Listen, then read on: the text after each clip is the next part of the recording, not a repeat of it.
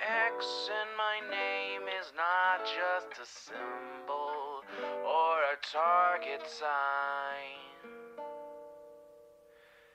A spell that attracts all who spit facts online all the time.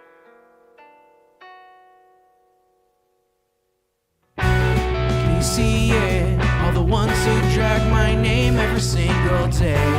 Can you see it? Can you see it? Can you see it?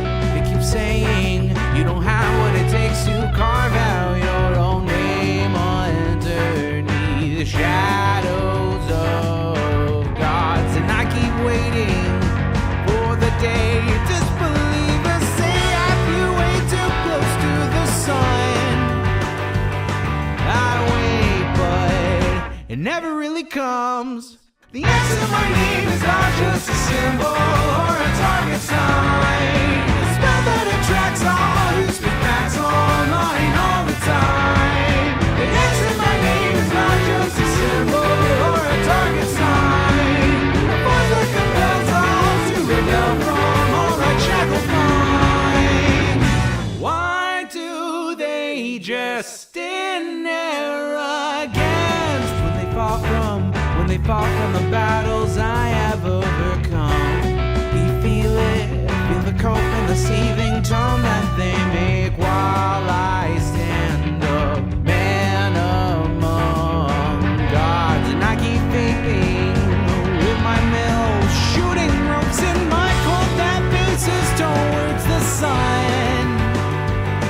They hate, but I'm sitting comfy with their mom. The X in my name is not just a symbol or a target sign. A spell that attracts all who speak facts online all the time. The X in my name is not just a symbol or a target sign.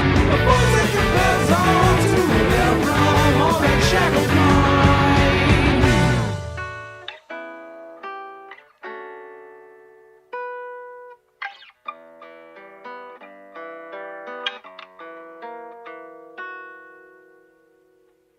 The X in my name is not just a symbol or a target sign. A spell that attracts all who speak facts online all the time.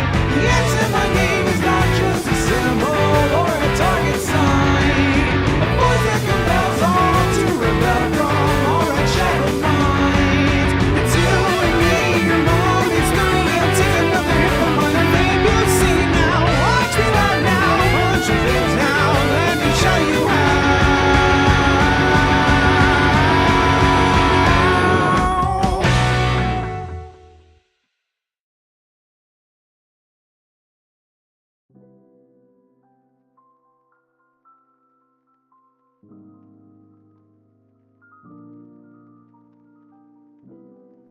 Good afternoon, everybody. Hello, hello. What is up? Lefty Jenna, Galaxy Bomb, Sunny the Martian, TSW Shadow Wolf, PP Girl 420, The Nerd. What are you doing? How are you? Jazz Dog, Summer Star. Good to see you. Gumdrop Cat, hello. Trans Daughter of Water, how are you doing? Lord Rose 97, what's up? Astronaut Lad 172. Love seeing you in chat. Welcome, welcome. I have returned from my multi-day long Final Fantasy XIV Dawn Trail launch no-lifing experience, and I must say, my neck hurts. My neck really fucking hurts. It really does. Like, you know, you ever wake up and you're like, I feel okay. But then, like, 15 minutes after you wake up and you start moving around, you're like, I feel a little bit of a tenseness. Like, right around here. Huh, that's odd. And as the day goes by, it slowly creeps up your neck till you can't turn your head. That's been me the last 2 days. Not a fun time. It's far better now, but God, not my favorite. No, Jazz Dog, it's more just the top of like the base of my neck all the way up to the base of my skull. I get that type of like neck ache all the time. It's from sleeping the wrong way and having like a ridiculous amount of hours sat in front of this computer over the last 4 days. Oh, I'm sorry, Galaxy Bomb. I've heard. I'm sorry to hear that, Adam. Hopefully you feel better soon. My neck is starting to feel better. I made sure to fall asleep, like, on my back last night, and I definitely feel better just from a night's rest like that. And a nice hot shower before stream. Also helps. Reminds me of those days where I wake up with my head hanging off my bed somehow. Oh, yeah. Yeah, that'll do it. After long and treacherous hours at my stand, I find my neck. It hurts. Xander after playing too much FF14. So true. FF14 Dawn Trail really be like Prey Return to the Taco Stand. But unironically.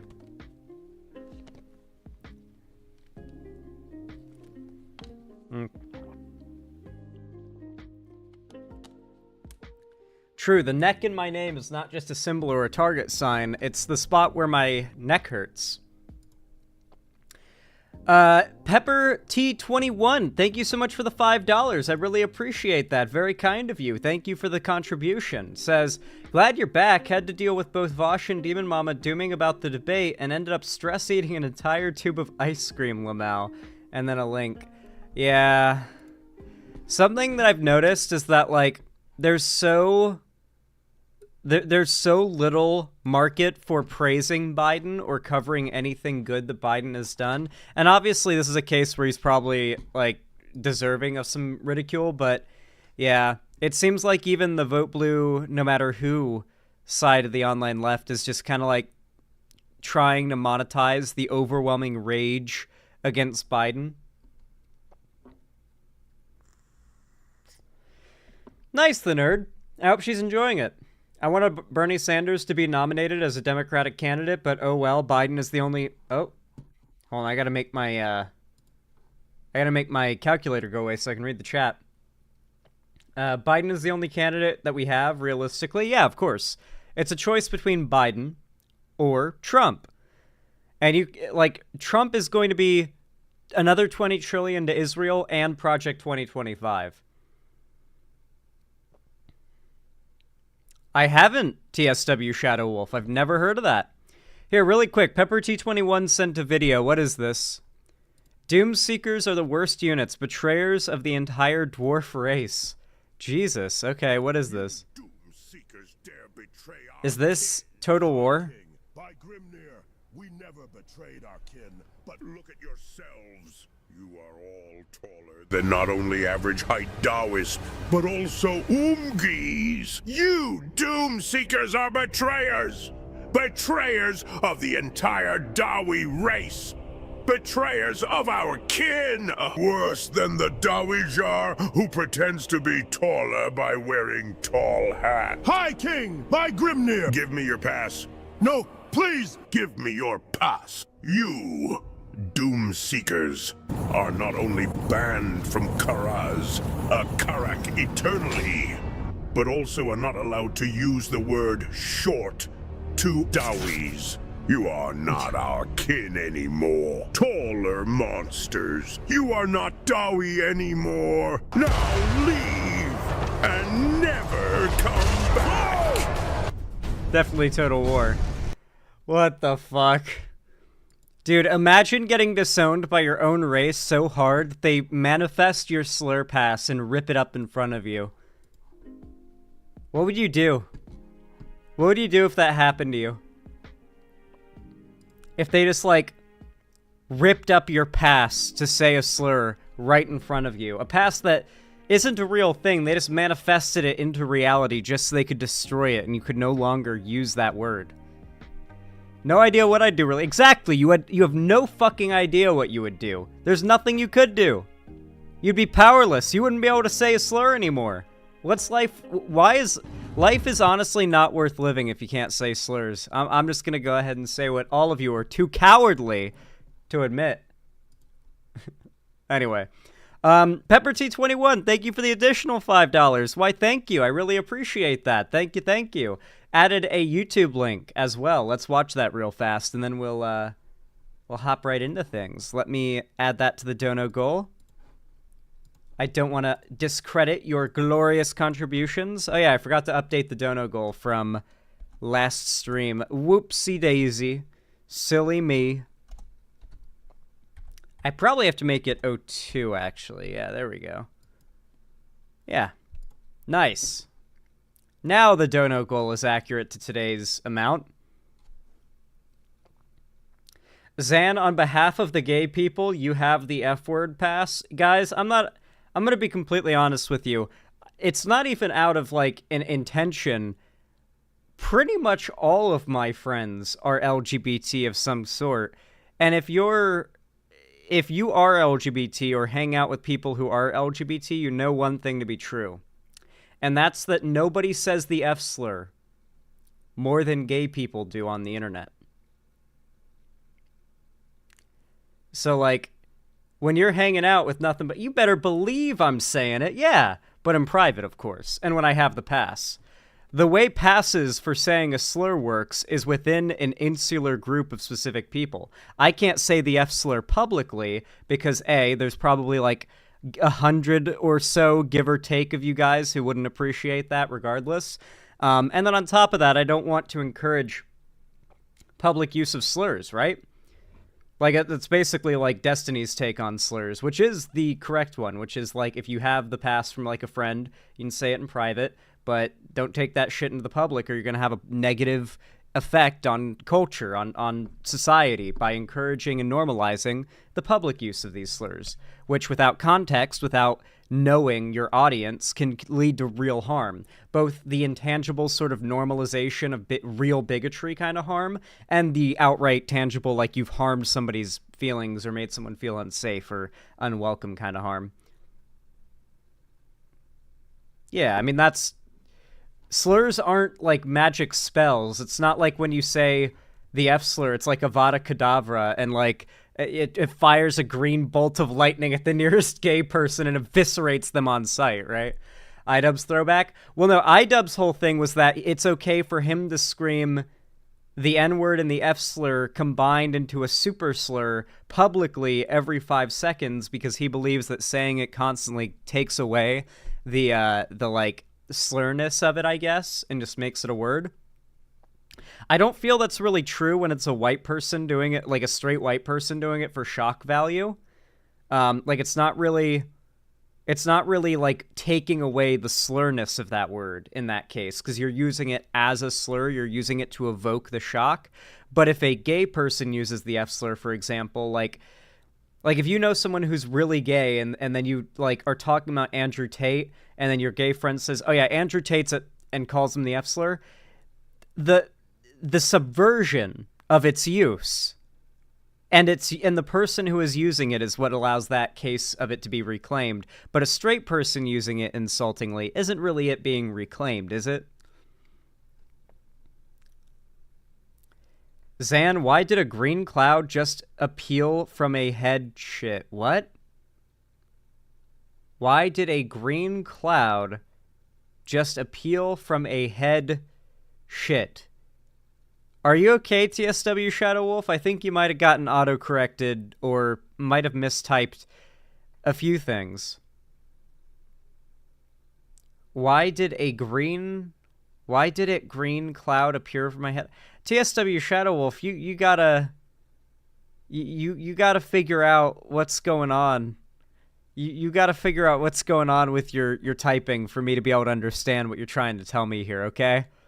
Like, you can't leave out words in your... I was making a joke about the green lightning shocking me because I'm gay. Oh, okay. Yeah, dude. How am I supposed to connect that to the lightning bolt from the spell that I described? That would be cast by saying the slur. Okay, listen, I love you, TSW Shadow Wolf, but just type a little slower. Just type a little slower, and you'll have less typos, I promise. Anyway, SSW Breedux, thank you for the tier 1 sub. I really appreciate that. Thank you for the $5 reduce. Presumably $5. If that's more than $5, then please let me know. Just tell me if that's like a 3-monther and I'll update it. I don't want to undercredit you. So thank you for being genuine and for fighting the good fight. Never lose hope, never doomer. You rock, my guy. Thank you. I really appreciate that. It helps a lot, and it really does mean a lot as well.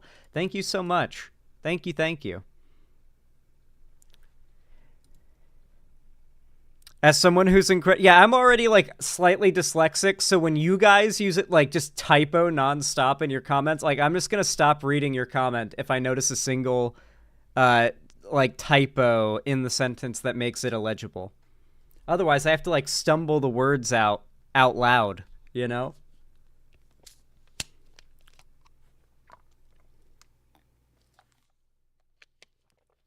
You can tell that like staying up for like 2.5 days, no lifing a game is not good for you, because I woke up with a stiff neck, a sore throat, and a stuffy nose, which I don't know how those could have any connection to a lack of sleep, but I did not feel good when I went to sleep last night because I had been pushing myself so much to catch up and do Dawn Trail and everything and be there for the launch. And they launched it at 2 a.m. my time, by the way, to give you an idea of like how much they like screw you if you're like a West Coast American. 2 a.m. launch. I managed to get to sleep at 10 p.m. and like wake myself up only like 20 minutes after the hour of 2 a.m. And then I was able to get on my computer and stay up literally until like 2 a.m. that night, napped for a few hours because I felt nauseous. And then I was up until like 10 last night, 10 or 11 last night, went to sleep, woke up this morning, started getting ready for stream, and here I am. Many Xanderhall streams happen at 2 a.m. my time. I'm really sorry, Lucky Otter. I'm really sorry. You're clearly not in America. Moved to the Superior East Coast to have a better time zone? Joke. I moved from the East Coast. I'm never going back. Holy shit, my Yu-Gi-Oh card box has... Nope. Sorry. Should've spell-checked your comment. Heh. Well, thank you so much for the $5, SSW Breedux. I really appreciate that. Very kind of you. Yep. If I notice a typo in your comment, it will not be read aloud. I refuse. I refuse to sound like I can't read. Because I have to read some of you guys' like broken, jarbled-ass sentences you post in chat sometimes. Hey, Zan, can you recommend other content creators that share your politics when you're away? Honestly, probably not. For two reasons. One, I don't really think there are any content creators right now besides maybe one or two that I can think of that aren't posting like the occasional cringe. I actually think I might be one of the few content creators in the online lefty streaming space that isn't insane in one way or the other. Like, everyone seems to have gone insane at some point or in some way. Everybody thinks that? No, I did not think that for a very long time until I'd say like this last year. I'd say this last year in particular. Yeah. The gun take is a bit cringe. Oh, you're an anti-gun person. Ironic you've got like a fucking stormtrooper or something as your profile picture from what I can tell. And you're like, I don't like guns. Okay, buddy.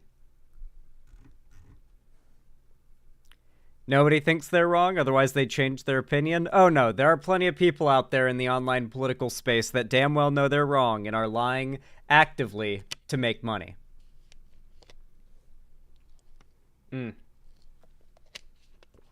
I'd say Shark is pretty chill. I know that, like, Demon Mama is, like, opposed to progressive victory, and that's pretty cringe, from what I can tell.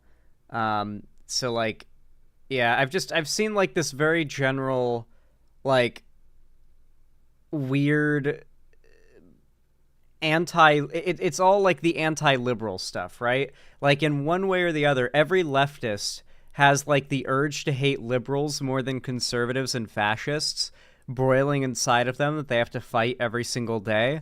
And I feel like more and more lefties are losing that fight, you know? They're losing that internal battle.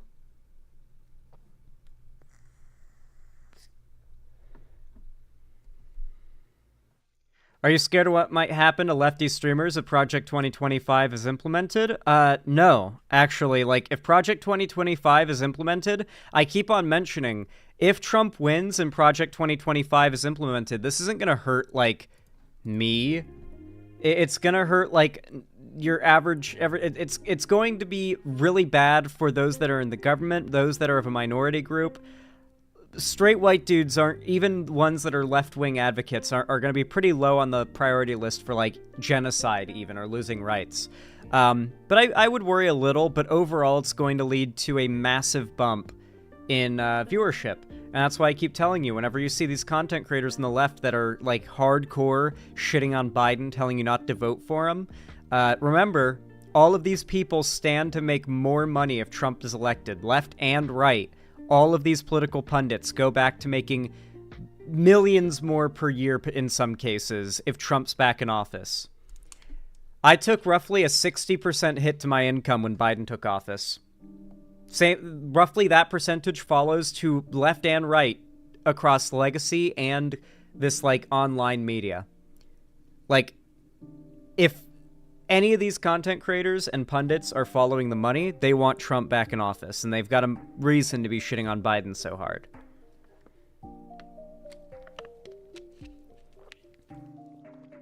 In a way, it is a little bit like betting against the team you want to win. Hey, Bal. It's like if you're watching a sporting event and you're a fan of one team, and they're going up against another team, but your team might lose, you would bet a bunch of money on the other team, or at least bet some money on the other team. So either your team wins that night, or you win a bet. Regardless, you're winning in some way or the other. But you're also losing, but I think it's a good way to think about it, you know? It's a good analogy for what I think a lot of content creators in the space are doing with the whole don't vote for Biden thing. We're harping especially hard on Biden. Like, Hassan's channel is, like, bleeding the fuck out. I don't know if you guys have seen it. I've been reveling in it, to be fair. Hassan is, like, quickly bleeding viewership and support. He's not growing at all. He's actively shrinking in relevance and size, which is great news, but he's also sort of, like... Hassan's success is sort of the metric for the success of the overall left. When you think about it, which I hate to admit, I hate it. I hate that that's true, but it's a fact. So as you see Hassan crash and burn, I don't think you're going to see his fans fan out to other lefty content creators. I think if anything, they're going to migrate to Destiny, as they have been, which is why he's been, like, the only growing left-leaning political figure. And I think a lot of them are going to go right, because Hassan may have left such a bad impression of what being progressive is with a lot of these young, like, 14-year-old socialist Hassan viewer types. They might find themselves gravitating from left to right, you know? I'm glad Hassan is falling off, but I do think someone else might need to take his place, like Panna Banata or Second Thought. Yeah, it'll be someone possibly worse. That's the thing I fear, is that Hassan might be the best iteration of, like, the #1 lefty voice online. President Sunday hates my guts. The dude was, like, super mad that I called out Shuonhead for the whole Balenciaga thing, starting that conspiracy, and claimed that she never pedo-jacketed me or Demon Mama. President Sunday is also, like, actually mentally ill and deranged. So yeah, I wouldn't recommend him. I do, yeah, no, I revel in Hassan's failure like a chinchilla or a quail would bathe itself in sand. Yes, it is, War Penguin. Haven't thought about him in a while. I think he left YouTube. Got mixed up with people who watch Hassan Second Thought type of content IRL, and it's, like, mostly fine with the occasional what the fuck take. That's kind of the point, right? Like, we've watched multiple videos where it's like Second Thought is right on the money, and then we've watched videos where Second Thought is literally making a video sponsored by the Chinese government, you know? That's kind of like the whole point of effective propaganda, is like 60% of it isn't propaganda, and then the other 40% is, but it's all so mixed together and like emulsified into each other that you can't tell what's what anymore, and it all just feels like a lifestyle message, you know? He's still around, just quiet? Yeah, I don't think he's ever gonna get big. He's not entertaining. Honestly, if anything, I can't see the online left do anything but grow rapidly after November. It's very possible the sphere may very well be completely decentralized. Lefty Jenna, I promise you... listen. What happens to the online left depends almost entirely on two things, okay? One of them is inevitable, and that's going to be the right-wing, anti-woke grifterverse imploding on itself, as it inevitably will. It's just going to do that. It always does. Every few years, it implodes on itself. Oh, Pillar of Garbage, I definitely recommend. Yeah, Pillar of Garbage is great. Every few years, or I should say like 5 or 6 years, the media grifter sphere just implodes. And it will. And very few, if any, of those people are going to be able to salvage a channel out of that and move on into the next, like, era of online politics. After the election, though, if Trump wins, I think it will result in a countercultural push against the right. One thing you might remember is that the alt-right movement arrived and kind of came to power under Obama, not Trump. Like the alt-right rabbit hole, the like Gamergate, the Great Replacement conspiracy theories, all of like the explosion of popularity of like the alt-right and far-right politics online was under Obama, before the election where Trump was decided president. And so a lot of the Trump support, I feel, was in some ways a rejection of Obama and Hillary liberalism. At least for a small proportion of voters, but a large enough that they were the deciding margin in the election effectively. And so with that in mind, if Biden wins, we may see an even larger explosion in the anti-woke cultural push, where it's like, everything's woke now, everything is progressive, rah, rah. That might continue to get popular, even with the, like, woke spotting media grifterverse imploding in the meanwhile. Or Trump could get elected, and we could see a whole-on, not Gamergate, BreadTube too. If we see the grifterverse implode due to their own sort of, like, inability to keep and sustain, like, rage cannot be sustained for very long. It's a flame that burns hot, but not for not for a very long time, right? So when you're completely reliant on anger and rage clicks to make a living, like a lot of those right-wing grift channels are, I don't think in the long term they're going to be able to last. They're going to implode, and if Trump gets elected, I think we could see legitimately another sort of Gamergate, or not Gamergate, BreadTube rise sort of event happen as a response. But if Biden gets elected, I think the reverse will happen. We'll get a little more deep into the Chud era. But that's just my prediction. There are other factors that could affect it too. Like, for example, a bunch of people right now who are like 15-year-old chuddy shitheads on Twitter might grow out of it, and they might be progressives by the end of next year, for all we know. Pepper T21, thank you for the $5. Wow, thank you a lot for that contribution. I appreciate it. It helps a lot. It says, resending CU, you got because you got stun locked, Lamau. Take more of my money. Oh.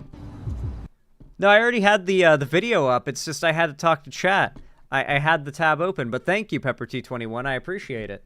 Remember, guys, you got to be patient. But I do appreciate... You know what? No, if you're going to send extra donos because I haven't read your dono quick enough, then that's fine. That is a perfect way to let me know that I need to read your dono faster. Thank you. No notes, no complaints. Okay, what is this that you've sent me? Goofy's Betrayal. I do not like the first frame of this already. It ends here. We act like nothing happened. That's probably for the best. Mickey's gonna come home. No, Maybe I shouldn't be here. I wonder if anybody would notice if I just mosey on up out of here. Goofy! Hiya, pal. Didn't see you there. Oh, gosh. Oh, gosh. Hey, Mickey, a heck of a barbecue you're throwing here. Well, you know me. I'll take any excuse We're to not get watching everybody the Mickey together. Vietnam I was video just again. thinking the other day. I've seen it like 10 golly, times on wouldn't- stream. Oh, he's so kind and so generous. I am not This is what was going on in Shane's head through all of season 1 and 2 of The Walking Dead. worthy of such a good friend. Something wrong, Goof? Oh, I can't take it. Mickey, I had an affair with your wife. I'm sorry. Goofy, what are you talking about? She's a failed temptress, man. I tried to resist. Of course I tried, but over these last 2 weeks, I don't know what's came over me. But Goofy, I've been on holiday for 2 weeks. See? Huh? If you were there, then who the heck have I been sleeping with? Oh, wow. Oh, would you look at that? Look at these hot dogs. They're burning. Anybody else feel a little hot in here?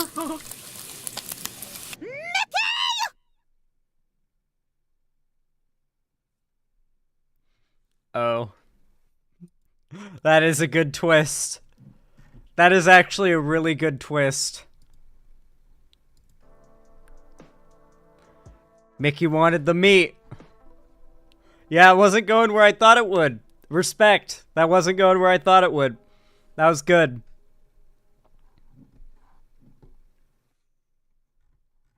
I'm good, Summerstar. I'm good.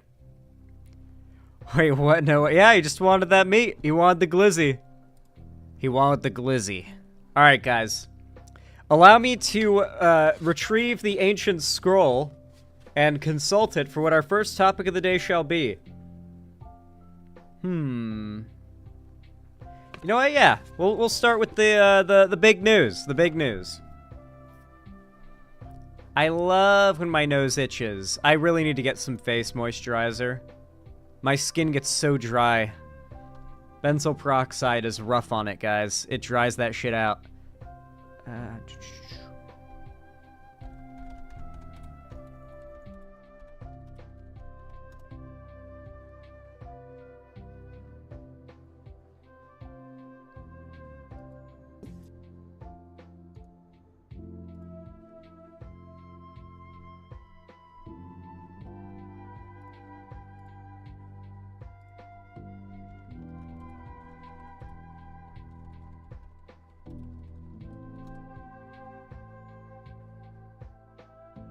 Here's President.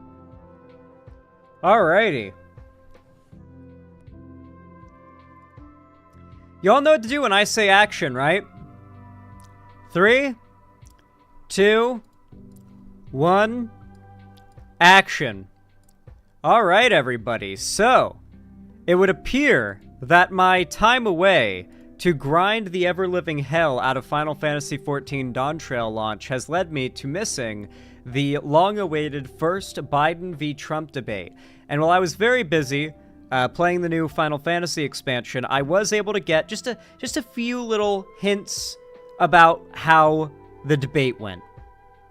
Supposedly not well. Apparently Biden was very tired and mumbly. He was stuttering a lot, very mumbly, not really projecting his voice much, not very clear and easy to understand, while Trump was continuing to be deranged and lacking any attachment to reality. And at one point, from what I heard, they got into an argument about who's the better golfer. Like, who golfs better? Neither side won, and neither side lost. Okay. Interesting. I know that the entire online left on Twitter for the last, 4 days has been saying, see, this is why we should not vote for Biden. We should let Trump get elected. Both Biden and Trump are going to do Project 2025, and they're going to give $20 trillion to Israel. They're equally bad, just outright making memes where it's Biden, and then it's Project 2025, another trillion to Israel, and then Trump, Project 2025, and another 20. They don't. even care to Google what Project 2025 is. Some even say it's a made-up conspiracy theory by the Democrats, like actual lefties. Yeah. Oh, God. Yeah, it's actually delusional. I'm really glad, though, that this kind of helps to give an insight into who's probably never voted in their life. Like, the people on Twitter saying not to vote for Biden have almost certainly never voted.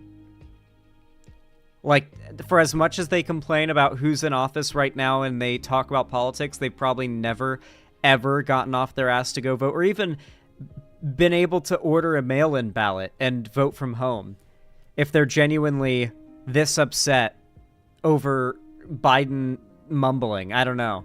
Anyway, this is a CNN analysis and recap of the debate, so I'm interested to see this, but I also have a speech that Biden did a couple days later in North Carolina queued up for us to watch, because apparently that speech was far better than the debate, and people, more reasonable people on the left, are kind of like giving Biden some credit for that, from what I can tell. I haven't seen either of these yet. I've only heard the response, so let's go ahead and watch. Joy. Yeah, I can relate to having a cold. I have a negative COVID test and a slight cold as well, so I understand not feeling well. And, you know, obviously, Joe Biden comes in with certain deficits. He has a stutter. You know, it is more difficult for him to communicate for that reason. So there's a lot to mitigate the way that he speaks, and you can understand it, and we've observed him for a long time. That said, I, too, was on the phone throughout much of the debate with... It really sucks that Biden is, like, at heart, like, actively, like, pragmatically, a really good president, but he is not the best orator, especially with age. Like, as you get older, you get quieter, you get a little more mumbly, it's harder to project your voice and be booming. Trump has this, like, loud, squeaky, obnoxious tone to his voice that, like, doesn't require him to have, like... Trump doesn't speak boomingly. He speaks, like, nasally. And nasally doesn't really go away or get thinned out with age. Biden always spoke deep and with his chest, and that gets weaker and more kind of mumbly and stuttery as you get older. And Biden, of course, has a stutter, and it is getting worse.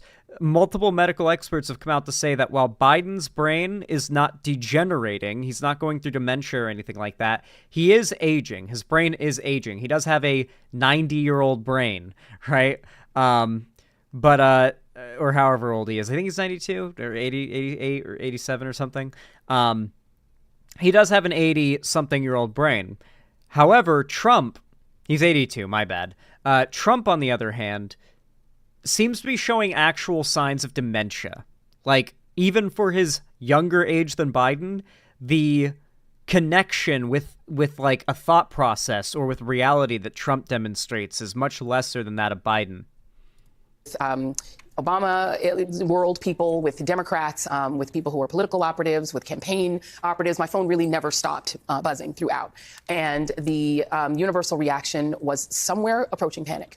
The people who were texting with me were very concerned about President Biden seeming extremely feeble, seeming extremely weak. And, you know, I'll just reiterate what I said earlier. President Biden had one job tonight, and it had one primary job. And yes, it was to litigate Donald Trump's, you know, criminality and all of those things. But he had to settle his own party. He needed to settle Democrats. Democrats, you know, they always talk about Democrats are bedwetters and Democrats are always panicking. Yes, Democrats are always panicking. They're always scared, right? They're always thinking they're going to lose. Like, Democrats are very pessimistic. This is just neurotic. Who they are. They're neurotic.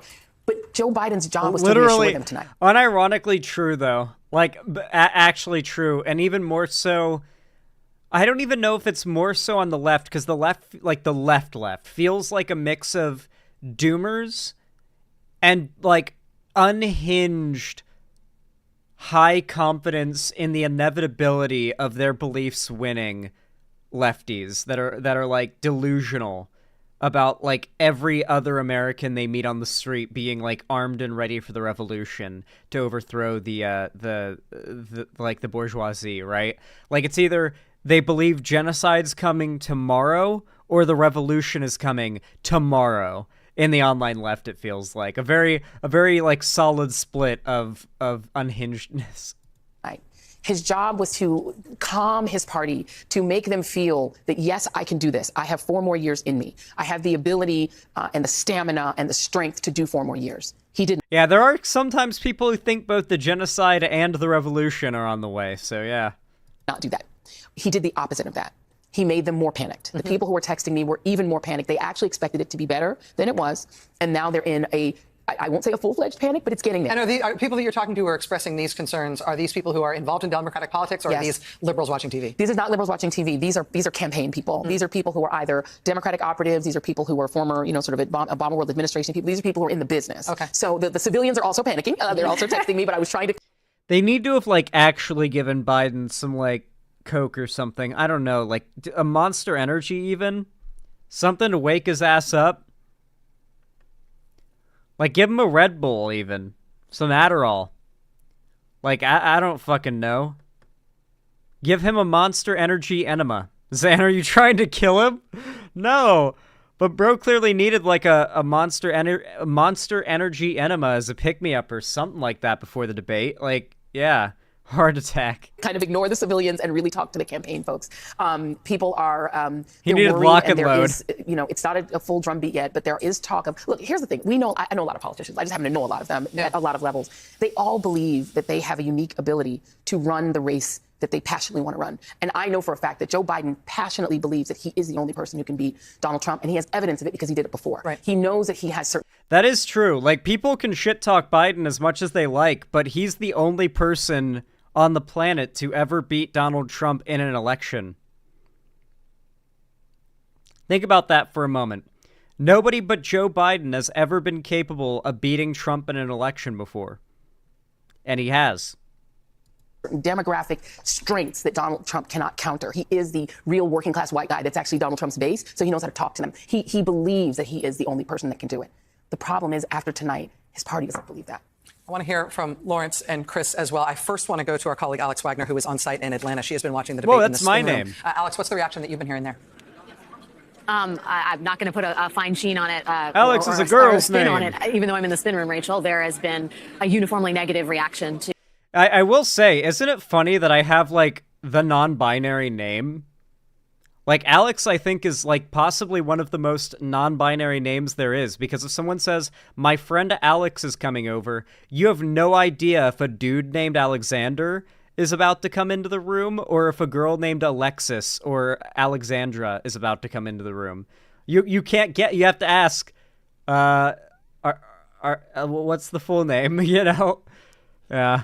To Biden's performance tonight. Surely, as Joy said, this was about very revealing who ambiguous Donald Trump name. was, but it was also Joe Biden battling a caricature of himself as an enfeebled person, an impression that Trump The has MBs are been coming eager for to me. convey to the country, and he did nothing to disabuse, I think, the country of the notion that he is very old and was lost frequently in that debate. I mean, on answers that should have been, to put it bluntly, a layup for him, whether it was abortion or the attack on abortion medication. His answers were rambling and incoherent. He turned a response on abortion into a mention of migrant killing. I mean, this is a person that clearly was over-prepared and had a lot of different points that were sort of swimming around in his head. And as a result, it felt like the answers that were legible, if you will.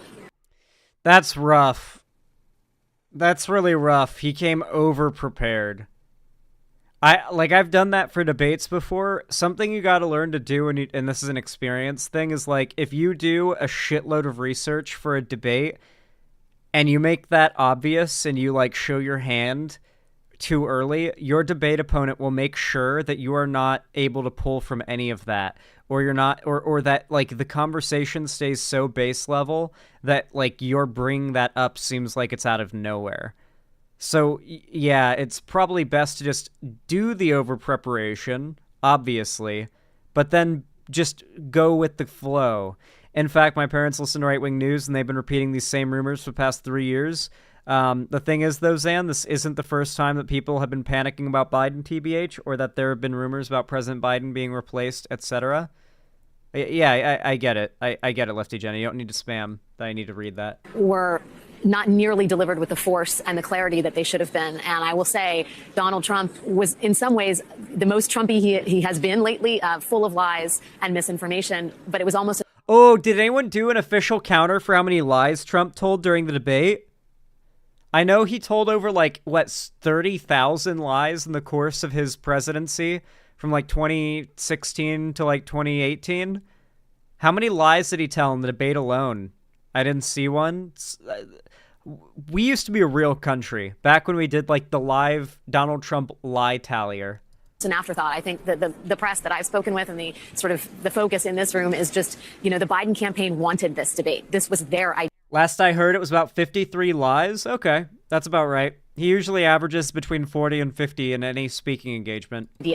And this is what happened as part of their strategy. 50, okay. It is confounding. We were told earlier this evening that the Biden spin team would be only making brief remarks in the room. And I don't know whether that is indicative of a group of people who understood the weaknesses that their candidate had in advance of this debate. But you can surely understand the logic of that after the fact. Alex, we've just had... I think they really shouldn't have done a debate at all. I don't think Biden's strength lies in speaking, and he should avoid doing too much public speaking, and he should just let his actions speak for themselves, speak for itself. I don't know how well that would go. Like, maybe you just have to constantly be in front of the public eye, or everyone thinks they've replaced you with a robot. But, I don't know. I feel like Biden might be smart to just not debate Trump, and just because he's currently president, just let his actions speak, Because Trump's best at getting lost in the mud and arguing and bringing Americans over by talking real, But Biden actually gets the job done. TBH, I think Biden's biggest weakness is that he clearly just fucking despises Trump. Oh, according to, inside info, Biden, in private, refers to Trump by the name sick fuck. He doesn't even call him Trump. He just says the sick fuck when referring to Trump. Exclusively. That's Biden's nickname for Trump, is the sick fuck. Confirmation just while we have been speaking with you just this moment that in just a moment we're going to have Vice President Kamala Harris joining us live. So that's going to happen here just within a matter of moments. Lawrence, I also want to get your response. I think one of the interesting things that Alex said there was that some of the poor coherence and poor answers from Donald Trump are being viewed as standard Trump and therefore not newsworthy, while the performance from President Biden is being viewed as newsworthy because it came in below expectations. Yeah, in any sort of normal universe, you would think the candidate who during the presidential debate said, I didn't have sex with a porn star, was the loser of that debate. Yeah. That would be the normal scorecard.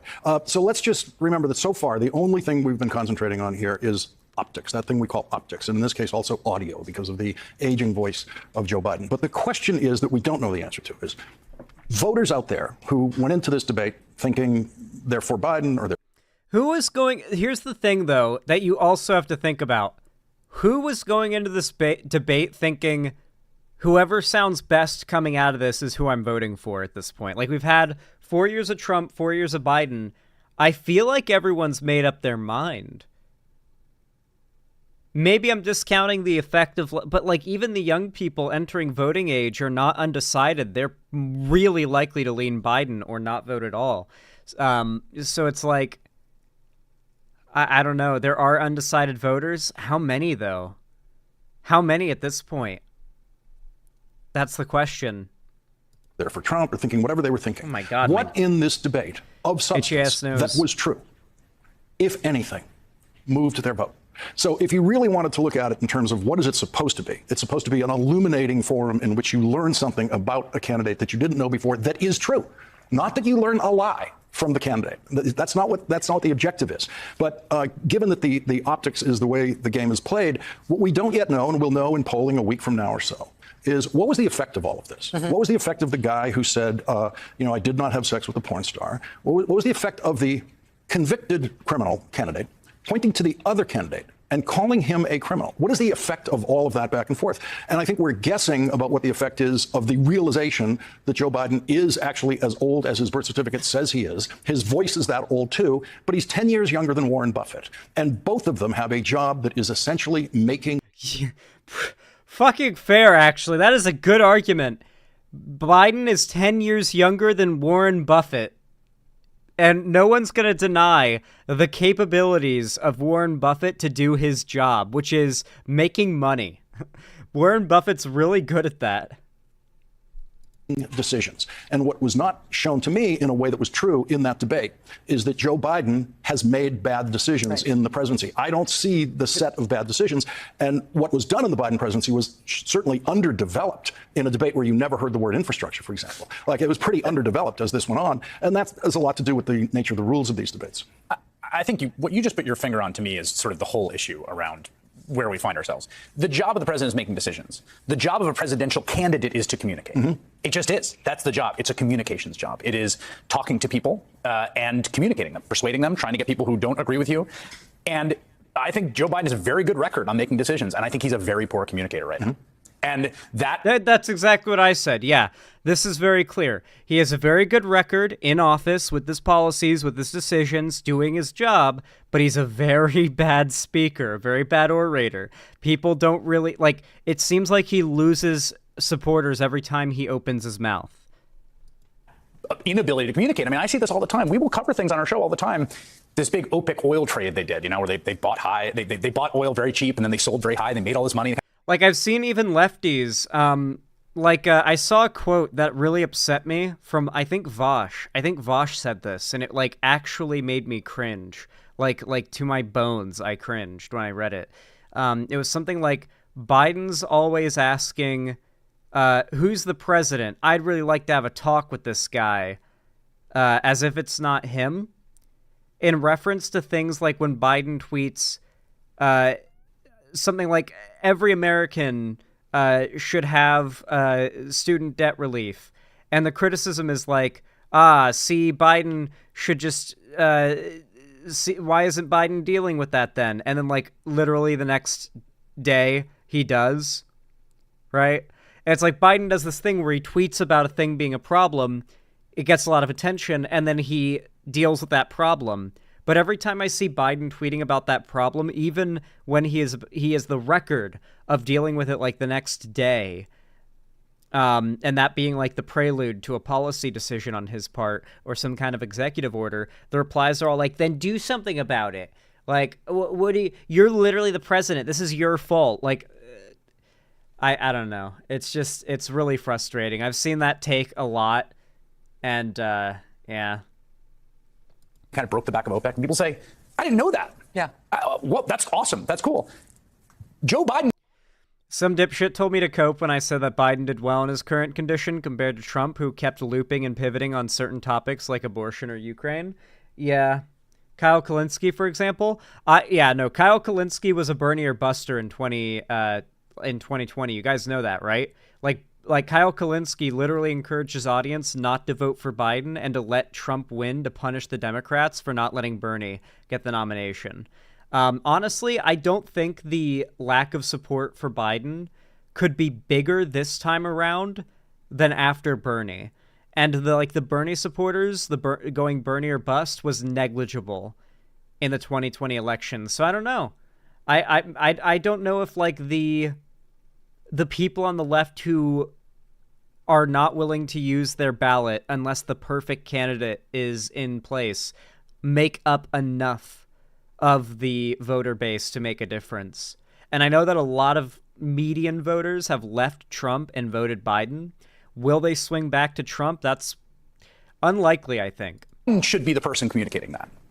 Joe Biden is not good at communicating his own record. And in the context of a campaign right now, his job, number one, is communicating.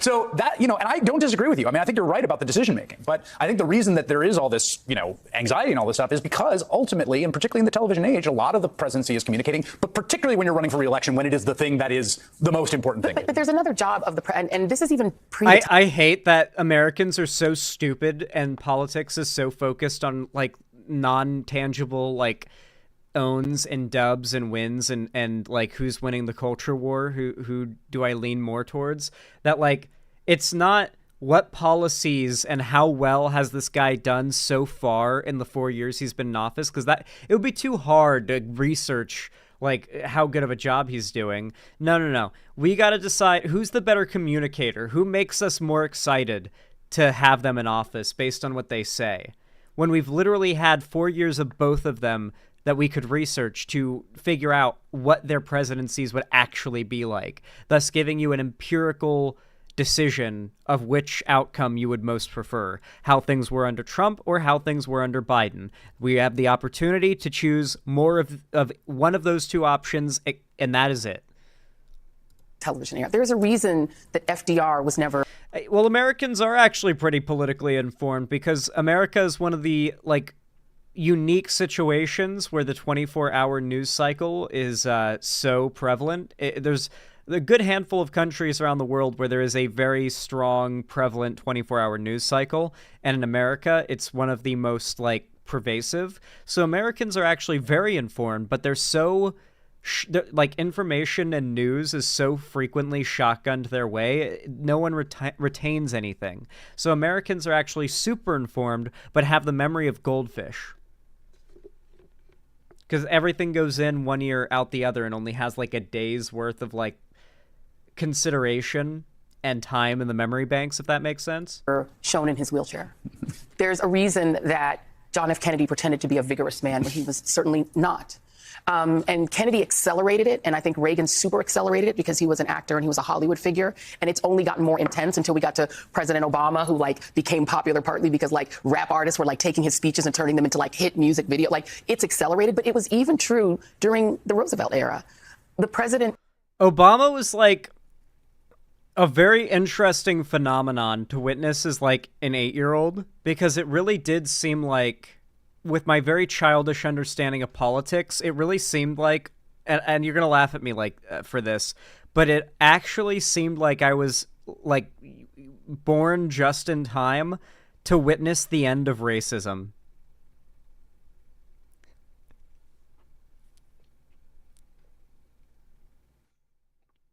I was 8, okay? I was 8. All right, I was 8, and that's what I thought, because Obama was so overwhelmingly hyped up, TV shows. There every car you would see, even in Florida, driving around Tampa, had a change bumper sticker, and they continued to stay up for 8 years after Obama was out of office. I still see change bumper stickers from time to time on older cars. It's I don't know, it was definitely an interesting time where it felt like America was more leaning progressive than ever, and I think that was due to the results of Reagan and Bush versus Gore, right? That was just such a shit show that I feel like so many progressives came out to vote and were so activated by that whole event that when it came to Obama versus Romney, or not Romney, that was 2012, Obama versus McCain, it was just a matter of yeah, no, we're going out to vote. We got to get Obama elected. We're not letting that shit that happened with Gore happen again. Especially by that point, people believe in climate change more. I have to piece together more recent political history that has a much stronger effect on today from when I was a kid, and the bits that I know, but it's always interesting to look back at elections and how they looked when I was very, very young. Is an avatar for the American people. Compare them to today. And the American people have a very high opinion of themselves. The American people think of themselves, this country invented the concept of the superhero for a reason, because the American people think we're Captain America. They think we're strong. They think Did America invent the concept of the superhero? I have a feeling that's not true. We're robust, and they want their president to look that way. If William Howard Taft had lived in an era where they saw pictures of the president, he wouldn't have been the president. Americans want the president to represent them in the world in a certain way that has vigor, that has strength. Al Gore was a brilliant man, an excellent decision maker, made excellent decisions as vice president. Americans didn't care. They wanted the guy they thought was... No, Americans did care. There were fucking riots over, Al Gore not getting elected, right? It was such a shit show. It was so fine of a line, such a thin margin. America was well and truly split with Gore, wasn't it? I don't think America rejected Gore, did they? I don't know. I wasn't really around for back then, but from what I've heard and from what I've been looked up, it seems like it was wild. America, in fact, didn't invent the concept of the superhero. 2000 was like the actual election steal. Yeah, my understanding is like everyone lost their shit. Half the country lost their shit because the election was like legitimately stolen, you know? It's cooler. That's just real talk about Americans and about American voters. And so to your point, Joe Biden, yes, you can look at his record, and it is factually one of the best records of any modern president. It is a top 10 president's record. But you can't become president again when America looks at you. Yeah. I feel like that election for like the next 8 to 12 years radicalized young people in the same way that Trump for the next 8 to 12 years after his election has radicalized a ton of people to the left. I wonder what the next thing will be. And that avatar to them looks broken. Well, let's not pretend this is a good thing. Right. Let's just remember that what's happened here is imagery has taken control of the way we see presidential campaigns. Yes. FDR could not possibly have survived a debate like this at any time, and he was arguably our best president. Could not possibly have done it. He was in much worse physical shape. Oh, yeah. No, Biden will be remembered, like, if he just has one term, his one term will be remembered as, like, FDR tier, and people will be like, why couldn't he win a second term? Well, you see, this thing called social media was invented, and it nearly ended all human civilization, let me tell you. You know, like, that's, in, like, 200 years, that's going to be what's going down. In his last presidential campaign, and was in effect much older because he turns out he was in the last year of his life in his last presidential campaign, which he won. But we don't have a better government because we've turned to the most superficial components of politics to decide our candidates. If we did that in the 1940s, FDR would not have been president, and, you know, good luck with World War II. I'm curious to see. Oh, wow. That was interesting timing there. I actually want to see the clips from the debate itself, and then I want to show Biden's recent speech that he did. Yeah, here's the clips. Let's check this out. Get knocked down, you get back up. Joe Biden came out swinging today, all fired up at a rally in North Carolina. So, like, where was this Joe Biden during the debate? God damn, they must have. He definitely boofed a can of Monster Energy before that speech. He like understood. Shit. Like, I got to bring the energy to these speeches, and bro boofed the Monster Energy before the speech to show the American people that he can still juice up and project that voice. After his truly dreadful debate performance. I don't debate as well as I used to. But I know what I do know. I know how to tell the truth. His advisors are rejecting calls for him to drop out of the presidential race. They say he will debate again in September. But most... Rejecting calls for him to drop out of the presidential race? He should drop out of the presidential race and let Trump win. Who is saying this? Trump supporters? Americans, even Biden's allies, are in agreement. Last night was a disaster. That was painful. I love Joe Biden. I work for Joe Biden. He didn't do well at all. Right now, as we speak, there is a deep, a wide, and a very aggressive panic in the Democratic Party. Look at the headlines. Democrats despair. Biden is toast. Just sad. From the start, it was clear these two guys hate each other. Look, no handshake. Biden glanced at Trump, who stared straight ahead. The stage was spare, just the candidates and the moderators. Right out of the gate, the president was shaky. And I'm going to continue to move until we get the total ban on the total initiative. He mumbled.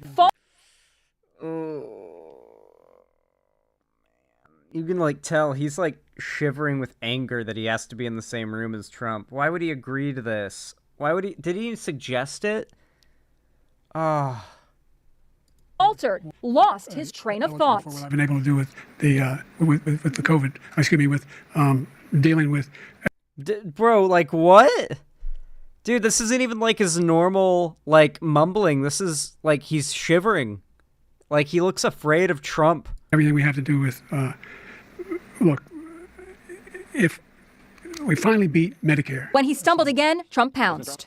I really don't know what he said at the end of that sentence. I don't think he knows what he said either. Biden has been America's grandfather for years. We all know. That was a good zinger there from Trump too. Trump knows how to let an opponent hang themselves and then shoot the hanging corpse in the debate. That's the rough thing. Like, don't debate Trump. His supporters and the average American, like, voter will see his shit talking as endearing. Like, trying to be sincere and nice and dry and political is not what, like, the average American voter is going to be receptive to these days, especially not in the age of social media.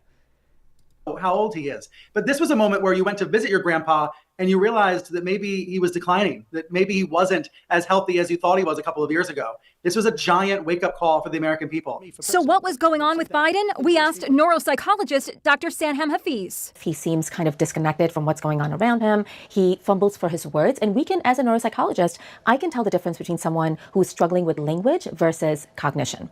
And for him, it seems to be both. You're the sucker. You're the loser. Biden did land some punches. Having sex with a porn star on the night while your wife was pregnant. I mean, what are you talking about?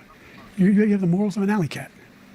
Give me a minute, sir. I didn't have sex with a porn star. And there was this ludicrous moment when they bickered about who's the better golfer. I was an 8 handicap. Yeah. 8.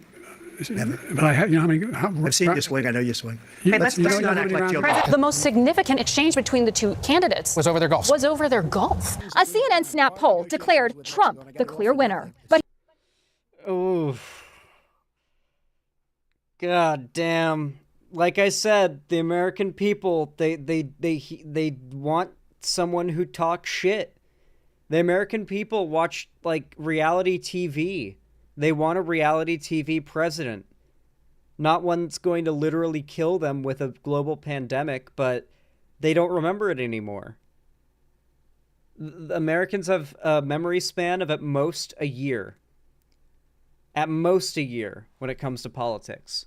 So, he's getting slammed for telling lies. There was a rapid-fire lie after lie after lie, untruth after untruth. Fact checkers counted 30 Trump lies to Biden's 9. The Trump campaign is in a celebratory mood. CBS.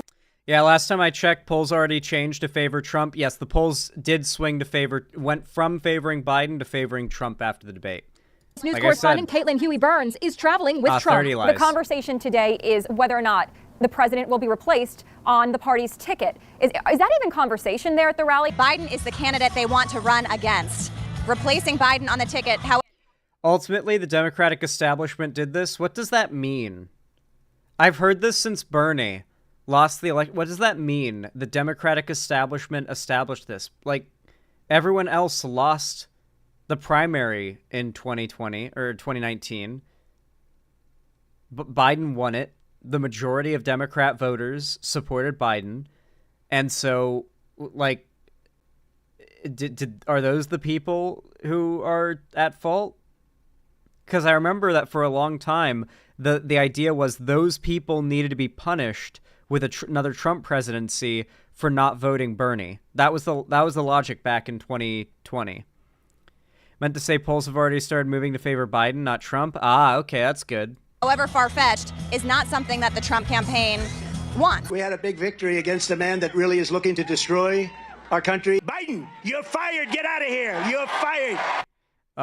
He's bringing that back? Jesus. Today, the shell-shocked co-hosts of The View, normally friendly to Biden, called on him to step down. He can bow out at this time with grace and dignity. He has a record he can be proud of. He needs to put country before his own ambition, and he needs to step aside. I've known Joe Biden for over 20 years. I've never seen Joe Biden like I saw him last night. Sure. It is worrisome.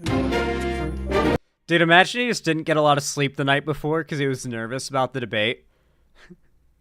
Because he low-key came off as tired. Like, I'm tired right now, and I have to, like, fight to keep my thought process and, like, my sentences going because I'm sleepy from, but maybe he was just sleepy. But Jesus Christ. Yeah, just bow out, do it with dignity and let Trump take power and do Project 2025. We won't have a democracy anymore. It'll be the last election ever. But, just bow out, bow out with dignity. Bow out with dignity. Seriously, you need to show how focus groups reacted? What's this? Fue el tema que más acaparó su atención en este debate. El hecho de que el señor no contesta, no. Why would you send me something that's not even slightly in English? Lefty Jenna, you're teetering on the end of a one-day mute. President Biden. Thank you.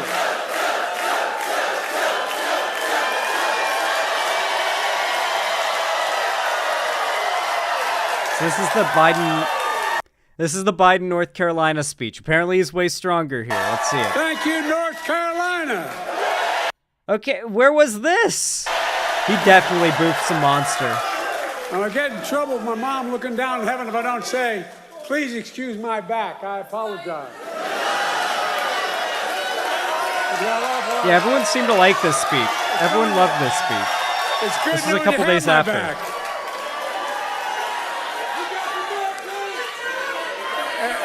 Like, it's not even just that he comes off as, like, more there in this speech. He also comes off as more charming and, likable here.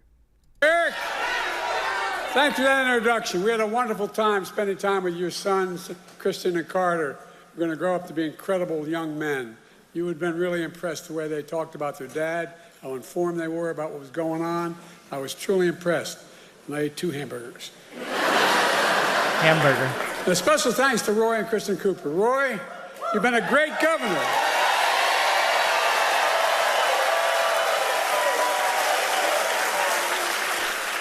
Which makes it all the more important that North Carolina elected a great governor to replace you, Josh Stein.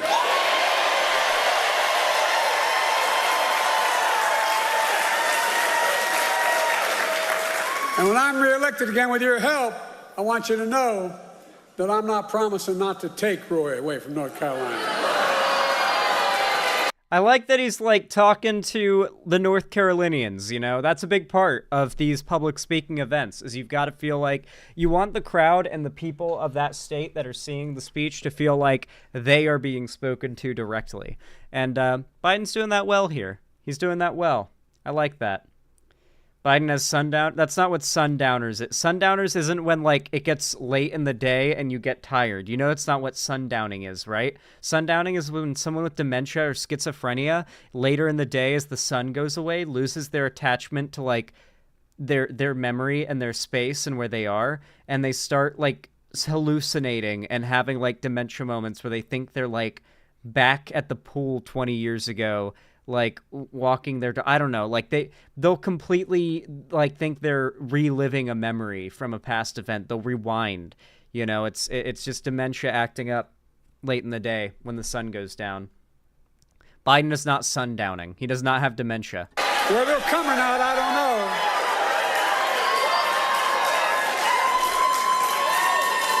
And thanks to all the state and local leaders here today, the great musicians and entertainers who performed earlier. Folks, let me tell you why I'm here in North Carolina. I'm here for what? Oh yeah, there was apparently a part of the debate where Trump just started screaming Hamas for no reason. I heard that. Yeah. No, not the meme. No, we're not doing the meme. No, Balth, this is a segment. This is a segment, Balth.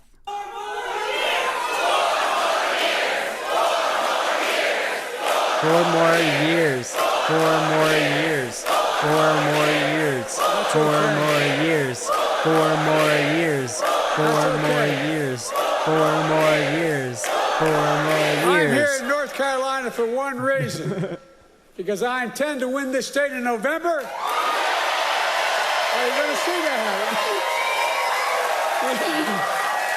On pipe? I think we are. And Roy's right. We win here, we win the election. And here's how we're going to do it. We're going to stand up for the women of America. You guys also have to remember that, like, Trump's Republican Supreme Court has screamed loud and proud from the rooftops to every woman in America that they are coming for their rights of, like, when it comes to their reproductive system. From contraception to abortion to IVF. They're coming for their rights. Women are going to come out in droves to vote for Biden. Even the more moderate and even somewhat conservative-leaning ones. There are a lot of women who voted Republican and were in favor of the anti-abortion rulings, and they're in states where the abortion was getting banned, until their pregnancies started having issues. And it turned out that they were going to have to be on their deathbed with sepsis before they could be opened up and operated on. And they found out that they are possibly going to die because of these policies, and it wasn't all lies made up by these evil baby killer women, that it's true. And those women, exist in large numbers every single day. More and more women that voted Republican, live in these right-wing states, are going through that experience and realizing, holy fucking shit, it wasn't a conspiracy. The lefties weren't lying. I might die because getting the treatment I need to get like the literal dead corpse out of my body that's rotting and causing my body to go into like septic shock. Like it's not legal in my state to save me. Like there's going to be a lot of people in that position. There already are a lot of people in that position. We're going to restore Roe v. Wade as the law of the land. We're going to stand up for the right to vote. We're going to stand up for Medicare and Social Security. We're going to fight for child care, paid leave, and elder care. We're going to keep lowering the cost of prescription drugs, not just for seniors, but for every single American. You know what? People don't give Biden credit anymore. Didn't he like recently set the minimum price of insulin at like $30 or $35 or something? Like, didn't he like issue like a federal mandatory like 5,000% cut on the cost of like insulin vials? That was like one of the biggest issues in America, unironically.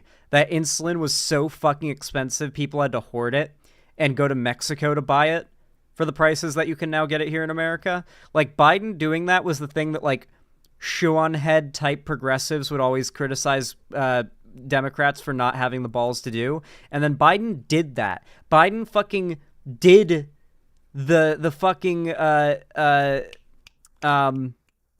thing. He did the insulin thing lefties talked about for decades and decades, and now everyone's forgotten. Even I, who have to, like, keep up with all of Biden's positive, like, changes and policies, even I just remembered, wait, didn't he literally fix the insulin problem? Like, drop the price down to a federal, max of, like, 40 or 35 bucks? Like, Jesus. Yeah, I need an actual list so I can just rattle that stuff off, you know? Protecting the Affordable Care Act. Which is why more than 40 million Americans have health insurance today. They didn't before.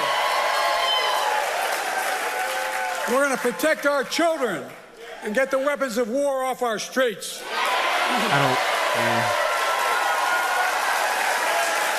That means banning all the guns that can go bang without having to manually move a bolt for like 2 seconds between shots. I don't like that. They did that here in Washington, and let's just say rural Washington does not like the current governor very much. We're going to provide clean drinking water, affordable high-speed internet, quality education for every child in America. We're going to secure our border and protect legal immigration. Don't worry, Biden's not going to succeed in any anti-gun policy stuff. It won't happen. And unlike the other guy, we're going to stand up to dictators like Putin, because America bows to no one. No one ever. This is way better performance. Folks, and we're going to keep dealing with the climate crisis.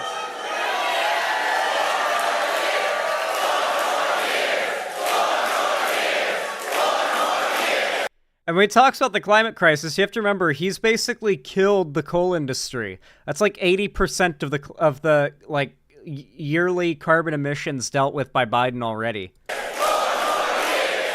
can tell he's kind of sick. He's coughing. Oh my fucking God.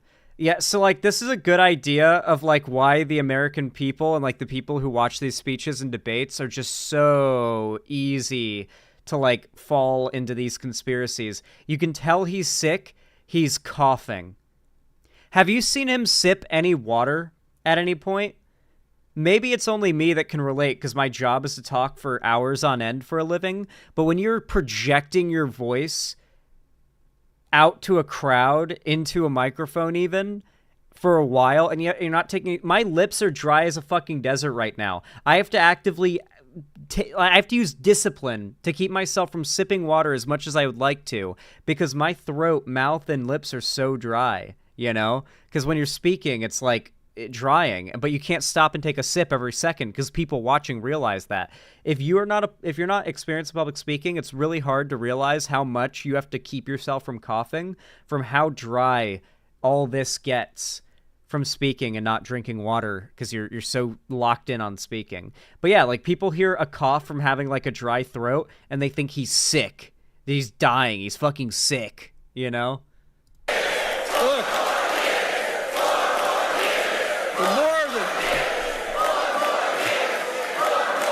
more than anything, we're going to preserve, protect, and defend our democracy. True, we gotta do that. For democracy. More than anything else, that is what is at stake in America this election. Your freedom, your democracy. America itself is at stake. Now, folks, I don't know what you did last night, but I spent 90 minutes on a stage debating a guy who has the morals of an alley cat. Who likes that? Who likes that insult? Did you see Trump last night? My guess he set, I mean it sincerely, a new record for the most lies told in a single debate. Really? I don't think so. I think he's told way more lies than that. He lied about the great economy he created. He lied about the pandemic he botched, killing millions of people. He closed businesses. He closed schools, losing their homes, people all over this country. America's... I do love that because, like, Trump was president in, like, the brunt of COVID, that, like, Trump can, like, if Biden's smart, he can actually turn the whole, like, shutting the country down thing around onto Trump. Flat on its back. So I told Trump that he was just one of two presidents in American history who left office with fewer jobs than he started. Herbert Hoover was the other one. That's why I call him Donald Herbert Hoover Trump. Such a boomer, like, president insult, but I love it. And then he lied about how great he was for veterans. But then... Before he was even president, he called who was it, McCain, who isn't perfect, but is considered to be an American hero. Like, he was held as a POW for, like, months, weeks, and tortured. And, like, from what I hear, was, like, pretty brave for not, like, giving up at all, like, just, like, enduring. And Trump called him a coward and said, I like the people who don't get captured. Like that, like Trump, before getting elected, was getting himself embroiled in controversy over insulting veterans. I told him how he had called a veteran who had given their lives in the country in World War I and refused to go to the grave sites. He called them suckers and losers. Oh. He tried to deny it. I know about that. Well, let me ask you, are you going to believe a 4-star Marine general, his own former chief of staff, John Kelly, who said he said that? Or the disgraced, defeated and lying Donald Trump? My son was one of those people. Not a World War I, but in the... Folks, look, how about the fact that 44...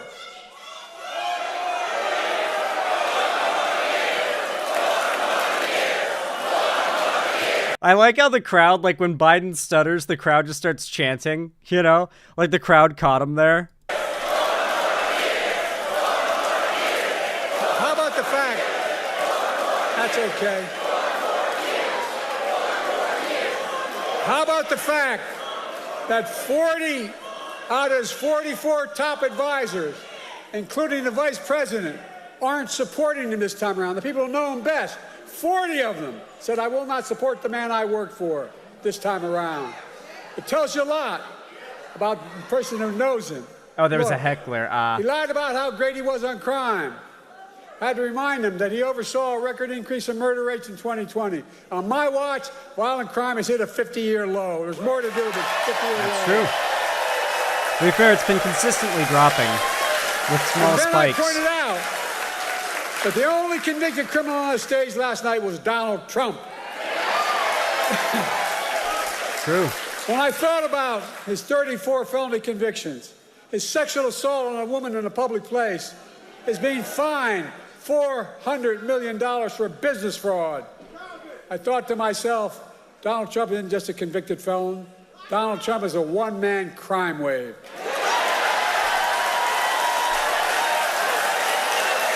And he's got more trials.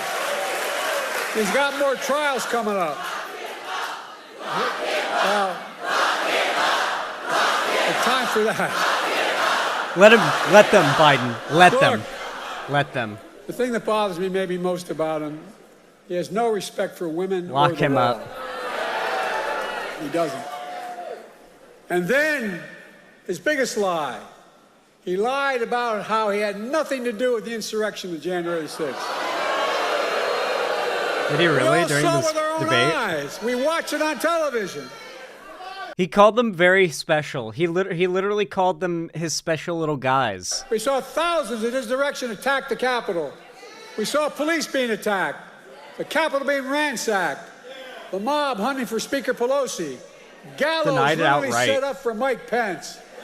And then he told them as he sat in the dining room, the private dining room, one door off my Oval Office.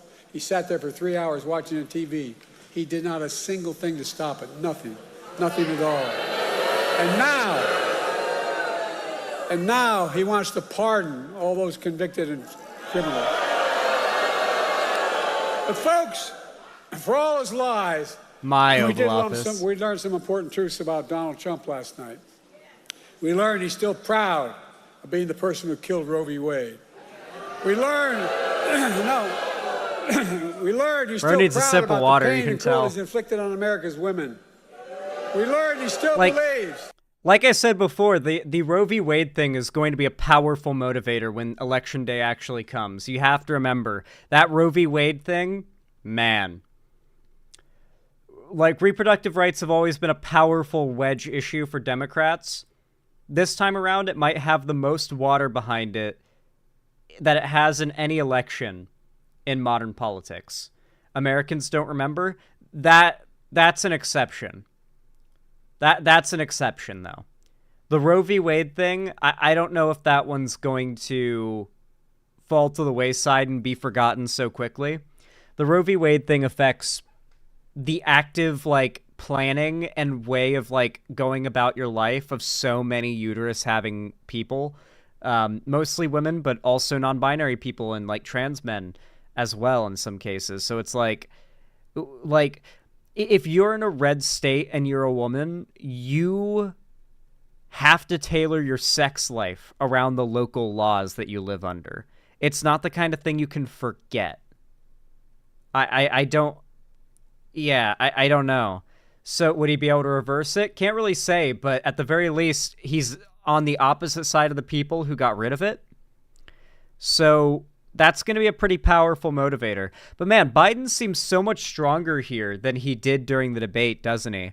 I really wonder what happened. I think it might have just been like tired, irritable, angry, and bad performance, just a bad night for him, you know? Like, I've had nights where I do a debate and it was just a bad night for me, and then I've got days or nights where I do a debate and it was just like the stars align and it's really good, you know?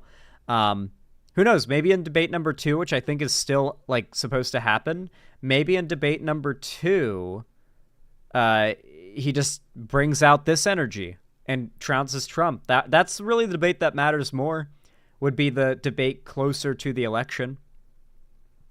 It was confirmed he had a cold. Yeah, I think he's had a cold for, like, a week now. But here he's, like, straight up just has, like, a dry throat.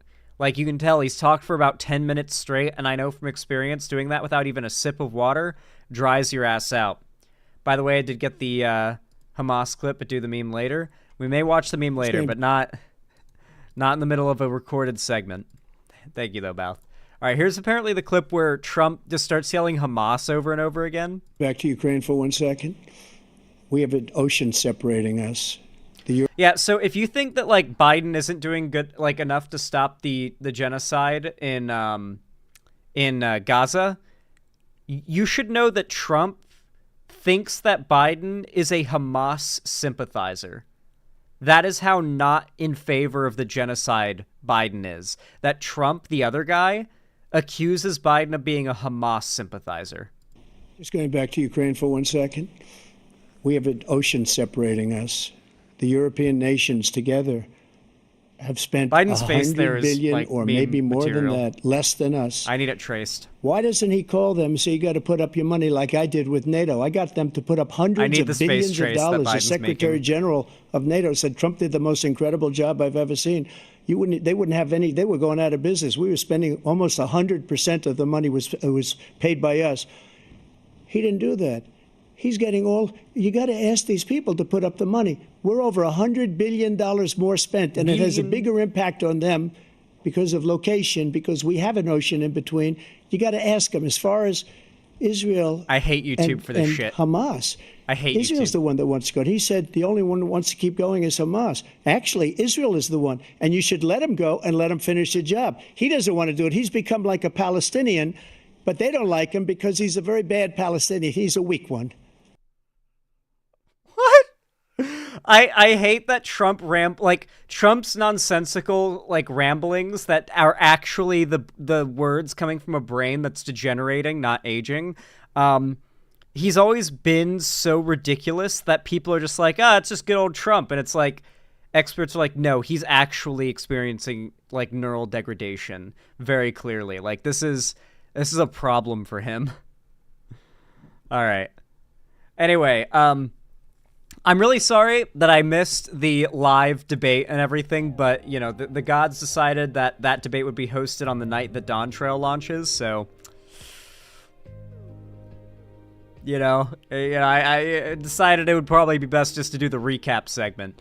Anyway, I hope you enjoyed this segment. I hope you liked my recap. If you did, please consider leaving a like, because every single thumbs up goes a long way if you don't already know. Basically, pushing my content in the algorithm out to more people for every single thumbs up from every single person, as does commenting down below. It has a very similar effect, so please consider doing so. And of course, if you haven't already, please consider subscribing and ringing the bell icon and following my social medias linked down below in the description, including joining my fan Discord through the link down there. It's totally free. It's the main hub of my community, and I also host weekly watch parties, game events, and call-in streams, or call-in streams, I should say. And I also announce all my new uploads and streams there as well, so if you're in the Discord, you won't miss anything that I do on my channel, even if YouTube's kinda being YouTube with the notifications, you know what I mean?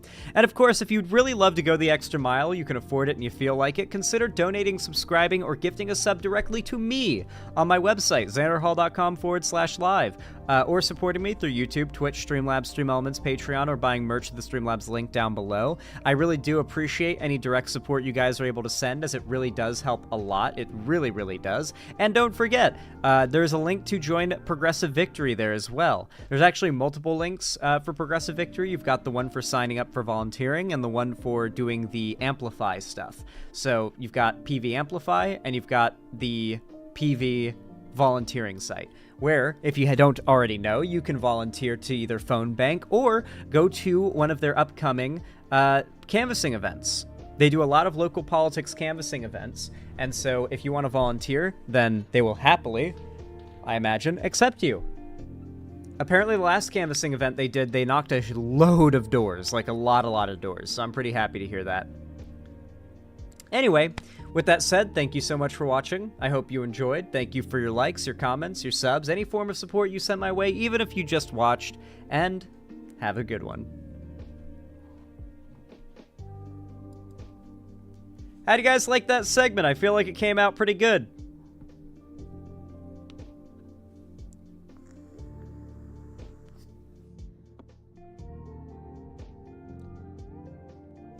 Now it's time for the dramatization of the debate. I hope this doesn't get me copyrighted, Balth. You're not getting in my cab wet. I just gave you $200 to wait for 3 minutes. You're not getting in my car, no way! Yeah, you're right, I'm not getting in your cab. Al-Qaeda! Al-Qaeda! I don't get it.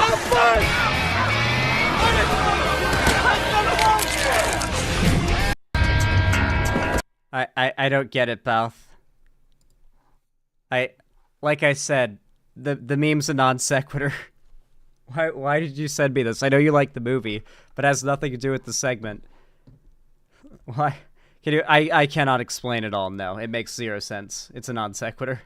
Anyway, Slashy, thank you for the tier 1 gifted sub to Summerstar. I really appreciate that. Very kind of you. Very based. I appreciate the $5 dues. Says, you should look at some of the polls later. Biden is not doing nearly as bad as the media makes him out to be. Nice. I'm glad to hear that.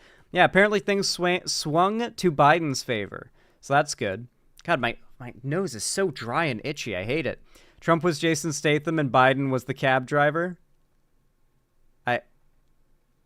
Okay. Markinator, thank you for the $5. I appreciate that. Very kind of you.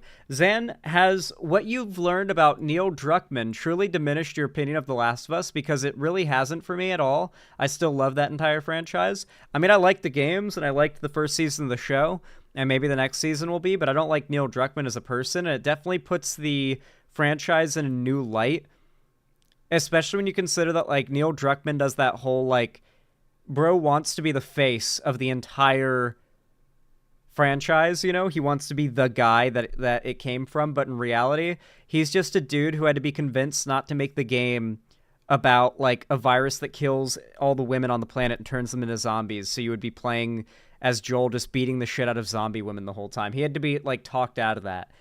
Yeah. Like, the best parts of The Last of Us did not come from Neil Druckmann, I'm willing to bet. Oh my god, my nose, my god.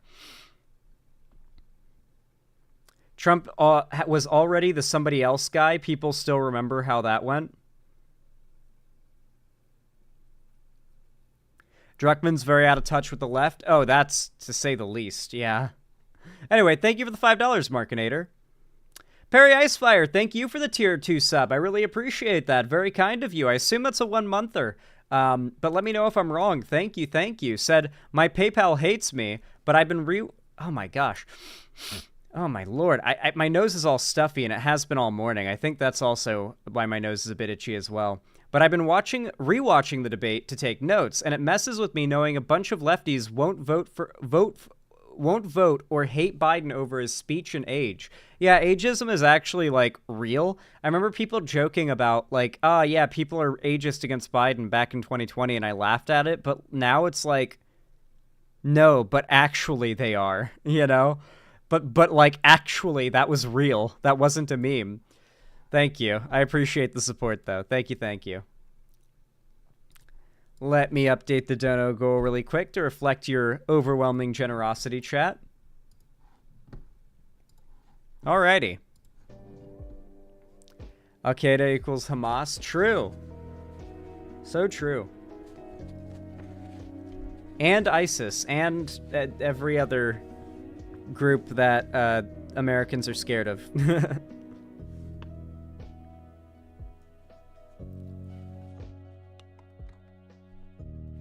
I low-key want to debate some of the lefty streamers on Biden. I mean, that could be a good idea. Alright, I got an interesting topic for you guys next. You guys aren't going to believe this one. No, Trump is the Taliban, true. You guys aren't going to believe this next topic I have for y'all.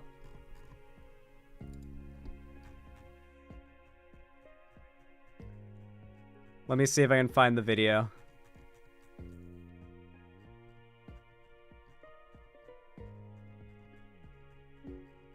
There it is.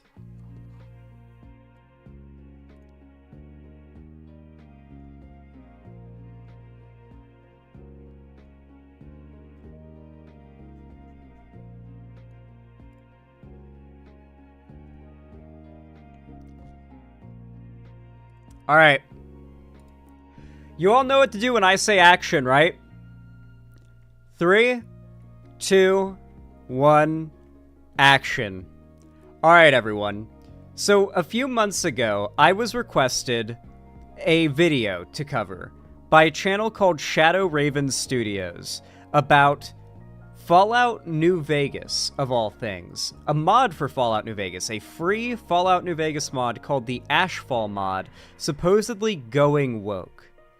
And when I covered this, it was a surprisingly big success. People really liked my video, obviously. I was pretty happy with that. But not just that, but apparently it led to a wave of Ratio going to this guy's channel and dunking on him for his god-awful video trying to make up conspiracies and build, like, a hate brigade around a free Fallout mod. And apparently he's returned. Actually, supposedly my video was so good that the creators of the mod, like the mod Discord, I was sent screenshots of like the creators of the mod reacting to my video in the mod Discord, like posting it around and talking about it. So that was pretty cool as well. Very neat. But back then when I made that video, I should clarify, I had not played Fallout New Vegas yet, at least not much outside of Good Springs. But since then, I've been streaming Fallout New Vegas, and we've gotten all the way to the Strip. I haven't interacted with House yet, or with like Caesar, or with, you know, too much of the NCR. I'm holding off on some of that and just doing every bit of side content I come across before I activate the next part of the story, so to say, by talking to House. But I am really enjoying the game, and now having played more of it, I feel more qualified to talk about this topic, you know? But apparently the Shadow Raven Studios guy has come back just less than a week ago. He made a video. Now, mind you, this mod has been out for like, what, six months now? This must be like an actual personal vendetta. Like, it's genuinely embarrassing at this point. He made a video called The Truth About the Fallout Ashfall Mod, What the Developers Don't Want You to Know. This guy is very clearly, like, mad and upset. Like, to this day. How long's it been? Like, 6 months? 5 months, maybe? No, it's got to have been, like, 4 to 5 months now since, like, this whole thing happened initially. It's been a little while. All right, let's watch. Everybody, Lancer from Deltarune here. I thought I might as well at least just make one last video on this particular individual, and then finally... He's not playing New Vegas in this one. In the previous video we covered from him, he was playing New Vegas, and he had modded his game out with Gooner mods, so that, like, his like, double G breast, like, character decked out in, like, stripper clothes was just running around, like, scantily clad, blowing things up with the alien ray gun. Anyway. I close the book on this man. After all, this man is probably patiently awaiting an actual response video from me, so I feel like I might as well just give that to him before finally just forgetting his existence. Not so fast, because I am not finished with you yet, dipshit, because I happen to have an ace. Oh no, it's this guy. Okay, that's the video this dude's responding to. Okay. Yeah, that makes sense why it's not Fallout gameplay, because this dude generally uses Fallout gameplay in the background with his Gooner mods. That guy that was playing before is someone else. My sleeve. As for my audience and my loyal fans, there are things you need to know that are going on behind closed doors that you don't know about in regards to the developers, the supporters, and those who are involved with the new and upcoming Fallout New Vegas DLC-sized mod, Fallout Ashfall. Dude, he's either, like, hamming up the dramatic delivery for entertainment value, or he's actually mad. It's been 5 months. I think he might actually be mad. He has, like, a vendetta against this mod team for some reason. Whoa, Shadow Raven, whoa! Anti-woke content where the truth hurts. Before I begin with this video, I do... Hey!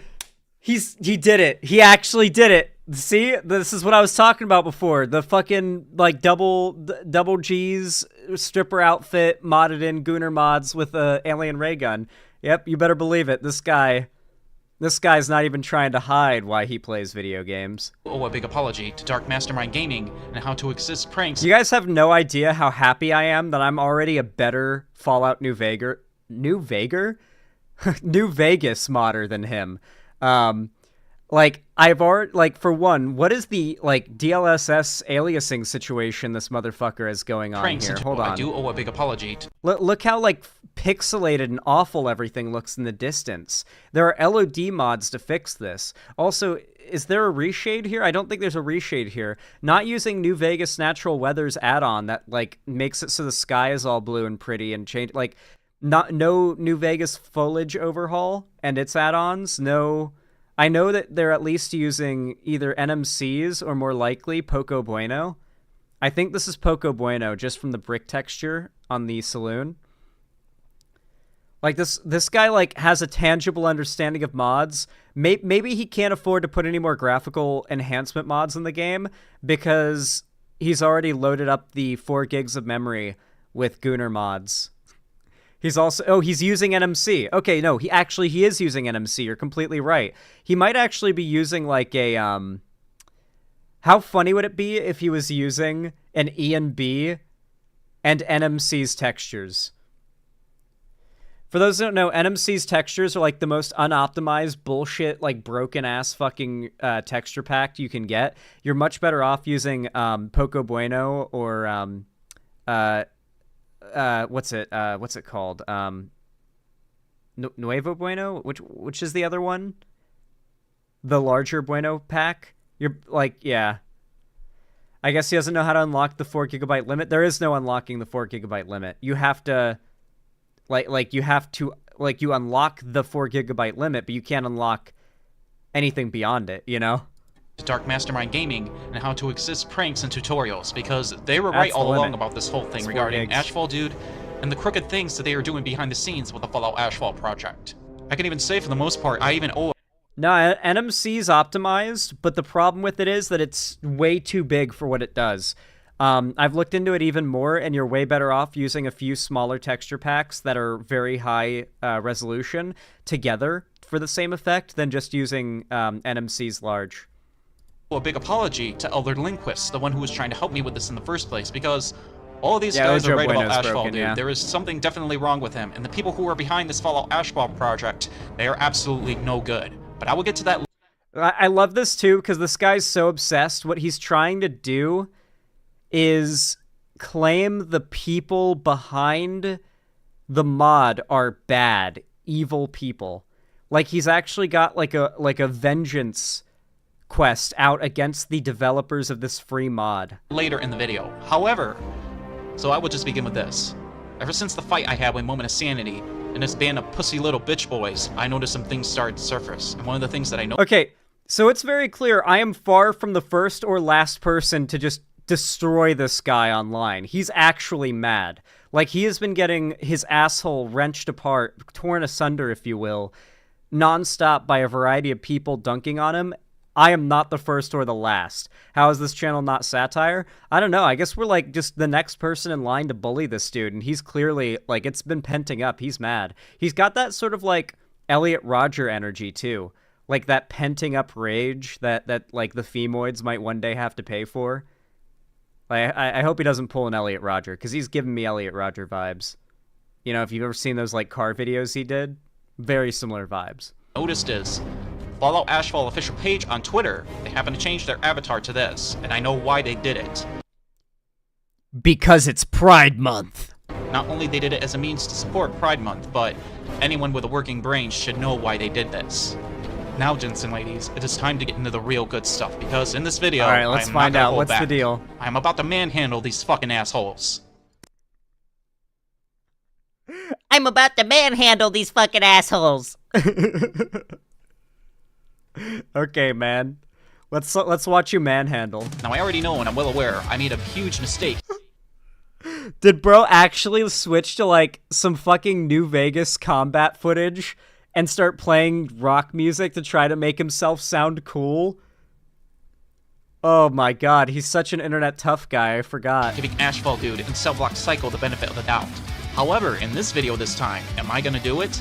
The answer is, fuck no, I'm not giving these pussy little bitches the benefit of the doubt. Well, oh my god, he can't even get an insult out without stuttering it. Yeah, like, I'm not gonna give these pussy bitches the benefit of the doubt. Like, okay, man. You could have just said, I'm not gonna give these pussy little bitches the benefit of the doubt. You could have just, like, followed through and have it be an unbroken line of sentence. Like, I didn't even try to say it intimidatingly there, and it sounded better than the way you said it, man. Like, come on. We can hear your voice quivering with anger. Yeah, it sounds like a first grader who's just learned curse words and is still, like, a little scared to say them, you know? No, one thing for sure, you both are real fucking assholes. And the second thing, Cell Block, I know you've been lying to me from the very beginning. You don't have conservative... I like how he's mad at this person because they disagree politically and he's been making hate videos and they responded and banned him. And now he's, like, got a vengeance out, like he's gonna expose them for being, like, assholes. Like, yes, I've made multiple videos accusing you of being evil, woke, like, pro-gay pedophiles or whatever, but you guys banned me from your Discord. You're not as nice and accepting and tolerant as you say you are. It's like, no one cares. There's a reason why these videos aren't doing well, man. It's because no one who isn't already, like, foaming at the mouth over the existence of gay people cares. that like the developers of a free mod are pro-LGBT. Just, I get it. It's upsetting that some people don't agree with your politics, but welcome to politics, man. Get over it. And shitlibs who are working on this project. You have nothing but shitlibs who are into that server. And you set me up from the beginning. And Ashfall, dude, you are nothing but a big coward. In fact, you are a shit-talking pussy little bitch. There's no way this is not satire. Why does he sound like the cool autistic gamer 774? Why does his delivery sound like the cool autistic gamer 774? Hold on.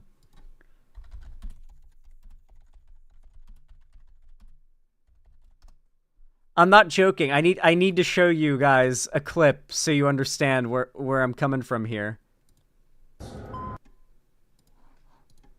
His cadence and delivery is like this. No, I think we're approaching Earth. Cool. I've always wanted to see it from space. You'll get it in a moment. Wait, what? What am I looking at? What is that? Charlie, that's not Earth, right? Dude, that's completely flat. That's 100% flat, that's dude. what I mean. That's what I'm saying. That can't be real, this right? Bit was also we're looking at it, dude. The Earth is flat. The Earth. I'm just looking. I don't know. The Earth is flat. Charlie, the Earth can't actually be flat, right? There's the glass dome, dude. Oh my god, dude. Oh my. This can't be real. Wait, Charlie, is that the cool autistic gamer 774? Hi, you just watched a cool cartoon clip of the cool autistic gamer 774. Subscribe for more and hit a like if you liked it. Thank you. Why does he have the same cadence as the cool autistic gamer 774? What like when he's insulting, he's like the slight stutter, you know, the slight Morty stutter. Just a little FYI. Here's what one of my informants told me, and to be honest with you, I can believe it, because this Data Phoenix that he's mentioning, she happens to be one of the members of that server. And also, look at all of this other disgusting shit. This shit-talking pussy little bitch said about me. But not only...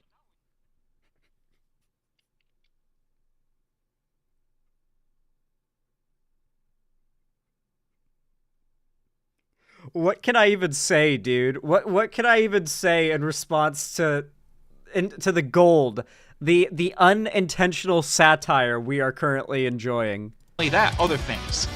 And Ashfall, dude, you're nothing but a little shit-talking pussy bitch, too. Now I see why these guys are coming after him. Honestly, I don't blame them for coming after him. Because you're nothing but a shit-talking little bitch. So the only thing I have to say... Does he have any other insults besides shit, talk, pussy, little, and bitch? Does he have any other insults, or is it just all shit-talking, pussy, little bitch? Like, you understand the thing you're insulting them for here is that they shit-talked you. You started the shit-talking, I'm pretty sure. I'm almost certain these developers didn't just, like, learn of your existence making random innocent videos on the internet and decide to start attacking you. I'm pretty sure you made a video calling them evil woke pedophiles or something for being pro-gay, and they responded, and now you are angry as fuck because you don't have the heat. Like, you can serve it, but you can't receive, you know? A lot of these guys are like that, by the way, where they say that you should be able to, like, say whatever you want, you know, be as rude, mean, insulting as you want, and oh yeah, free speech, all that. But the second they receive a fraction of what they advocate others to receive, they lose their fucking minds, and they suddenly become such censor-happy little bitches, you know? Like, it's all about how, oh, you shouldn't be so mean, whatever happened to the tolerant left? Say to you, Ashfall dude, is, you can go suck your mother, you little bitch faggot. This guy just makes me... I've heard gay people say the F-slur with more, like, guttural hatred than this guy just did. Like, I have heard gay people say that with so much more chest and stomach, like, bass than he said it there. He sounded like a 15-year-old. Why not say the N-word, too? Me sick to my fucking stomach. And this is the asshole I defended? Fuck this little pussy bitch. I'm not giving him the benefit of the doubt anymore. Now, there is something I wanted to go over. It has to do with their rules and their policies into the Fallout Ashfall server, and I can say this for the most part. Their rules and policies are dog shit. Because when you have rules and policies like this, it is going to be nothing but shitlibs who are going to be infesting that Fallout Ashfall server.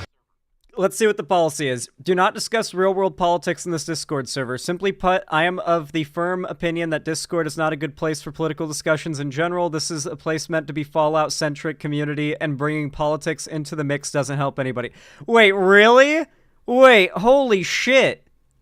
Is he mad that the Discord server has a no politics rule?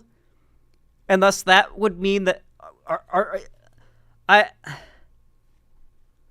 Okay. Because when you have rules and policies like this, it is going to be nothing but shit libs who are going to be infesting that Fallout Ashfall server. And from what I've seen, it is nothing but shit libs who are into that server. Because is it because, like, you conservative types can't go 5 seconds without screaming how much you hate gay and trans people? So, like, any rule about discussing politics basically means that you're banned instantly because you have no personality beyond your politics?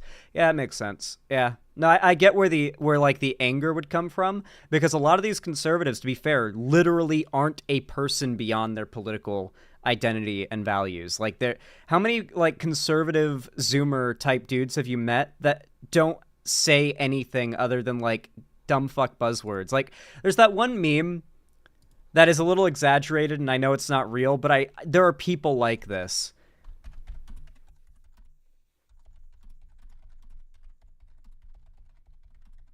Let me see if I can find the TikTok I'm thinking of. It's really funny.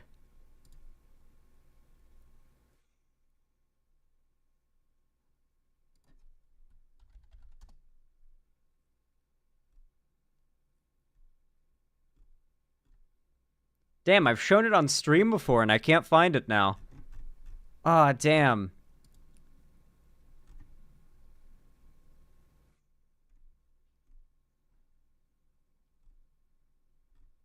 Ah, Google's doing the thing where they're cheating the results, so I have to keep searching so they can get more engagement. All right. Nope. I know if I search word for word the title of a video and it doesn't come up, I know it's not gonna come up, and it's Google fucking with me. So I'm just gonna give up on trying to find it. The majority of the members into there are using pronouns into their bio. They are also into all of this.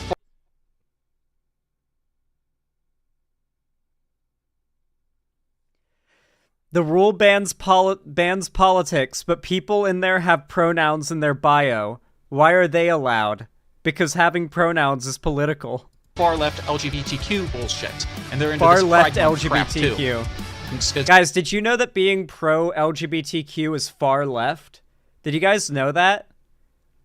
Did you guys know that it's actually a really controversial, like 50-50 split opinion among Americans whether or not like gay people should have rights? Did you guys know that? It's actually really not, and it's hilarious to me when these losers try to like they'll talk about political issues as if there is an equal level of agreement and disagreement on the topic that does not exist. Like, they'll talk about abortion like it's not overwhelmingly popular for the right to abortion to exist, but meanwhile they'll talk about it like Americans are tired of babies getting killed. It's like, no, they're not. Like, let's say it is killing babies. Like, according to the polling, no, actually, they're very much not. They're more in favor of babies being killed than ever, actually. And in fact, if you want to describe being gay as like vicious anal sex, or however you try to make it sound gross so people will just think with their like emotions and not their brains, like the rate of support for gay and trans people has been going up exponentially and is higher than ever. This is not like a far left position, okay? Gay marriage has been federally legal in this country since 2015. Tell you guys this already offhand. I would not get this garbage mod based on a video that I watched about this mod, because the mod is absolutely, and it's definitely going to turn woke. But I want you... The mod is absolutely, and it's definitely going to turn... So what I love about this is he's trying so hard to sound tough and, like, strong, but he doesn't know how to cut together audio and video. He doesn't know how to make... Like, he doesn't know how to make a video at all, like a takedown video. So the constant fuck-ups in the production quality immediately take away from how tough and epic he sounds, where it's like he's insulting someone and you hear the cut from where he had to splice 2 takes together because he stuttered or had to take a breath. You guys to watch this video, and I want you to hear this.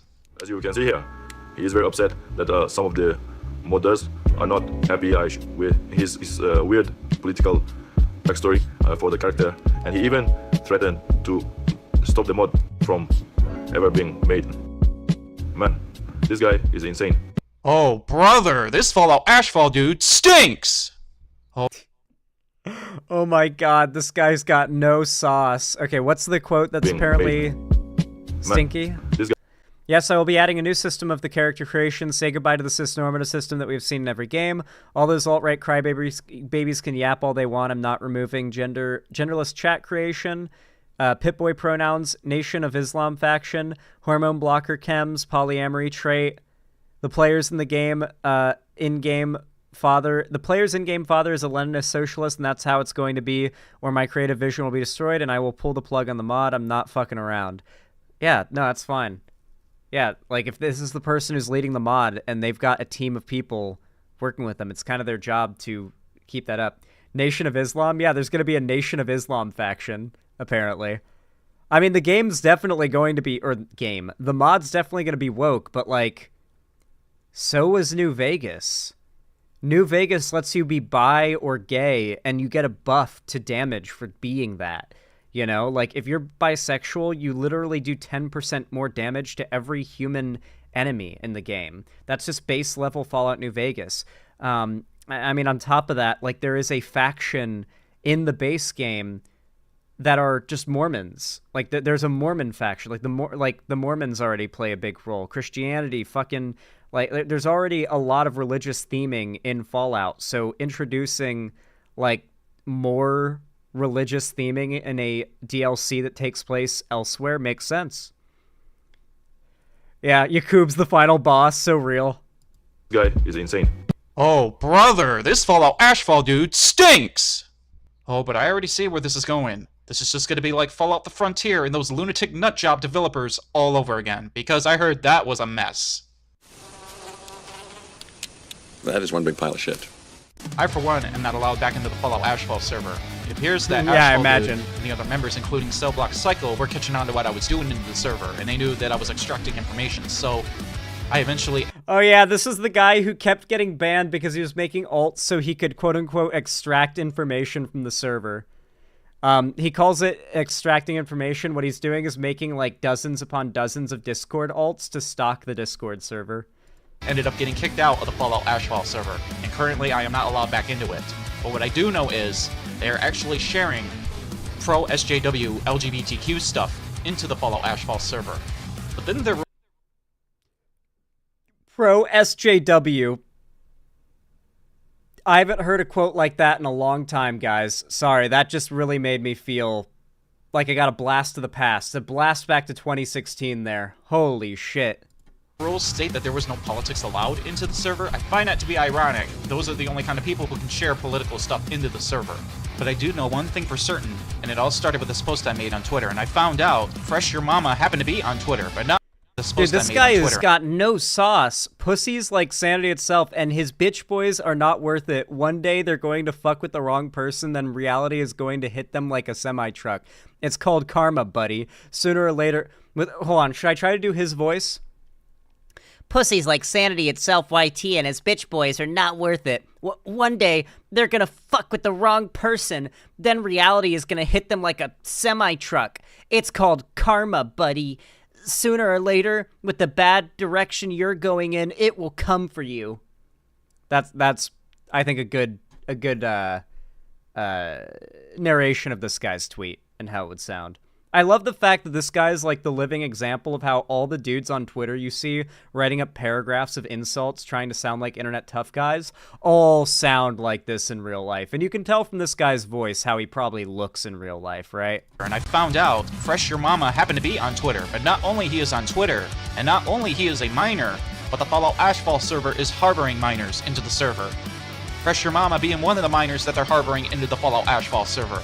When I took a look at Sanity's followers, I see clearly that Fresh Your Mama lied, because Fresh Your Mama is following Moment of Sanity. Now over on YouTube, when I got into an argument with Mastermind Mentality, Is a minor being in a Discord server illegal? For a game mod? Guys, I don't know if you're aware of this. You probably are, because it's one of the worst things ever. But for some reason, game projects these days are forgoing building websites. Well, I know why. It's because the opposite, or what I'm about to explain, is easier. How many times have you wanted to get a mod or like to be like get something from like a game project, but instead of a website, there's a Discord server. The download link, the support page, all of it is in a Discord server. A lot of mod teams, a lot of games, a lot of not games, but like smaller indie games will do this, and a lot of mod teams have started doing this where it's like, nope, there's not a website or a public web page, you got to go to the Discord. I imagine Ashfall's also doing this, and I'm not a fan of that, but like, it's a server for a game mod. Do you have any evidence of like inappropriate conversations happening outside of the 17-year-old has pronouns in bio, and that somehow being evidence of grooming? He highlighted and made it clear that they are harboring minors into the Fallout Ashfall server. One thing I want to highlight is you pussy little bitches want to sit there and talk shit about me, but yet look at the degenerate site you represent, because most likely these are members from that degenerate site Nexus Mods. Man, you got... The degenerate site Nexus Mods? What? That's where I get all my Fallout mods. What do you mean? What's wrong with Nexus Mods? They don't even have, like... They don't even have porn on Nexus Mods, do they? I don't even think there's porn mods on there. I've never even seen a porn mod recommended on there. So I'm pretty sure, like, he's mad because there's, like... Did they make their logo, like, a Pride logo once or something? Is that why he's mad at Nexus Mods? Oh, they allowed a Spider-Man mod where it lets you be LGBT or something, where there's like a pride flag. Ah, yeah. That sounds about right. Guys are just the most biggest pussies. So tell me something. He just said they are the most biggest pussies. How does this guy think he sounds powerful or imposing or insulting? It sounds like a 5-year-old is insulting me. It sounds like I'm getting well, not me, but it sounds like they're getting insulted by the cool autistic gamer 774. You mean to tell me those people I was trying to expose in my follow-up video who are using pronouns in their bio, they're actually minors? And what the fuck are they doing in a server like Fallout Ashfall, which is a DLC-sized mod for a game, Fallout New Vegas, that is supposed to be for adults? On top of that... Okay, Jack Thompson. I didn't realize welcome back, Jack Thompson. Born 2024. You're showing all this woke SJW LGBTQ stuff, so you're... Holy shit, woke SJW LGBTQ stuff. Damn, that was a lot of buzzwords back to back. That was impressive. Grooming minors too onto that server? Well, there is something... Grooming minors too. Okay. There being a 17-year-old in a Discord server where you have to be to download a mod for Fallout... Well, you probably don't need it, but you probably need it for, like, support stuff. Where you follow and get support for a mod for Fallout New Vegas is not grooming. I don't care what the pronouns in the bio are, okay? I do know, and it has to do with somebody who is supporting you, and that is... You do realize that, like, to keep minors from being in your Discord, you would have to age verify with an ID every person that joins? Like, the way you just avoid anything from happening is you just don't allow NSFW stuff in your Discord server, so if there are minors, it's not a problem. And if anything happens, you just act and like, make sure that if some fucking groomer is talking to kids, you ban them and then contact the police or something. Get them banned from Discord. Obviously, it is not, like, an epic own to say that there was a 17-year-old in the Ashfall server. Moment of Sanity. I know what he's been up to.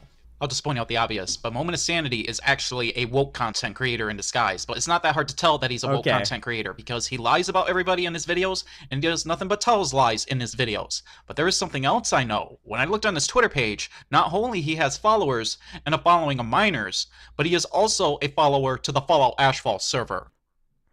He has a following of minors and follows the Ashfall server. You heard what he said, right? He has minors who follow him, and mind you, he only shows the one that have, like, the ones that have LGBT flags in their thing, and he follows the Ashfall server. Wow. The connections are so strong, guys. Did you know that minors follow me on Twitter, too? But over on Twitter, I also happen to notice somebody who has a following of minors, but not only that, he is following your Twitter page, Moment of Sanity, or should I say Moments of Shit, and not only that, this asshole is sharing drug paraphernalia in front of these minors, and I'm pretty sure...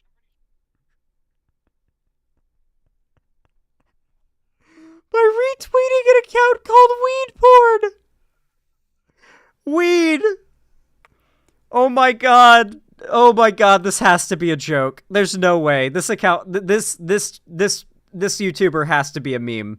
There's no way this isn't ironic. There's no way this isn't satire. Sure, these minors can see what he's posting on his Twitter page. And look at this bitch shit these two pussy bitches said to me. I could not believe what I was reading when I got these posts onto my YouTube channel. Just Oh my god, I hope he makes a response video to me. That would be hilarious. Fucking believable. And I want to show you shit-talking bitches something, because on all of my socials, as an adult content creator, I do not allow any minors to follow me on any of my socials. What? That's not possible, dude. Does he think that, like, YouTube analytics are 100% accurate? He knows that if you're, like, 13 years or younger, you can't have a YouTube account, so you have, if you're under that age, you have to lie about your age to make a YouTube account, I'm pretty sure. And on top of that, if you're not 18 or older, you can't click to make age restrictions on age-restricted videos go away. So you at least, even if you're like 13 making an account, are going to say you're 18. At least you're going to say you're 18. That's why I don't really consider the 13 to 17 category on my... Also, he's edited this. There's no way this is true. There's no way to make it so that people who are younger can't watch your content. That's not even possible. And on top of that, everybody who watches YouTube who's underage says they're of age so they can watch age-restricted content. 2, hilariously, I've got more people that are 35 to 44 and 45 to 54 watching him, or watching me, than he has people 25 to 34 watching him. This is my YouTube channel, and as you can see here clearly, there are no minors watching. And he's definitely edited this. This has got to be a troll. There's no way he's real here. Do the percentages even add up to 100% here? My videos, but that is because every single video that I upload, I always mark that it's not for kids, because it is made to be... Everybody does that. You can't be monetized if you don't mark it as not for kids, dude. That's not how YouTube works. What are you talking about?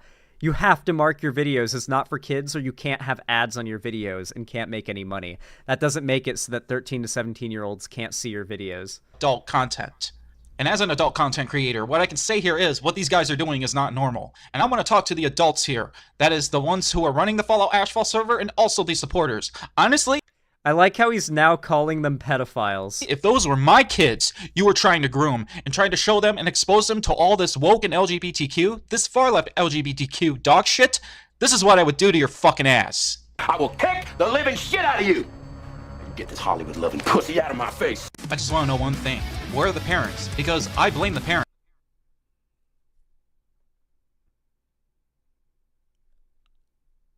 I'm gonna let it speak for itself. I'm gonna let it speak for itself. There's nothing I could say. I partially blame them for this, because they're not keeping a close eye on their minors and the activities that they're doing on the internet. But mainly, I'm blaming these fucking assholes. That is, the developers who are running the Fallout Ashfall server, and also those, like Moment of Sanity, who are supporting the Fallout Ashfall server. If I found out, even if these were one of my kids, and I found out the adult that was responsible for grooming my kid, I would beat the living shit out of him. That's right. You heard me right, buddy. I would be beating your... Okay, he's going full autistic gamer right now. Holy shit. Fucking ass. And all of you people who are defending these assholes, you disgust me. You make me sick. You guys are nothing but degenerates. You guys are nothing but degenerate pieces of dog shit. These are the kind of people you really want to defend and go out of the way of defending? You know what? Screw off and go fuck yourselves. You sick degenerate fucks. Better yet, this is what you fucking assholes clearly are. You're a sick asshole. There is something I want to mention, but this asshole is nothing to sneeze at because he's nothing but a pussy bitch. If you begin to talk shit about the Fallout Ashfall project, a guy named Lurks in Forums will try to come after you, and he'll try to make false allegations, but fortunately for me, that fell short because this guy turned out to be nothing but a little bitch. I think you should at least consider the following, and then a bunch of images. Someone has taken some very interesting screenshots of your Discord server. I have a couple of them. If I have them, then it's only a matter of time because other people have them too. I'll give you this. A little bluebird told me that Ashfall dude is planning something. That same bluebird told me that it's because Alut Monte and his friends crossed the line. Wait, is this dude mad because the fucking Ashfall team already has evidence that this guy's had some weird shit going on with minors in his Discord? Wait a second. Wait, has he gone on this long rant? Is this literally a firecracker from The Boys situation? Where it's a long rant of calling these people pedophiles because they've got evidence of him being a pedo? Oh, man, every time, huh? After I made a video calling him out. And these two YouTubers, along with Moment of Sanity, who made— Yo! It's me! Look how good my thumbnail is there. I'm proud of Ethan for that one. I didn't make this thumbnail. I'm proud of Ethan, right? That was a good thumbnail. Look at the LGBT Fallout logo that had to be made from scratch, and the little gecko creature from the mod holding a pride flag, trans pride flag. That's a good video. That was a good video. Yeah, this guy got fucking ratioed by me. It was hilarious. Made response videos that are covering up their bullshit and pretty much making up lies. Well, in regards to Xander Hall and the Schlumpo, God, what a— What I love about this is the how this is like a topic that I've been requested by people to cover, and then like begrudgingly covered on a stream because people kept recommending me that I cover the video, and so I watch it live. Right? Like, I'm watching it live for the first time, obviously. I love this implication that I can live on stream respond to a video that I've seen for the first time from somebody that I don't even know, and yet somehow my video, which is an unedited clip from said live reaction, first time, of somebody I've never seen or know of before, how somehow my video is full of lies? Like, what is the gotcha there, right? Like, what time or effort or energy or desire or knowledge did I have to pull from through which I could have lied about this, man? I'm curious. Stupid name for a YouTuber. Who comes up with a stupid name like this? Well, anyways, I couldn't find anything out regarding them following minors and minors following them, but for— I'm pretty sure minors follow me on Twitter, bro. It's Twitter. You can't control who follows you unless you block every single, like, follow notification that you get that has somebody, like, an age in their bio under 18. I don't have notifications on for followers, though, because I have over 30,000 of them, bro. Like, what the fuck? Holy shit. For them to make a response video as a means to defend this Fallout Ashfall project after all the shit I uncovered, well, I can say the least, it doesn't make them look good either. It makes them look just as bad as these groomers who happen to be supporters and developers of the Fallout Ashfall project. Guys, I'm just as bad looking as a groomer who's pro-LGBT because I defended the pro-LGBT groomers. Oh no. How will I ever recover from a conservative saying I'm a groomer for supporting LGBT people? This has never happened before. An unprecedented event. My career is practically over. But there is something I want to highlight this pussy little bitch Xander Hall said. Now— Yes! Yes! I'm so happy! Guys, he is responding to me! Oh, we're getting the roast from the cool autistic gamer 774. Hold on, I need to lock the fuck in. Hold on. Let me get my fucking posture in ready. Okay, locking in. Let's go. They try to be good at covering up their lies and covering their asses, My but lies. they're not really good at that. Instead, what they're good at is they're good at telling on themselves, which he did a really good job here, which is going to make my point that the Fallout Ashfall server indeed does have members who are using pronouns. If the game dev...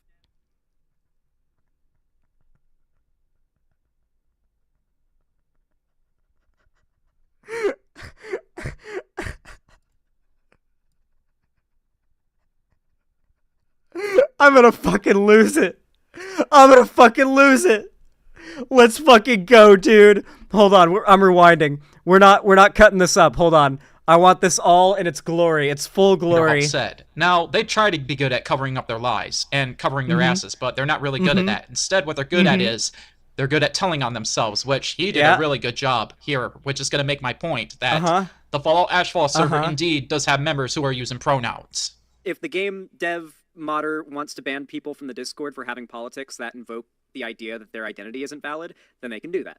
Oh my gosh, this is getting gay real fast. When he told them that he was slightly right-wing, do you think that's how— Wait, did Melanie Mac, the butter lady, make a video on me, or was that like a clip of her edited in by this guy? How that went? Do you think it was just like they asked, hey, what are your politics? And he said, I guess I'm slightly right-wing on some things. They were like, oh, we can't work with you. You can't be on the project. Or do you think maybe there was some point in which his politics caused a problem? Like, for example, interacting with the lead game dev, who's a trans woman. Maybe there was a point where it was asked to use she, her pronouns. Don't want to sound like a dick or nothing, but it says on your chart that you're fucked up. You talk like a fag, and your shit's all retarded. He can't even insult me, so he found a movie clip? And the last thing I want to highlight are these two comments from... Wait, is he... Okay, so apparently the main dev isn't trans. That was just something that someone in chat said that was wrong. Is he going to try to claim that I lied because I said that the Ashfall dev was trans? Dude, it's so over for me. Oh fuck, it's over, guys. Ashfall he got did me. himself, and some of the points that he made were actually the points I highlighted, and he's already proven my point that I'm right on some of the things that I said. One of the videos he commented on was Moment of Sanity's video, and also on Xanderhall's video, but there is something I did notice. So wait a minute. There really is a Lucas Starflower. There really is a Lucas Starflower, just like what Anonymous Tip told me. So far, this has got to be true what Anonymous Tip told me about Lucas Starflower and Ashfall Dude. And as far as for the opposition, well, they're not making themselves... What? What is the conspiracy that he's talking about? Lucas Starflower? Ashfall Dude, what's the conspiracy here? Bro, he called you retarded. You're cooked time. You're cooked to get that McDonald's application. So true. Yeah, so true. He has another video about you too. Oh my god, we've got to cover that one too. We'll have to do it tomorrow. We'll cover this one today and do that one tomorrow. What's the conspiracy here? Zan, you fool. You proved Lucas Starflower exists? Who is Lucas Starflower? Look good, because so far, all they're doing is telling lies. This is so bizarre, because what it feels like... You know what this feels like? Have you ever played, like, a video game, like an RPG, where you're playing as, like, your self-made character, like FF14 or something, and you like, accidentally skip a cutscene, and the situation... Like, you skip so much shit, you're like, what the fuck happened? And, like, characters are accusing you of doing things, you're like, wait, no, I skipped the cutscene on accident, I didn't do that! I didn't see that happen! Who's this Lucas Starflower person? Did I skip a cutscene? Lie after lie after lie after lie, and they're just trying... He's getting so mad! What is he talking about? Trying to cover their bullshit up. And see, this is the problem with you guys. The guys who are on the fence all the time with politics. You guys pussed out, acting like pussies, and you gave them too much leniency. And now because you gave them too much leniency, this is the big problem. Guys, apparently I'm on the fence. If you give these guys an inch, they want to take a mile. Or, another way of putting it, if you give them a finger, they want to take the whole hand instead. And now, this is the reason we're in the situation we're in right now. Not only with the gaming industry as a whole, even the gaming community we're having problems, but also in the modding community. There's just too many of them. There's too many of these woke weirdos who are infesting all of these communities in the gaming industry. Dude, you really gotta, like, think back to the days when, like, the anti-woke content wasn't like this, you know? Like, obviously this is an extreme example. It might even be satire. Like, I'd be really surprised if this channel isn't satire at this point, because it feels like someone who knows comedy put together something that's meant to be funny if you're progressive. Like it feels almost like he personally made that bit of the video to crack me up, you know? Like, there's no way he didn't watch my segment, think it was hilarious that I, like, fell for his bait, and then think I'm gonna make a response, and it's gonna be meant specifically to make this motherfucker laugh his ass off. There's no way that wasn't his thought process. Like, the way he repeatedly says pussy ass bitch and whatnot, like, it's gotta be a troll. It's so perfect. It's actually gold if he's a troll. Oh my god. I love this. As well. Now here's what I think needs to happen. And these adults... I keep forgetting about his...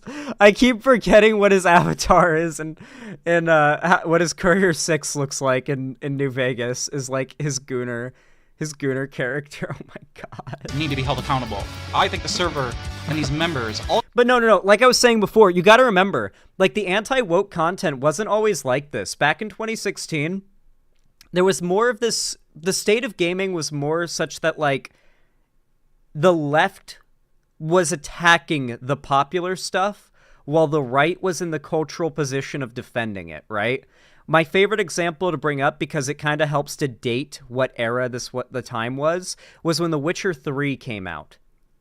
And a lot of left-wing games journalists criticized that there is not a lot of non-white representation in the game, and the response from CD Projekt Red was that it's inspired by Polish folklore, right? So of course there wouldn't really be a lot of non-white people.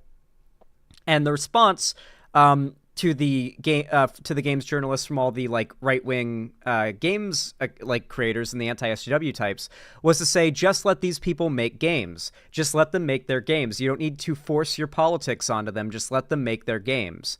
And I feel that was a position that made it really hard to disagree with the anti-woke crowd back then, until it became obvious that they didn't actually mean that. Because then The Last of Us 2 got announced, and like Uncharted 4 came out, and several other, what we consider to be the start of the modern game era, I guess you could say, with like PS4 really getting on its feet, and Xbox One really getting on its feet, like that console generation, etc.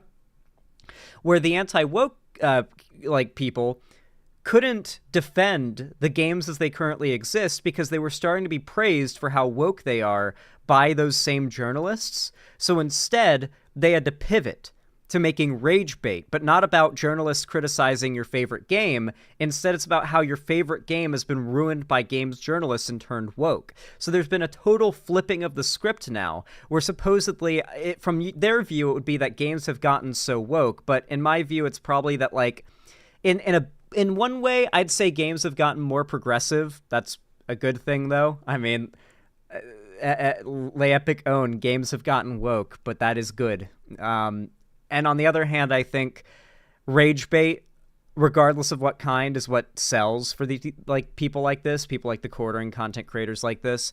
And so they have to find someone or something to be mad at.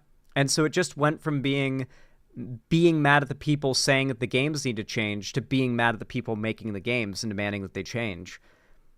It's blatantly hypocritical, but enough time has passed that I think most people don't even recognize it. Also, the developers of this Fallout Asphalt project, they need to be investigated, but also the supporters of this project need to be investigated. But I also think that this Discord server needs to be reported for grooming minors and having minors into a server for a game that's supposed to be for a... That's false reporting, and you're also breaking YouTube TOS by encouraging your audience to engage in a false reporting campaign. Believe it or not, it is not against Twitch or Discord or any website's TOS to have minors in your Discord server, period. Like, that alone is not, like, against the rules, especially if it is a big Discord server for a game project like a mod or, like, for a YouTuber's fan base. And B, like, it is not grooming minors for those minors to have pronouns. Everybody has pronouns. It came with their being alive. Mind you, they will literally try to kill you and send you to prison at the accusation of being a pedophile for being gay, and the evidence they'll use is that a minor has pronouns. They are willing to use that as the reasoning for why you are a pedophile and thus should have done to you what they think should be done to pedophiles. Adults. But one thing I do know, there is a brand new and secret group out there who is trying to stop them, and that is the Confederacy of United Modders. But this is also what I think needs to happen. We already have a curator list for the games, and also the Kotaku writers who are trying to cover their asses. But now I think we need a curator list for the mods, and also the modders responsible for creating these bad projects that are turning into woke dog shit. Now I for one won't be able to do it because I have a very busy schedule outside of my video work, but also within my video work, so I think someone else... No, it's because you have a busy schedule outside of your video work because no one watches your dog shit content, assuming you're not a troll. And if you're a troll, then bravo. But if you're not a troll and this is serious, no one watches your dog shit content. No one cares for it. And so you have, like, hopefully, a 9 to 5 you have to work to make money because no one's willing to support this content. Out there really needs to consider on making a curator list. Well, gents and ladies, this is all the time I have for you in this video today.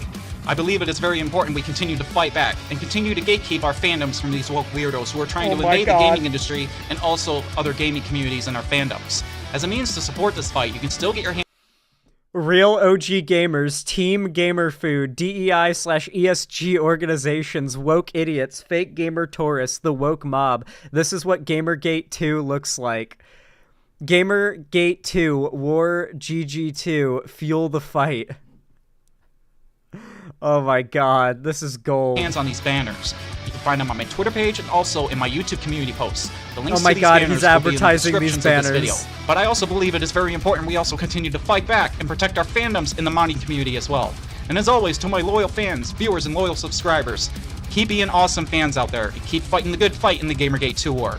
And as for these Fallout Ashfall weirdos, well, the only thing I gotta say is, it looks like your project is gonna fall like Rome, just like Fallout the Frontier did. They should have never... It's gonna fall like Rome? Wait, is the mod project Rome now? Okay. Okay. If he's a troll, I'm subbing? Yeah, same. I'm actually subbing if this dude's a troll. I need to read the comments. Hold on. Remember, predators use camouflage to lure prey into a sense of security. Every single Rainbow Mafia supporter.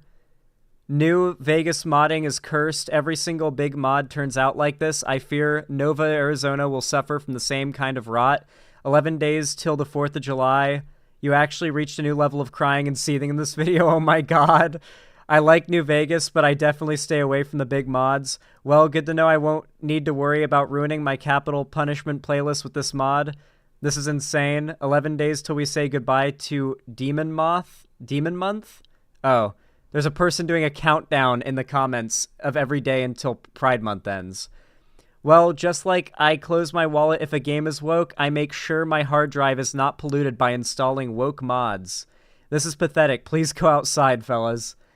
Oh, that's me appearing in a shitty video. Damn, could you, like, not? And also stop harassing my buddy Fresh. Like, genuinely, you're coming off as seriously obsessive for him and his crew. Oh, this is somebody who the guy talked about in the video commenting, like, what the fuck's the matter with you? Nothing against gay and bi, however, why are they harboring minors in the server, and why dodge the question? How could they get on anybody if they have teens in the server, and if Ashfall was being potentially flirtatious towards some of the devs, then what about the minors? Why even have them there if this modern server is for adults? Question mark. Like, it's actually like, oh, there is a minor in your giant project Discord server with hundreds or thousands of people in it. Oh, you're a pedophile for that. Like, actually.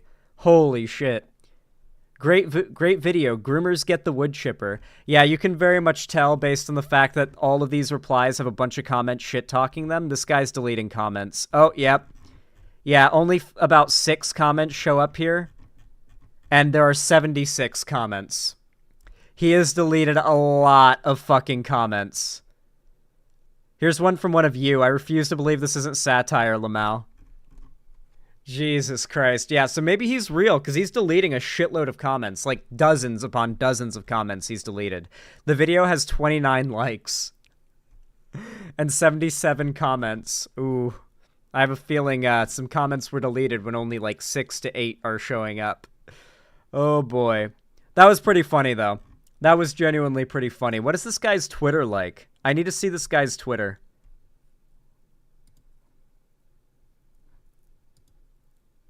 Oh, his Twitter doesn't exist anymore. Was it deleted?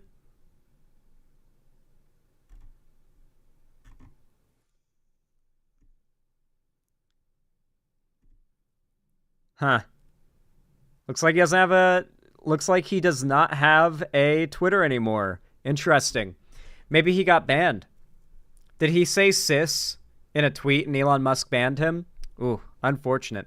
Well, hey, if you enjoyed this video, please consider leaving a like. It really does mean a lot to me and really will go a long way to help the channel. Every thumbs up means so much, and as do the comments down below, so consider commenting as well. And of course, subscribe and ring the bell icon if you haven't already, and follow my social medias, all linked down below in the description as well, if you want to see more from me on other platforms and other places. And of course, don't forget to support me financially if you've got the money for it and you feel like doing so. It really does help a lot, and I'm currently raising money to start doing quail content, which requires buying a nice DSLR camera, so it really does help a lot, especially with bills and what have you. So thank you to everybody who donates, subscribes, gifts a sub on my website, or supports me through YouTube, Twitch, Streamlabs, Stream Elements, Patreon, or buying merch with the Streamlabs link down below. And of course, don't forget to join my fan Discord if you haven't already. Once again, reminder, we do watch parties in there. We're going to do one, I think, later this week. No, it'll be next week. Of Avatar The Last Airbender. So I hope to see you guys there. And, finally, you can support me through YouTube, Twitch, Streamlabs, Stream Elements, Patreon, and buying merch at the Streamlabs link down below. Even if you're not going to buy the merch, I do appreciate if you just look at it, because I did put some work into it. And, yeah, that's pretty much everything. Thank you so much for watching, and have a good one. That was a good segment. What'd y'all think?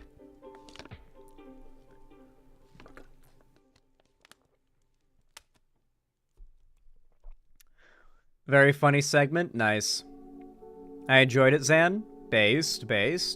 Kitty the Atheist, thank you so much for the tier 1 sub. I really appreciate that. Thank you for the $5. Says happy pride to my fellow alphabet mafiosos. Thanks for being an ally, Zan. I hate that phrase, but I guess it applies. Thank you. I appreciate it. I appreciate it. Yeah, I love how they unironically use the term alphabet mafia or rainbow mafia. It's like, God, they're such victims, you know? Perry Icefire, thank you for the $5. I really appreciate it. Thank you. Said, speaking of Fallout, is it bad that I never used VATS and don't really plan on doing so? It hasn't helped me much, especially in 76, and I don't like looking at things close up. Honestly, I never used VATS much when I was younger because I didn't understand how it worked mechanically. VATS is for if you build for VATS, right? If you've built like a high perception and gun skill, then VATS is going to be pretty good. VATS in 76 isn't particularly great because you don't pause time, but it's still useful because the thing about 76 is you can eventually max everything, you know? So you might as well just sort of equally level things, or level things to meet like skill checks as you need them. Like if you want to be able to pass like speech checks, it's probably good to max out speech pretty early.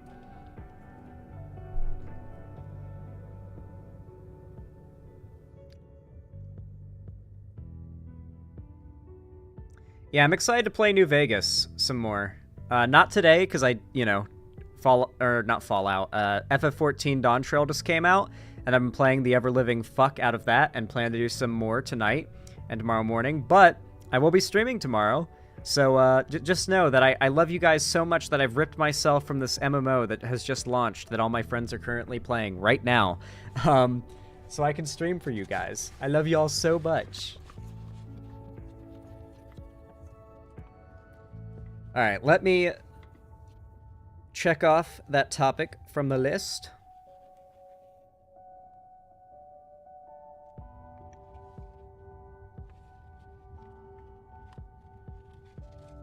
Alright, the next topic I have to cover is fucking crazy. Let me update the dono goal. Thank you so much for your support so far by the guys. By the way, guys, it really helps. I really do appreciate it.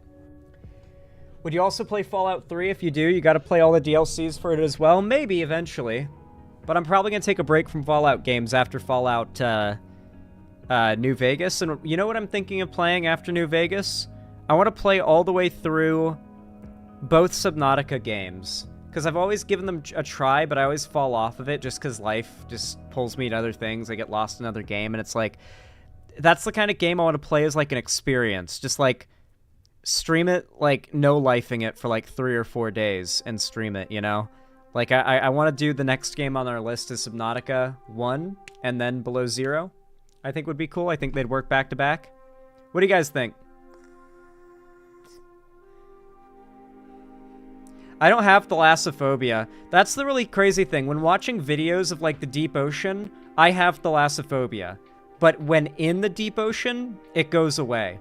There's just something about, like, swimming around, even in, like, the murkier water, where there totally could be something, that, like, when you're in the water, like, especially as a Floridian, you grow up in a lot of water, it's just, like, me being scared changes nothing about whether a shark comes and, like, jabs me from deep under the depths right now.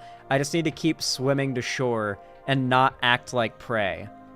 And that, I've never been bitten by any horrible creatures of the water in all my time in both salt and freshwater in Florida.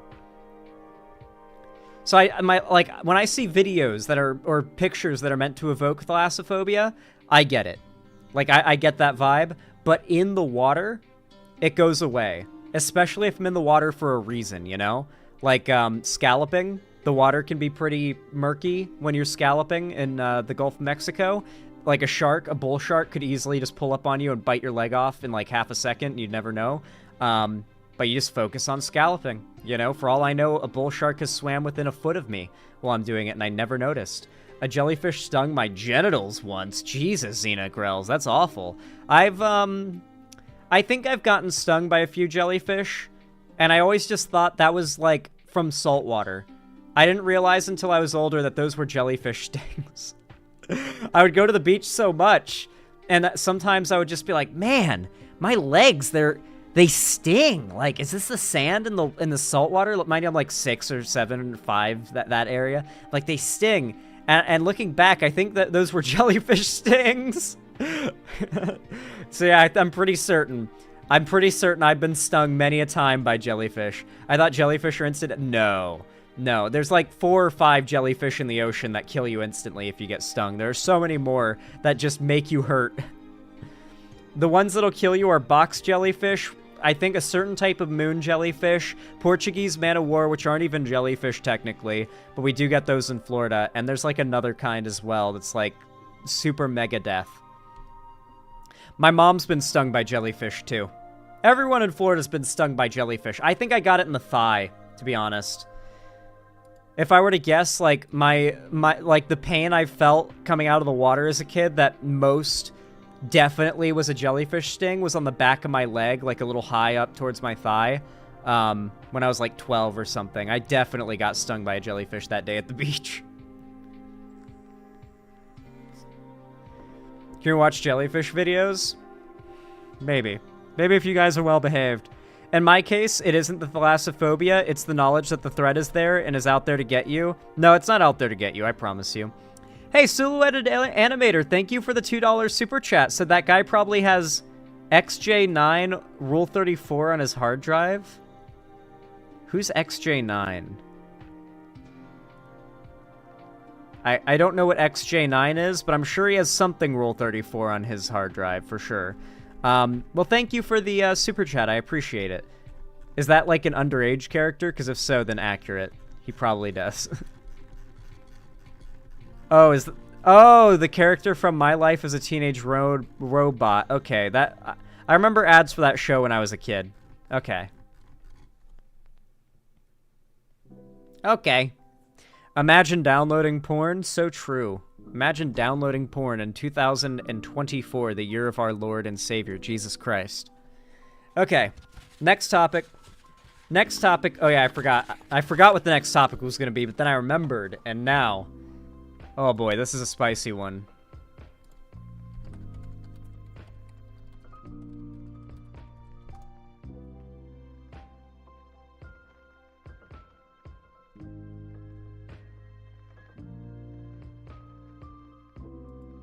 It's no secret how deep... All right. You all know what to do when I say action, right? 3, 2, 1, action. Are you guys ready to hear a story so fucked up? A story that so clearly denotes the fact that racism is alive and well in our country, that even local Fox News stations covered it, and covered it well. It's genuinely that bad. The story's been going viral over the last few days, so some of you might already be familiar with it, but if you're not, then, I mean, prepare to be horrified. Right now, a white couple, a wealthy white couple, stands on trial for holding close to a dozen, I believe, black children as slaves. And before you ask, yes, here in America. It's a pretty horrible story. I already know the details of it, but I believe this news segment is probably going to break it down far better than I can, and he probably won't forget any details or anything, so I'm just going to let him speak, and I'll give my commentary on top of it. So... I'll let him take it away. You know, when it's so fucked up and racist that even Fox condemns it, it's bad. It's no secret how deep racism goes in this country. Yet somehow we're still stunned by cases like the one we're bringing you tonight. We begin with a case out of West Virginia. Gene Whitefeather and Donald Lance, a white couple, are accused of treating their 5 adopted children like slaves. We know for sure 3 are black, according to the indictment. Prosecutors say the children were also targeted and adopted because of their race. The pair was arrested last... This is a big problem in America that I don't think a lot of people know about. There are so many, really out of the way places. Country roads take me home to the place where they keep kids in their basement and feed them to gators in the South. I'm sorry, I got carried away there. But no, literally, like, there are places out there in the middle of the fucking nowhere in America where they, like, stuff like this fucking happens. America is fucking huge. I know that a lot of my viewers aren't Americans. So this is hard to really, like, factor in to an understanding of life here. But legitimately, like, there is so much just middle of nowhere in America. And God knows what horrors are happening deep in the American woods. There's a reason why Americans joke about how Europeans don't get how scary American woods are. It's not like that there's actually wendigos or monsters or shit like that, but because people who live deep out in the fucking woods can range from being the coolest people you've ever met in your life to, like, actual fucking monsters keeping children locked up in a shed. It happens. It has happened. It is happening right now. According to the indictment, prosecutors say the children were also targeted and adopted because of their race. The pair was arrested last fall. This was after a wellness check turned into a reveal about the living conditions of the children. Two of the children, 14 and 16 years old, were found living in a barn outside. Neighbors... Like, I really think you guys gotta know, like, so many Americans have, like, vast amounts of land, and that's their private property. Where, like, if they're doing some shit like this, like, the police have to come for a wellness check for it to ever be discovered. Or one of the kids would have to, like, break out and run away. There are so many terrifying, like, you can call me a white girl for being into this stuff, but sometimes I listen to those true crime stories, like the real ones of, like, solved cases. And there was a really jarring one. A really jarring one where this girl, maybe 15 years old, 16 at the oldest, had managed to break out of a house. And she walked a few blocks, managed to get a cell phone, I guess. Maybe she stole it, and called the police. And it's the recording of the call she made to the police dispatch. And it's, like, very clear that despite her age, she's barely literate and capable of speaking English. And she's trying to tell the police where she came from and the situation that she's in. She was adopted, I believe, as were the other children that were in the house with her, and she was the oldest, and she broke out and got to a phone to call the police so that they could come help her adoptive brothers and sisters, who were all being tortured, pretty much. They were being malnourished. They weren't allowed to read or be given anything. That wasn't even Dead Giveaway. That Dead Giveaway is a completely different one, and Dead Giveaway happened in the middle of, like, Chicago or something, like a big city. Yeah, things like Dead Giveaway, that shit's fucking terrifying, dude. And it makes me wonder, like, there was a horror movie that was, like, the twist at the end of the horror movie is that it actually takes place in modern day, but the horror movie is, is about slavery and, like, being a black person who's forced to be a slave under slavery and subjugated to, like, the treatment of being a slave. And then at the end of the movie, it's revealed this was all modern day. And it's just the far, far South, where they're just doing a reenactment of slavery for their own, like, shits and giggles. And they kidnap, like, black people for it to reenact it and, like, drug them and, like, wipe their memory or something. I don't know all the details of the movie, but it's like, yeah, if you glaze this movie, I'll flog you. I've never seen the movie. I'm just describing, like, that could be real, is my point, you know? Like, America's so big and vast, and there are places where that kind of shit could be happening. I think it's called Antebellum, yeah. Not Get Out. It is not Get Out. Tipped law enforcement off. Deputies discovered there were limited resources in that barn. The teens only had a small porta potty, no running water, or a mattress. According to neighbors, the children were not allowed inside of the home, the main house, and had to do farm labor outside instead. Whitefeather denies the allegations and says the barn was simply a teenage clubhouse. Both Whitefeather and Lance are now behind bars. I love that. Like, such a, like, hand-wavy response to, we sent a wellness check and we found your fucking torture shack. No, it was just a clubhouse. As they wait for a trial to begin September 9th. Joining us to talk about it here on The Factor Uncensored, we have with us parent David Settles, Todd Smith, the CEO of Regal Media, and trauma therapist Chow Nguyen. Glad to have you all on The Factor Uncensored. So, David, first of all, as a parent, hearing this story, and we have learned that the judge admonished them in court in another hearing saying, This is a really good example of why homeschooling outside of very particular circumstances probably shouldn't be allowed. I was homeschooled for like the last stint of my education, and it went well enough, but God, like the amount of stories you hear about religious fanatic cults, abusive like parents, etc., using homeschooling as a way of like separating their victim from getting help. Like these kids that are getting homeschooled and living in like trailers or even in some cases big ass houses in the middle of the country, there's no way they can get away from their family and A, learn that any way they're being treated might not be normal, or B, get help if they know it's not normal or good. I've never in my life seen anything like this. Your bond was too... Like, racism is definitely a factor here, but I think it's also worth remembering that a pretty core conservative, like a pretty core part of conservative ideology is child abuse. Conservatives like they love child abuse, from like the idea of just simply harming children being something they joke and like take glee in because they're evil, to the idea that like in some ways it is a positive thing for society to abuse your children. A lot of them talk about how we need to bring back bullying and bullying is necessary.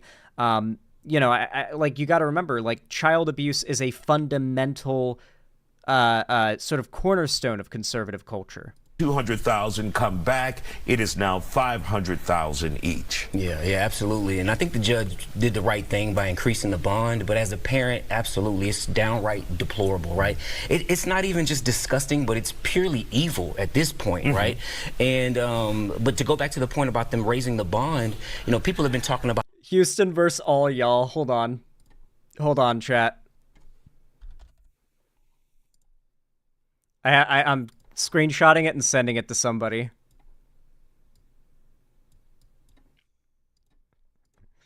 My buddy Ethan lives in Houston and fucking hates it.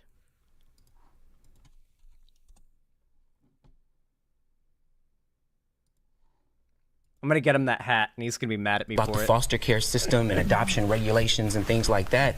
Chances are there wasn't an adoption agency or any foster care system involved in this case, because they raised the bond with allegations of like human trafficking. So we don't even know how these kids ended up in their care in the first place. That's do know they were adopted, or they received their custody in Washington State and then moved to West Virginia. Were people wise? Were people getting West Virginia, my bad, concerned about what they saw in Washington, and that's why they moved? West Virginia is like very country bumpkin. Like I feel now, I'm not gonna shit talk who you're about to see, but when I say like God knows what the fuck is being done out there in like the deep places of American woods. Let me give you an idea of how like some people, and there's nothing wrong with this, but how some people voluntarily live deep in the American woods in the American South. Have you seen those old man living off-grid videos? This guy? If the grid went down, how long do you think you could sustain out here? Me personally, probably like, this is the extreme end of things, but there are millions of Americans living in the far more moderate end of this sort of lifestyle. Definitely. This is so cool. It's like a spaceship. People's first thought is all the stuff they're going to have to give up. But I this is a nice. It's a nice setup. You're going to get. Fennel really good for digestion, and yarrow's good for wounds, and Echinacea everybody knows about. This was got a great garden. Project. It's the biggest machine that's ever been. Like, there's nothing wrong with this. Like, this guy's great. Yeah, this dude gives you quests. Unironically, like I'd do quests for this guy.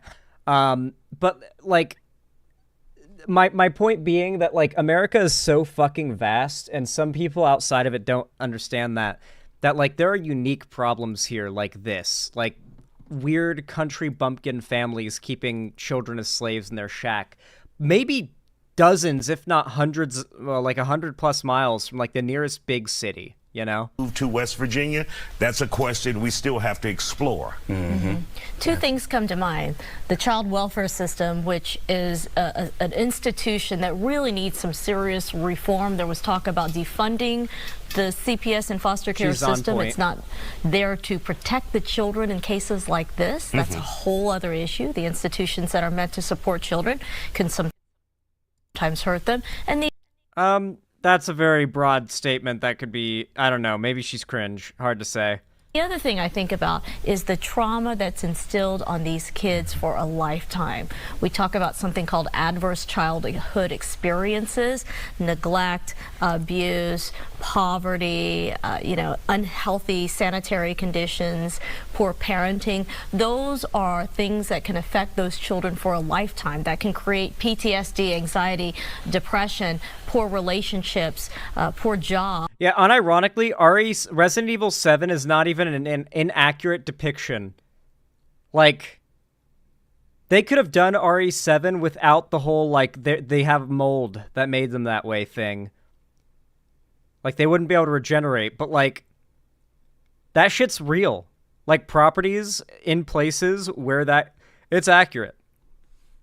You haven't lived in the deep south. Like, you drive by houses while just going down, like, dirt roads in Florida where it's like, fuck, I don't want to know what's happened or is happening in that house.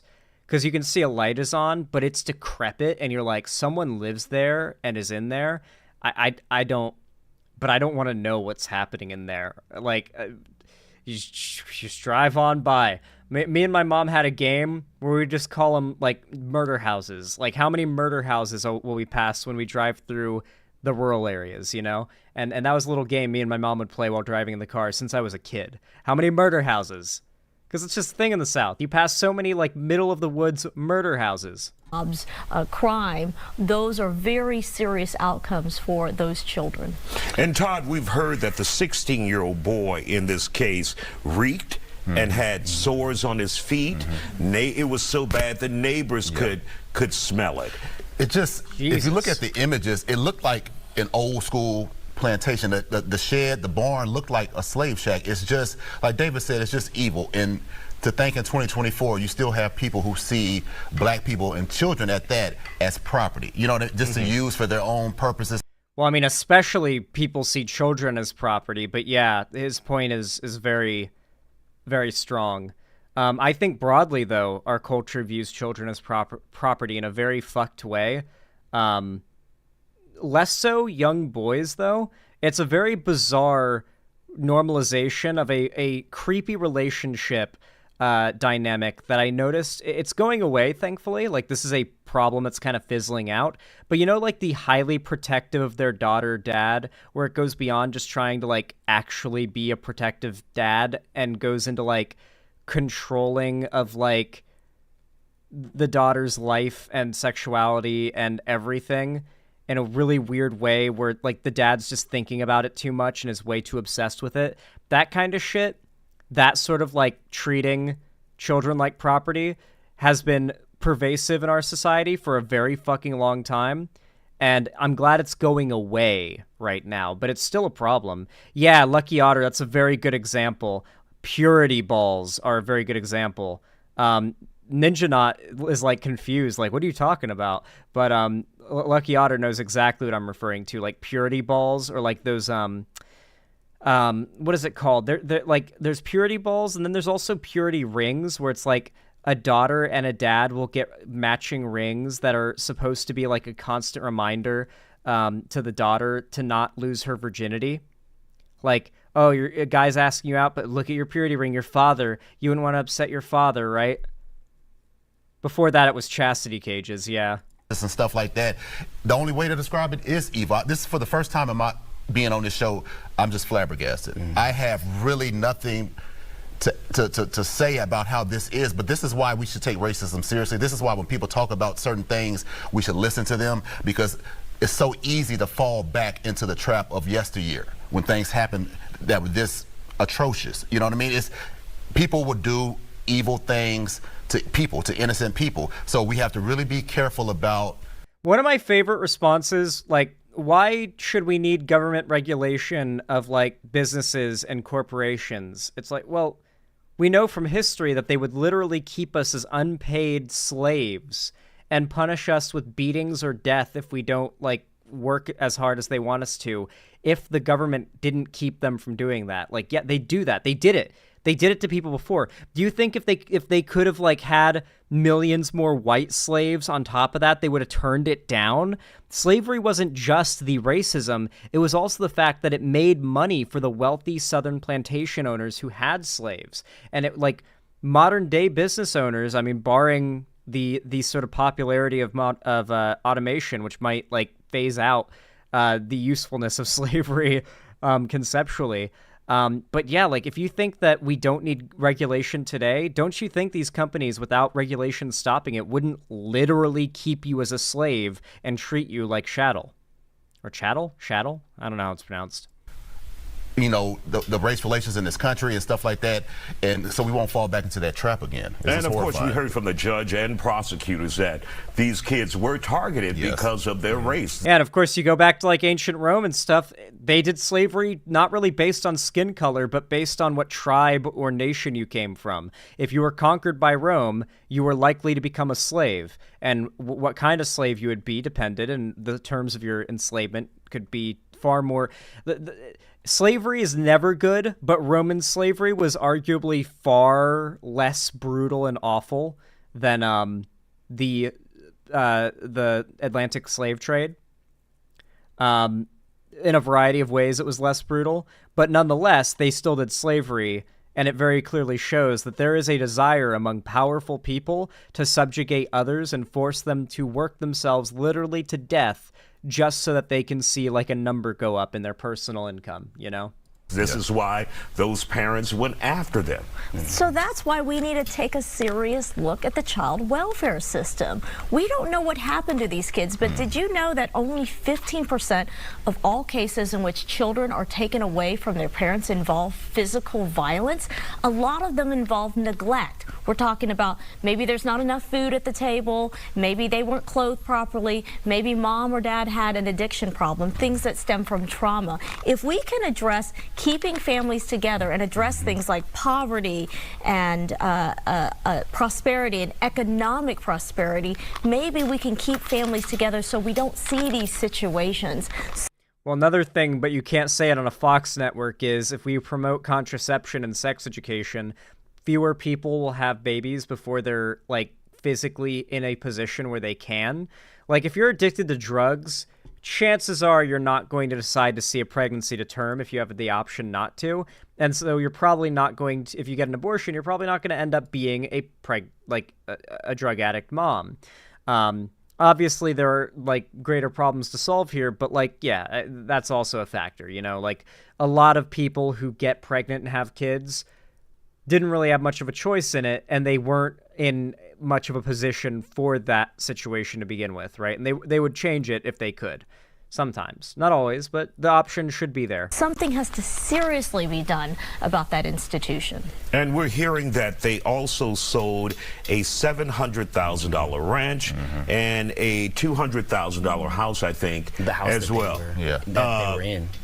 I probably shouldn't say how I know, but I found out recently that like a big conservative poster, like a meme, like right poster, that does like those meme posts on Twitter that are meant to be like, haha, so relatable, like 50%, and the other 50% are like conservative propaganda posts. That person who made that, who I'm thinking of here, and it could be a variety of people on your end, is a ranch owner. And when I found out about that, I was like, it's not end wokeness, though. I was like, huh. How many of these Twitter accounts that you see, like how many of these conservative Twitter people are just like rural ranch owners? Because there are millions of Americans who are like multimillionaires living in giant houses on cheap land, that where they just have like a bunch of animals and shit and live in their little like sequestered little nation of them, and from there they like tweet about how wokeness is destroying the country. Like how many of those like lol so relatable meme account conservatives are tweeting from their like personal ranch? and many and prosecutors are questioning how they were able to get that money, whether those kids played a role in forced labor to pay for those things. I mean, we don't know, but it would seem so. Like they had no source of income that the judge knew about. So how are you making this type of money? They're enslaving people. Yeah. You know, they're trafficking kids. You know, they think it's 1824, not 2024.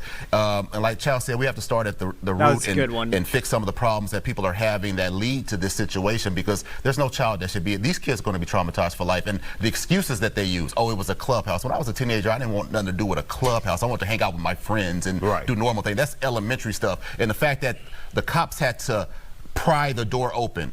If that's a clubhouse, why can't they come and go? I have friends that have clubhouses for their children. They can come and go as they please. So all of that is nonsense. They are enslaving people. And I've mentioned this before on this show. People think slavery ended in 1865 through convict leasing and other things. Black people have always had to deal with the possibility of being enslaved again. Well, it's not even that. We covered the there was a really good video by I'm blanking on his name right now. Knowing Better, I think. Yeah, on neo-slavery. Yeah, that's the one, Galaxy Bomb. And it's the last slave that was like literally an American slave, not counting the prison system, which is legal slavery. It was the 1970s, wasn't it? All the way up till the 1970s, there were still slaves in America. That was a wild fucking reveal. Like, I actually, bumped to the bottom of my fucking desk.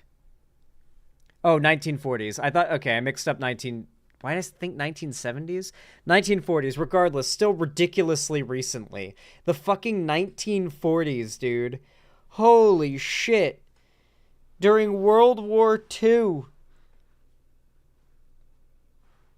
During the World War II era is when we were actually coming out of slavery for real. Jesus Christ.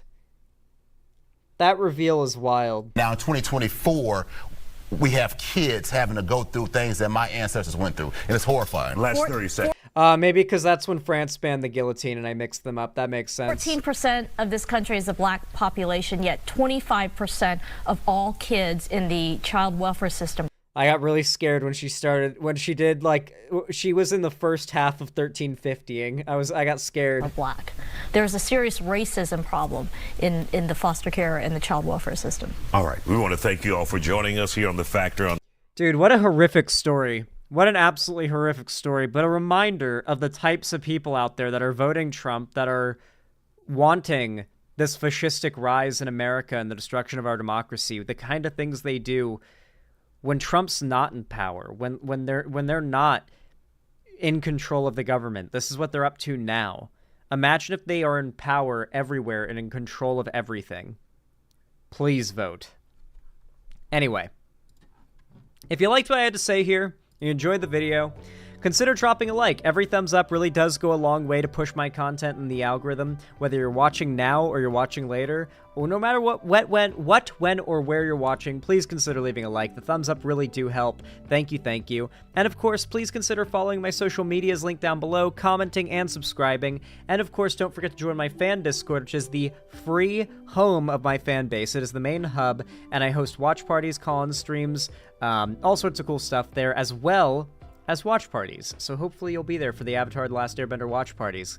God, I'm sleepy. My outro's all fumbly today. And of course, if you want to support me directly, consider doing so by donating, subscribing, or gifting a sub on my website, xanderhall.com/live, or supporting me through YouTube, Twitch, Streamlabs, Stream Elements, Patreon, or buying some buying some merch at the Streamlabs link down below. Yeah. Thank you so much for watching, and have a good one. See, I'm stuttering like Sleepy Joe. I'm all eepy from my fucking FF14 marathon. Which I'll be resuming after stream regardless, because, I gotta make more progress. I've just finally, this morning, I managed to go to Tyrol. Hey, Abby Gretel. I don't know if I said hi to you yet, but welcome. I know you came during the stream, so I wasn't able to say hi right away. Or not during the stream, during the segment. Actually, no, I'm going to do 2 more topics today. Even though I'm tired, I'm going to do 2 more topics. But before I do, I'm going to use the restroom really quick. I'll be right back. No spoilerinos, no spoilerinos. I'll be right back, though. I must use the restroom. Be good, and don't go anywhere. I won't be gone long.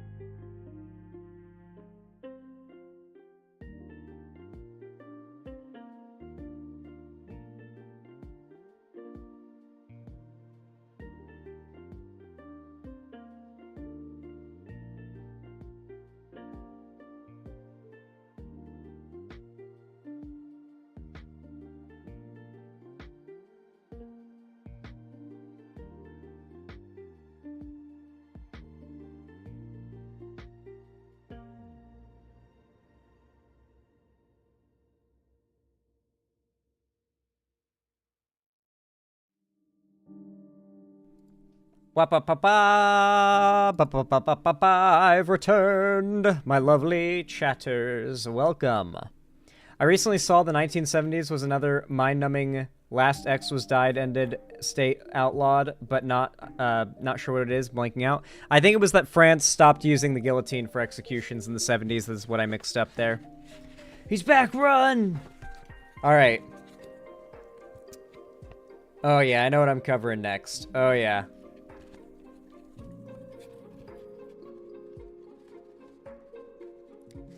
First, allow me to show you this fucking banger. I've finally done it, guys. I am finally caught up in Final Fantasy XIV. Obviously, I haven't completed the main story of the new expansion. Far from it. But I'm in it. You know, I'm in the current expansion days after it's come out. In the MSQ, I still have a lot of side content to go back and do, and I've heard the side content is, like, really fucking good. Like, I heard that the Shadowbringers raids are, like, insanely good story, so I want to do those. I need to do, like, the Alexander raids and stuff, the Eden raids I've heard of. There's a lot of raids I gotta do. I've heard by name, but I haven't done them yet, and they've got their, like, whole storylines and everything, so I had to do that stuff. I really do. But for now, I'm doing Dawn Trail. Listen how much of a banger this trailer is. There's not really any spoilers here. It's just it's such a banger. Oh wait, this is the wrong trailer, my bad. I mean, this one's a banger too, but this one. This trailer goes so hard.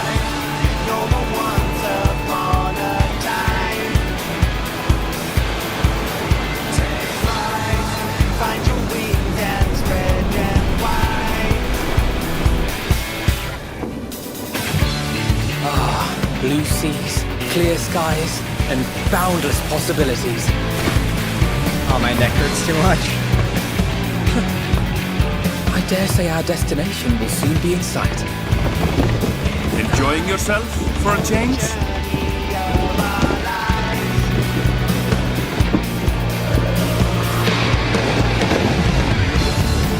They did a big graphics update on the game, and it looks so good now.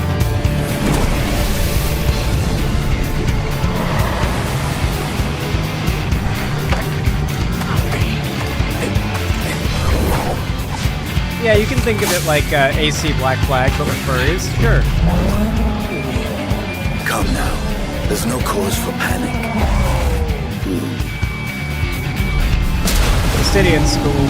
They literally, I feel like, did the graphics update just to make his armor all shiny and cool looking like it looks now. They redid his armor entirely. It looks really good. It looks like it does here.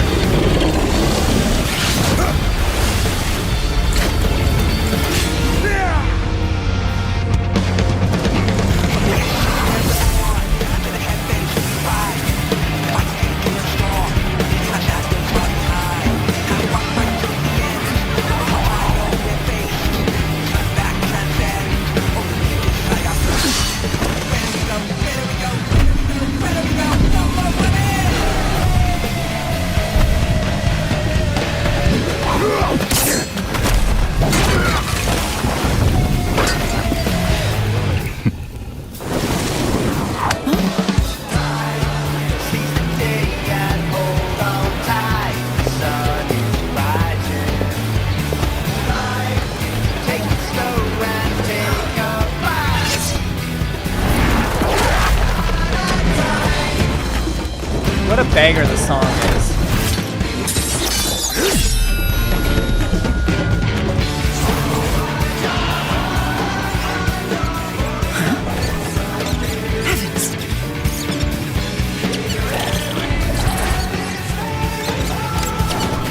I'm so excited to get, like, done with the story. Well, not really excited to finish it, because then I'm caught up. But I'm excited to be able to do the side content and the raids and stuff, the hard content in this expansion. Every expansion gets harder. So the hard content in this expansion is going to be really fucking hard.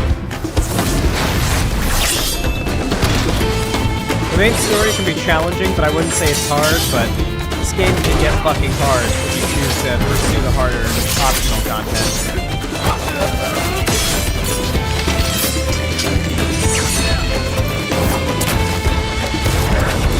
This is the new class, Viper. This is the class I'm playing for the expansion. Valve, though, who I believe is still in chat, is either playing Warrior or maybe Pictomancer, which we're about to see here in a second. Oh yeah, tacos. They got tacos here. Pictomancer. I'll eventually play this class. Not really my cup of tea. Magic classes in general. And this one might be my least my cup of tea of all the magic classes.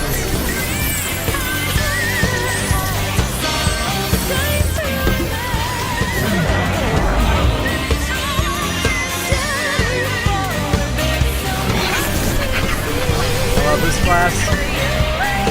I know a few people who are maining it in Doctrine.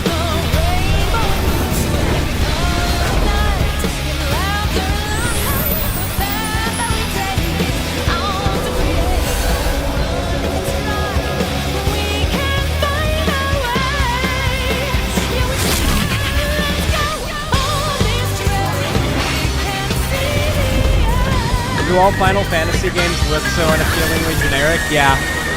Unironically, though. That's my biggest criticism of Final Fantasy, is I had absolutely zero interest in getting into it because of how generic they looked for so long, until eventually multiple friends, I should say, and then, like, several very trusted content creators were like, no, like, listen, even if you're not into Final Fantasy, give this shit a try. And I was like, okay, alright, okay. And, you are different after you finish Endwalker, bro. When you finish the main story of Endwalker, congratulations, you are now a different person. Behold the scene of our next great adventure. You and your adventures. I trust you have not forgotten the true purpose of our voyage? At last, we have come to the land you call the New World. They recreate the scene in the opening of the expansion, 1-to-1. Tura.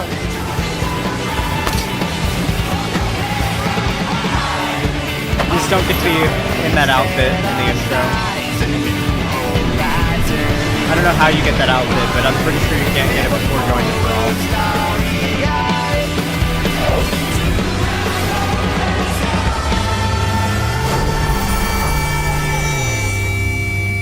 Yeah, you're right. You're actually right, Hikari. Final Fantasy is generic in the same way Lord of the Rings is generic fantasy.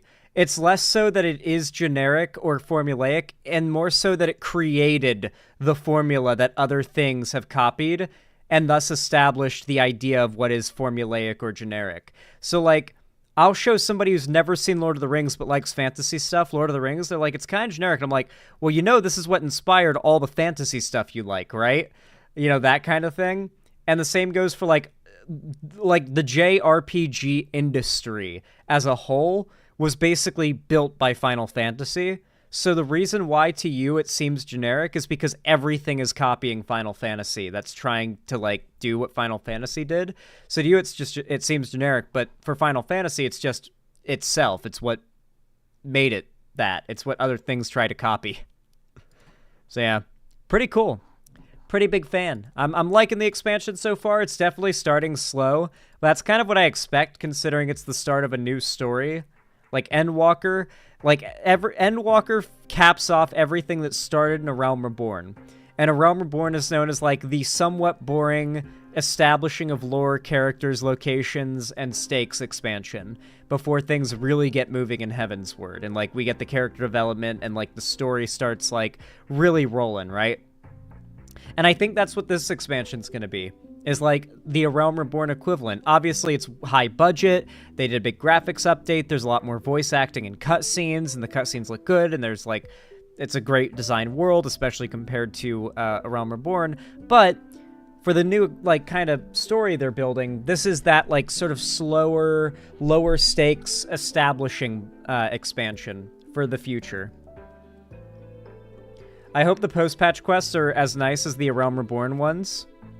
They'll probably be better. I mean, like, the cutscenes are great, and the story itself is great. It's just a matter of, like, we're not, like, fighting... We're not, like, fighting death, you know? We're not fighting God. Pictomancer class was established by the FF6 character named Realm. Neat. Oh, yeah. Final Fantasy XIV is every Final Fantasy game sort of scrunched together into a mega Final Fantasy. The Final Fantasy Ultima, if you will.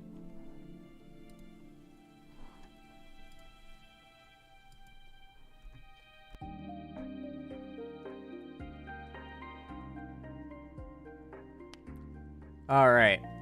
Next topic.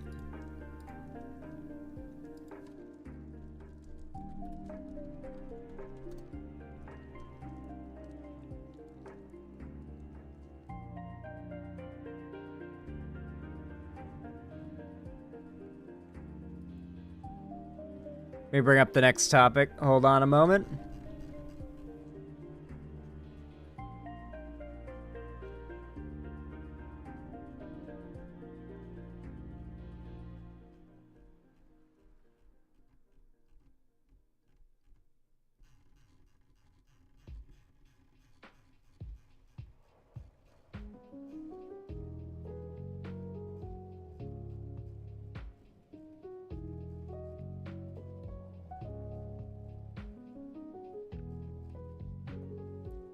Oh, it's gonna be hard to find.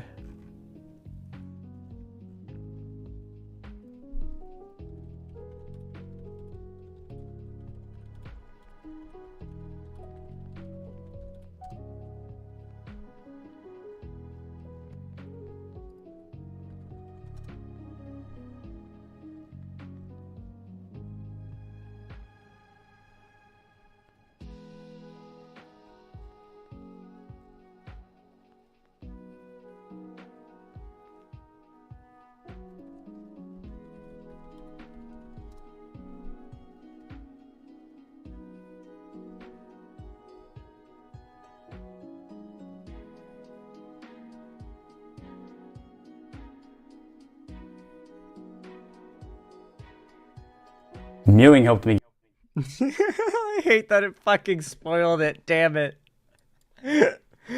Okay. Oh, you guys are gonna love this. You guys ready? You all know what to do when I say action, right? 3, 2, 1, action. Alright, everyone. You guys always love when I talk about incel stuff. And so I had the idea. I realized, how have I not covered possibly the best thing to come out of the incel community in recent times? Mewing.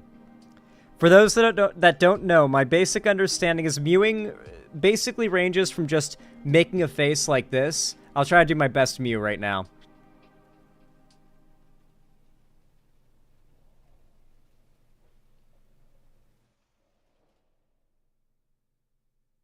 I'm not very good at it because I haven't practiced enough, but you gotta get the chin in, you know. You gotta do the chin out, you know. Hold on, you gotta chin out.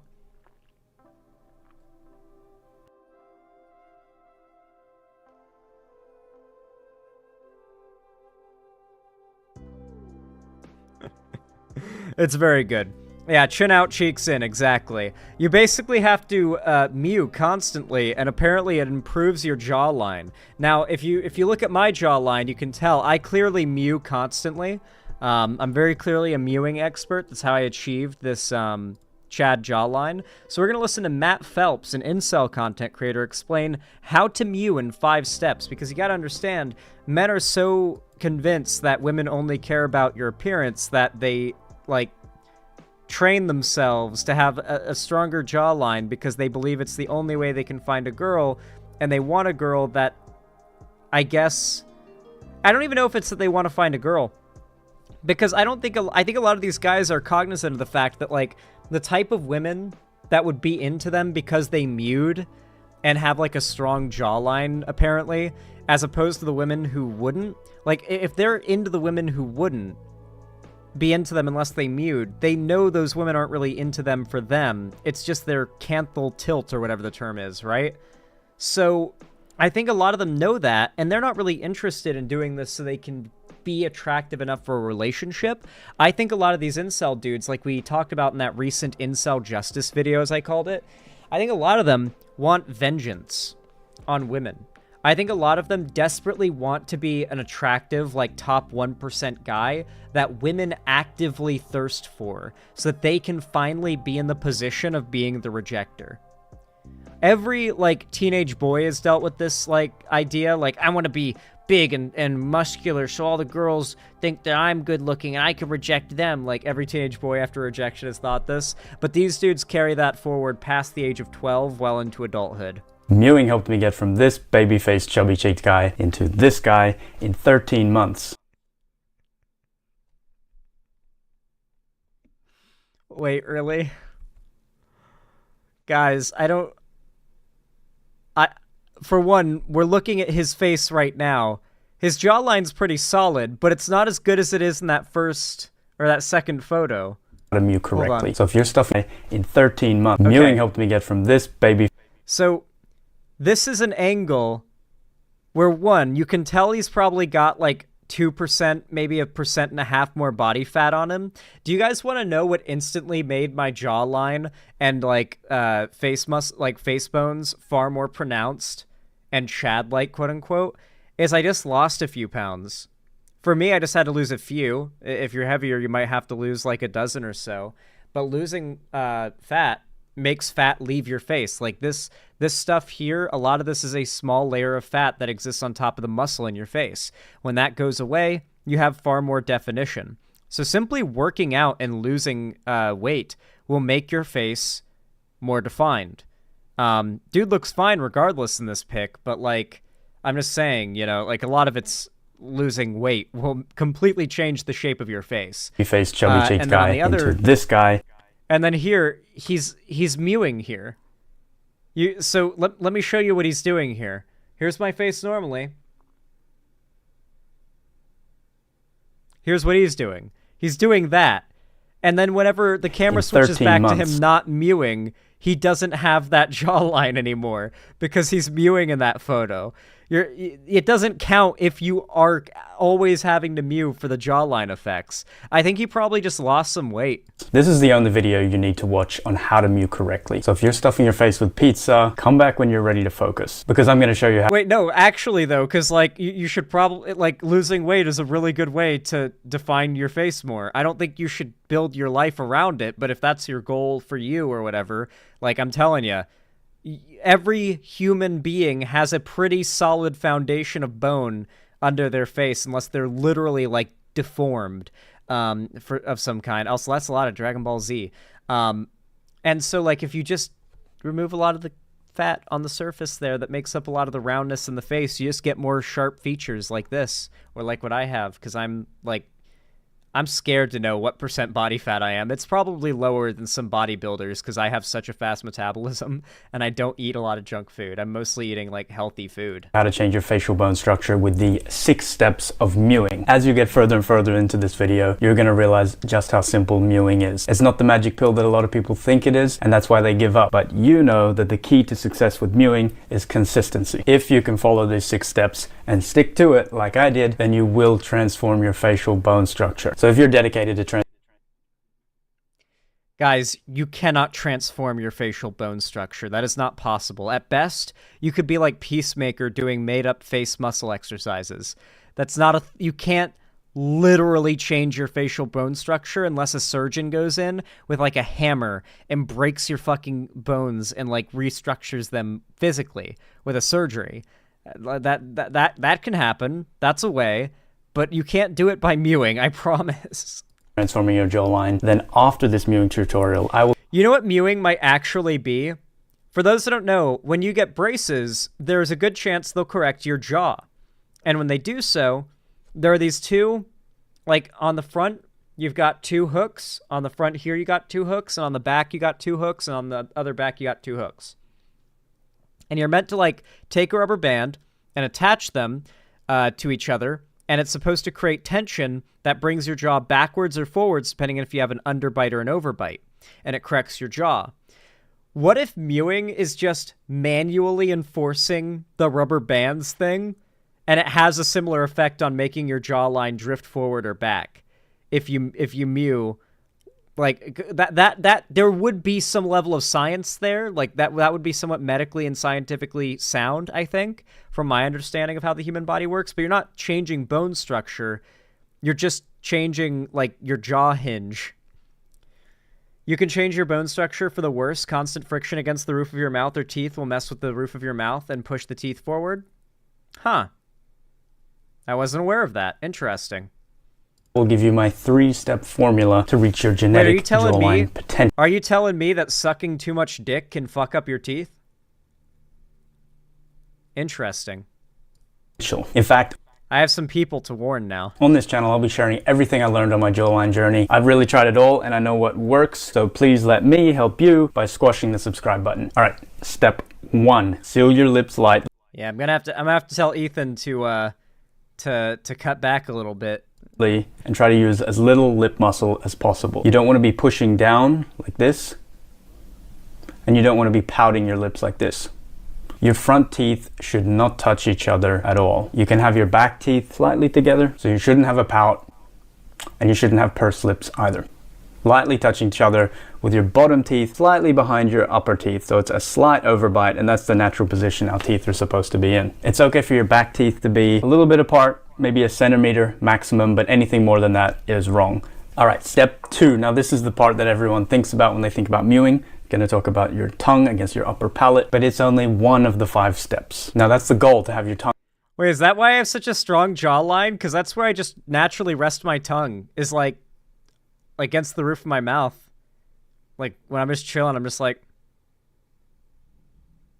is that why my jaw is so strong and why I've got such a strong jawline? Have I been mewing on accident my whole life? Holy shit, I've been mew-maxing since I was just a little guy. Tongue against your upper palate. Just got back. Why are we watching How to Mew? We are watching this video because I need you guys to understand how desperate some guys are. Like, not just to get pussy, but to be what they think women find attractive. To be what they think they have to be in the position that they think women have in the sexual marketplace, which is like the decider, right? They don't like that women are basically the gatekeepers of sex and relationships. They want to take that power for themselves. They want to be the gatekeeper, not women.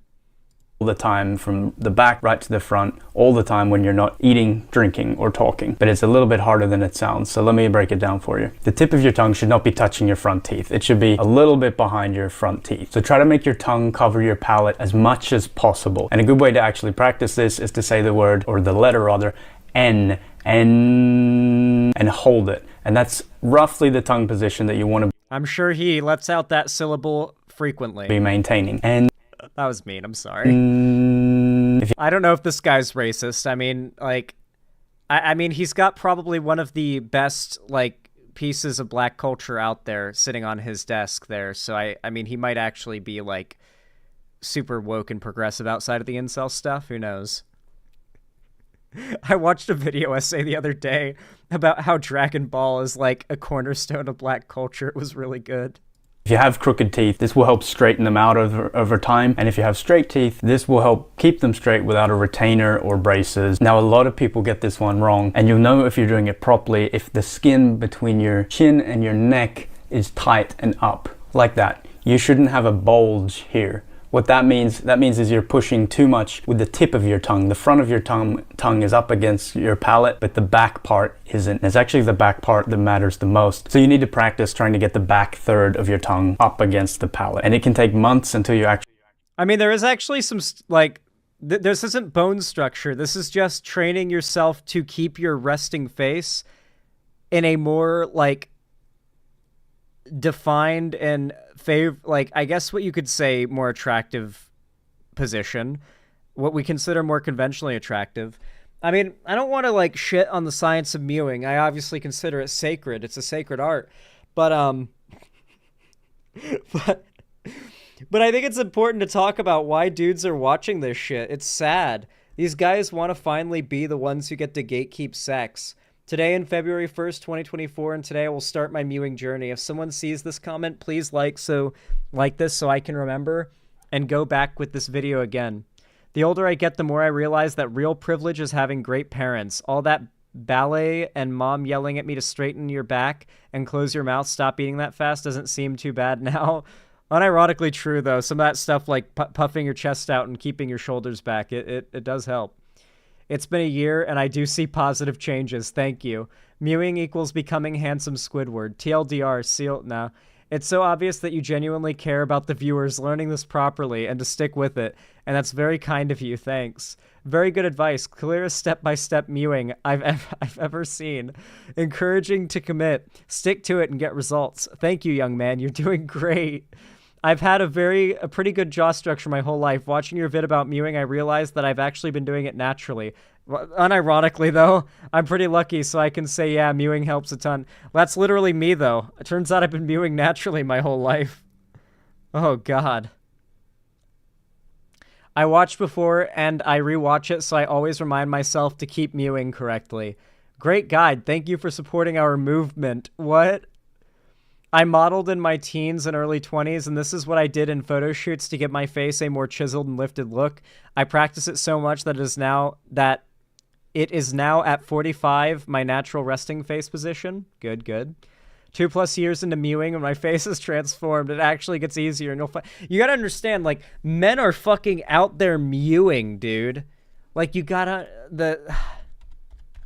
Like, this shit is popular. I wonder if there are any news agencies that have done a story on mewing.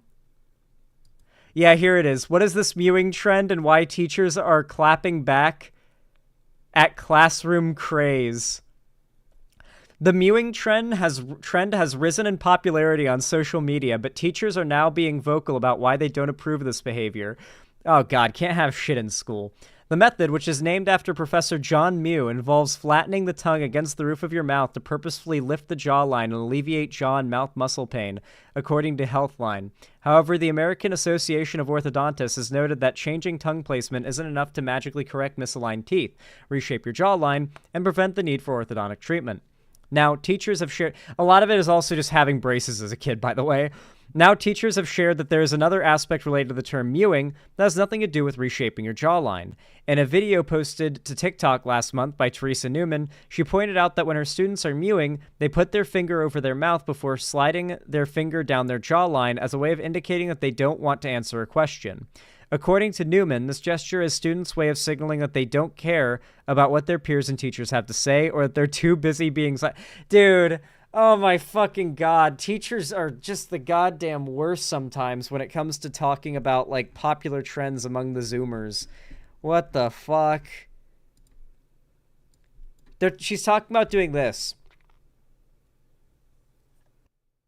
That. Like, come on. What is this? Ultimately, should we be expecting teachers to do things like this? Especially... Why is this unrelated video, the pinned video? I really hate, like, modern news organizations that do that shit. Okay, apparently the video in question is down below, and it's a TikTok embed. And apparently clicking full screen on the TikTok embed does not full screen the video. It takes you to TikTok. I think this... So here's the teacher talking about mewing. Oh, God. Let's see if there's any sense to this, or if it's just going to be, like, actual, like, boomer brain rot. I think this mewing trend is probably going to be the final reason that I decide to never return to the classroom to teach ever again. If you're not familiar what mewing is, basically it's a gesture that kids are making towards other people that signal to that person that they don't care what they have to say, or they're too busy being silent doing the mewing technique to respond to them. It's basically Okay, no, she's kind of right here. I get what she means. There are, like, shithead Zoomer dudes who just be like, if you say something, like, as a sincere argument, they'll, like, the kind of kid that would respond on Twitter with, like, a mewing face, like, don't care, like, that kind of shit. Like, you're a teacher saying, I need you to, and they just respond with, like, and just keep, like, that stoic face, as if, like, they're above the teacher. Yeah, I can imagine a bunch of shithead Zoomers doing that for sure. Basically just another way to be dismissive to somebody. The gesture stems from this technique where people are like thrusting their tongue inside of their mouth to like strengthen their jawline. If you haven't watched the documentary Open Wide on Netflix, you should definitely do yourself a favor and watch it, because the technique itself stems from some really problematic new age orthodontic techniques, which also stems from eugenics. So just as a side note. The problem that I have with mewing in the classroom and at school is that kids are using it as a way to be disrespectful to their teachers without their teachers understanding what it is they're doing and why they're doing it. It's a nonverbal gesture. It doesn't really signify anything specific unless you know exactly what it means and why they're doing it. And it's basically a way for the kids to not have to answer verbally any questions or respond to anything that the teacher or the adult in the room has to say. They're doing it to each other as well, but I'm seeing this trend of them directing it more towards the adults in the room. Of course, the kids think it's funny because the adult in the room doesn't understand. They look clueless. It makes them look stupid. It makes them look out of the loop. But it's also a power play on the part of the kid. It's a way for them to not have to take accountability for things that are being asked of them. It's a way for them to not have to participate in class. And the teacher can't really respond in a way that's helpful or useful, because if they try to get them in trouble, or if they try to question the gesture, if they It's just a face, right? Yeah. They try to respond in some way that's going to stop the gesture from happening again. There's really no way to prove. No, the tongue thing isn't, like, they're not sticking their tongue out. They're just doing this.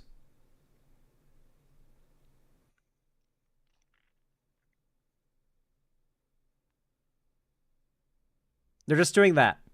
That's it. That's all they're doing. Prove that the gesture is in and of itself disrespectful or harmful. This trend is also fueled by social media, and every kid in the room that sees somebody do the mewing gesture to a teacher is going to find it funny. They're going to respond in a way that encourages them to do it over and over again. I can hear and smell the comments for this video coming from a mile away, especially if this lands on 18 and under TikTok, because it's so easy for kids to look at criticisms of this gesture and this trend and go, why are you doing all this? Why are you so mad? It's just a joke. It's just a meme. But in reality, they absolutely understand how dismissive and disrespectful it is of the person that's trying to engage. So for those that don't understand what she's saying, there's a trend where, like, you're supposed to stand there stoically silent and mew when somebody says something that, like, the meme is like somebody will be screaming in your face, like that. Oh, a great example. A great example is that one scene in Kong and Godzilla: The New Empire, the one where that people have turned to a GIF where, like, the one ape is like screaming at Kong and he just, like, is standing there mewing silently and then punches him in the face. Like, that's a good a good representation of, like, the meme. The idea of it is that you're just stoically standing there mewing, not really listening to anything that the person who's saying to you is saying, as if they're below you. And so that's why she's kind of upset by this, because she can tell that when these, like, I don't know, probably high school boys are mewing at her, it's because they're trying to signal to everybody, like, look, I'm mewing at the teacher, like, I'm above her and not listening to anything, and she's just this bitch screaming at me, and I'm such a Chad, you know? Yeah. With them, especially in a learning environment. They also understand how hurtful it can be when somebody's trying to engage with you as far as a conversation or asking you questions or trying to get you involved in a lesson or an activity or a conversation, and they do this. that just tells them that you have no interest in engaging with them at all for whatever reason, because they just don't like you or they don't care what you have to say. And it's so easy for them to just play it off as a joke, like it's not that big of a deal. But it is that big of a deal. And I think that's what gets me about the trend, is that for us teachers, all we do is try so hard to engage our students in our lessons and to get them involved in class. For something like this to come along and basically be made into this like nonchalant, oh, we're just playing around, we're just having fun. But in reality, the play and the fun is really hurtful. It's really disruptive to the learning environment as well. I really don't care. I get what you're saying, though. If you talk to me in a way that makes me feel like, oh, you're just a fun ruiner, or oh, you must be fun at parties. I don't give a shit, honestly. There's always an appropriate place and time to use a meme or to use some kind of trend like that. But in a classroom environment, for kids to continue to do this every single day over and over to people who are just trying to give them an enriching educational experience, it pisses me off. And I don't find it funny at all. To me, it's more indicative of a larger issue that we're facing nowadays, where kids don't take anything seriously. You can easily say that kids have never taken anything seriously, but I can push back on that and say that there are a lot of things and a lot of scenarios that kids did take seriously to a certain extent. But now it seems like there's more kids in the classroom that cannot take one single I will say, I used to scoff at that notion a lot more, but when teachers are saying it, and like a lot of these teachers have taught for, you know, a good while, like they've taught more than one generation, and they're noticing like a difference. Like it's not just things look different, it's that things have genuinely degraded in ways. I think that's a perspective worth taking seriously, because it's teachers that like are just constantly watching as generation after generation of kids come in and out of school, and they're going to be the first to notice these like generational changes, right? I actually agree. Like, for example, I think I would not be surprised if some of the first sources for like soft data on like what percentage of young people were LGBT started coming from teachers. Like, we're like just saying like, yeah, there's a good few LGBT students in my class, like going back decades ago, right? I don't know. Seems relatively real. Like teachers would probably be a good metric of knowing like if things are actually changing generation by generation. Second of the day seriously. They take everybody's feelings for granted. They don't care how what they say or do makes people feel. Everything is a meme. Everything is a joke. And if you want to push back on that attitude at all, you're just seen as a joke yourself. No one in their work environment, and school is a work environment for children. No one. Mind you, like, even when I was a teenager, that was what it was like, and didn't seem like it was getting any better, you know? And I hated it. I hated how many people I knew back then were just like actual fucking like robots, like genuine NPCs. Like they had no aspirations, no dreams. Many times they were somewhat delusional about one thing or the other in their life. Really, really depressing stuff.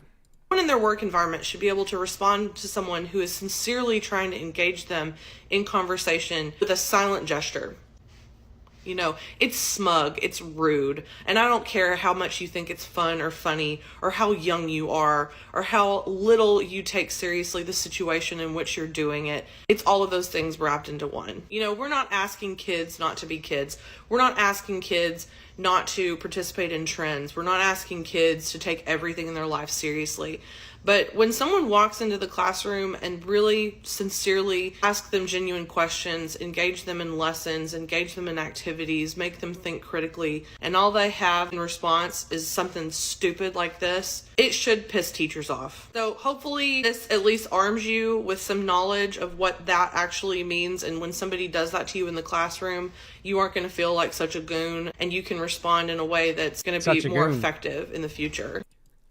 Like, Zoomers are genuinely, like, awful. They really are. I guess it's Gen Alpha now, right? Or I guess no. If she's a high school or middle school teacher, it'd be Zoomers. Yeah. Genuinely awful. This weird, like... there's this very bizarre popularization of incel culture, even ironically. Even if it's just meant to be ironic among, like, Gen Z men. And I think it's only going to get more pervasive. How many, like, ironic incels did you guys, like, know when you were younger, or do you know now if you are younger? Just ironic incels, you know, they're just joking. Because, like, I feel like it's getting to be more and more popular. I feel like it's starting to be, like, part of, like, Gen Z dude culture, is to at least be ironically, like, use, like, incel terms and stuff. I know that I do it. Like, I joke about mewing and stuff. So it's not even something I'm innocent of. None when I was in high school in the 2000s? Yeah, fair. Yeah, it's like the ironic racism or the ironic sexism or the ironic homophobia. Like, it doesn't stay ironic for long, and you question how ironic it really is, like, to begin with, right? Anyway, if you enjoyed what I had to say here about the lovely topic, the lovely ancient art of mewing, please consider leaving a like. It really does mean a lot, no matter when, where, or what you're watching. And also consider commenting down below and subscribing and ringing the bell icon. Both really help my channel a lot, and I seriously really do appreciate it. It's totally free. Of course, consider following my social medias, which are linked all down below in the description, as well as joining my fan Discord, which is the main hub of my community. We host watch parties, call-in streams, and game events there weekly, and I announce all my new uploads and streams there, so if you don't want to miss anything, definitely consider joining. It's the place to be. And do not forget, if you want to support me, you know, a little extra, go the extra mile, you can always donate, subscribe, or gift a sub on my website, xanderhall.com/live, or support me through YouTube, Twitch, Streamlabs, Stream Elements, Patreon, or buying merch in the Streamlabs link down below. But regardless of how you support me, thank you so much for watching, and have a good one. Nice. What do you guys think of that segment? I feel like it came out pretty good. Mew.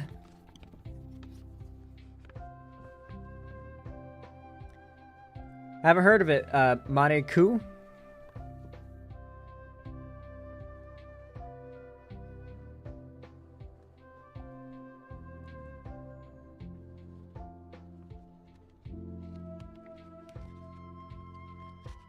All right, everyone. I believe it's time for the final topic of the day.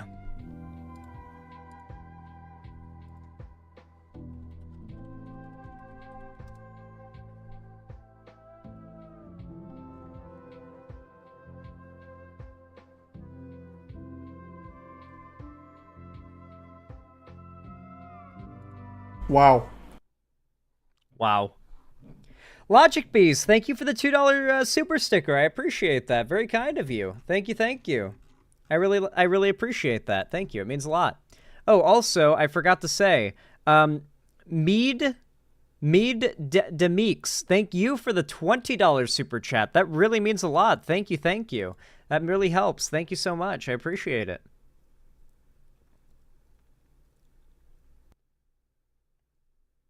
Interesting, TSW Shadow Wolf. All right. Everyone. You all know what to do when I say action, right?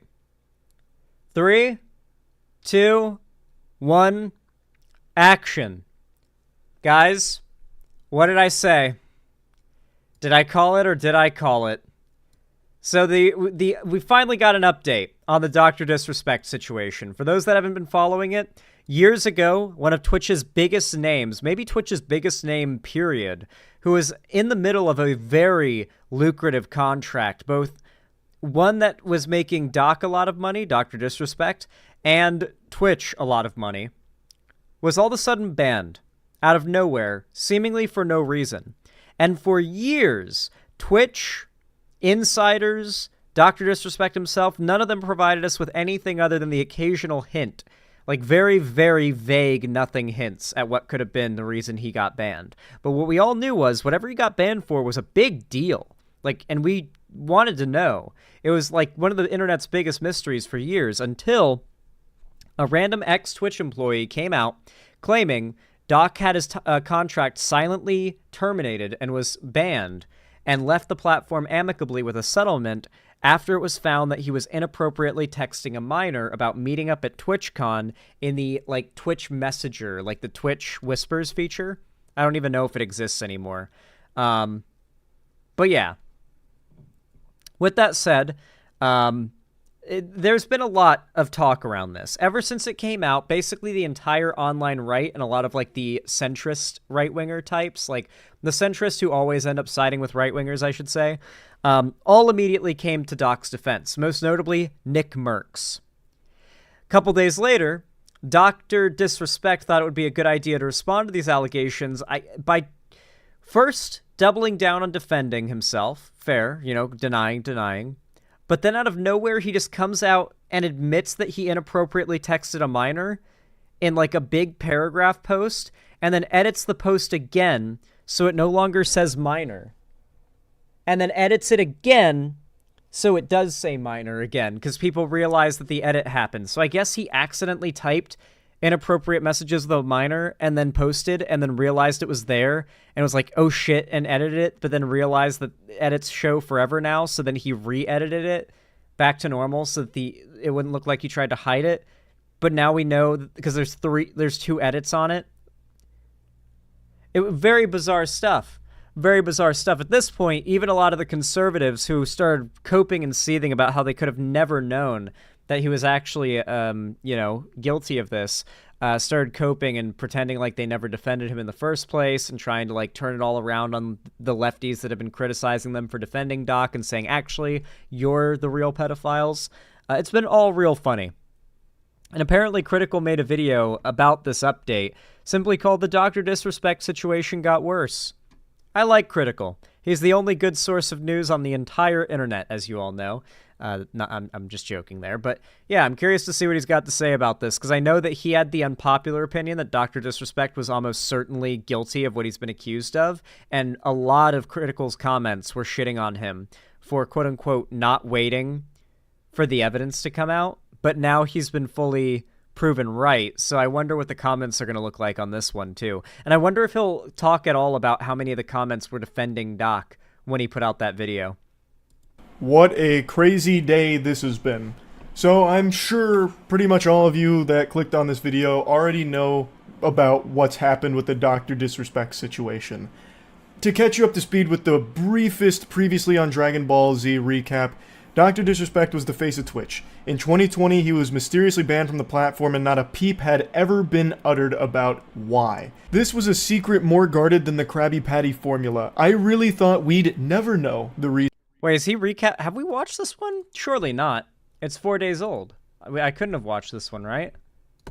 Is he repeating this line?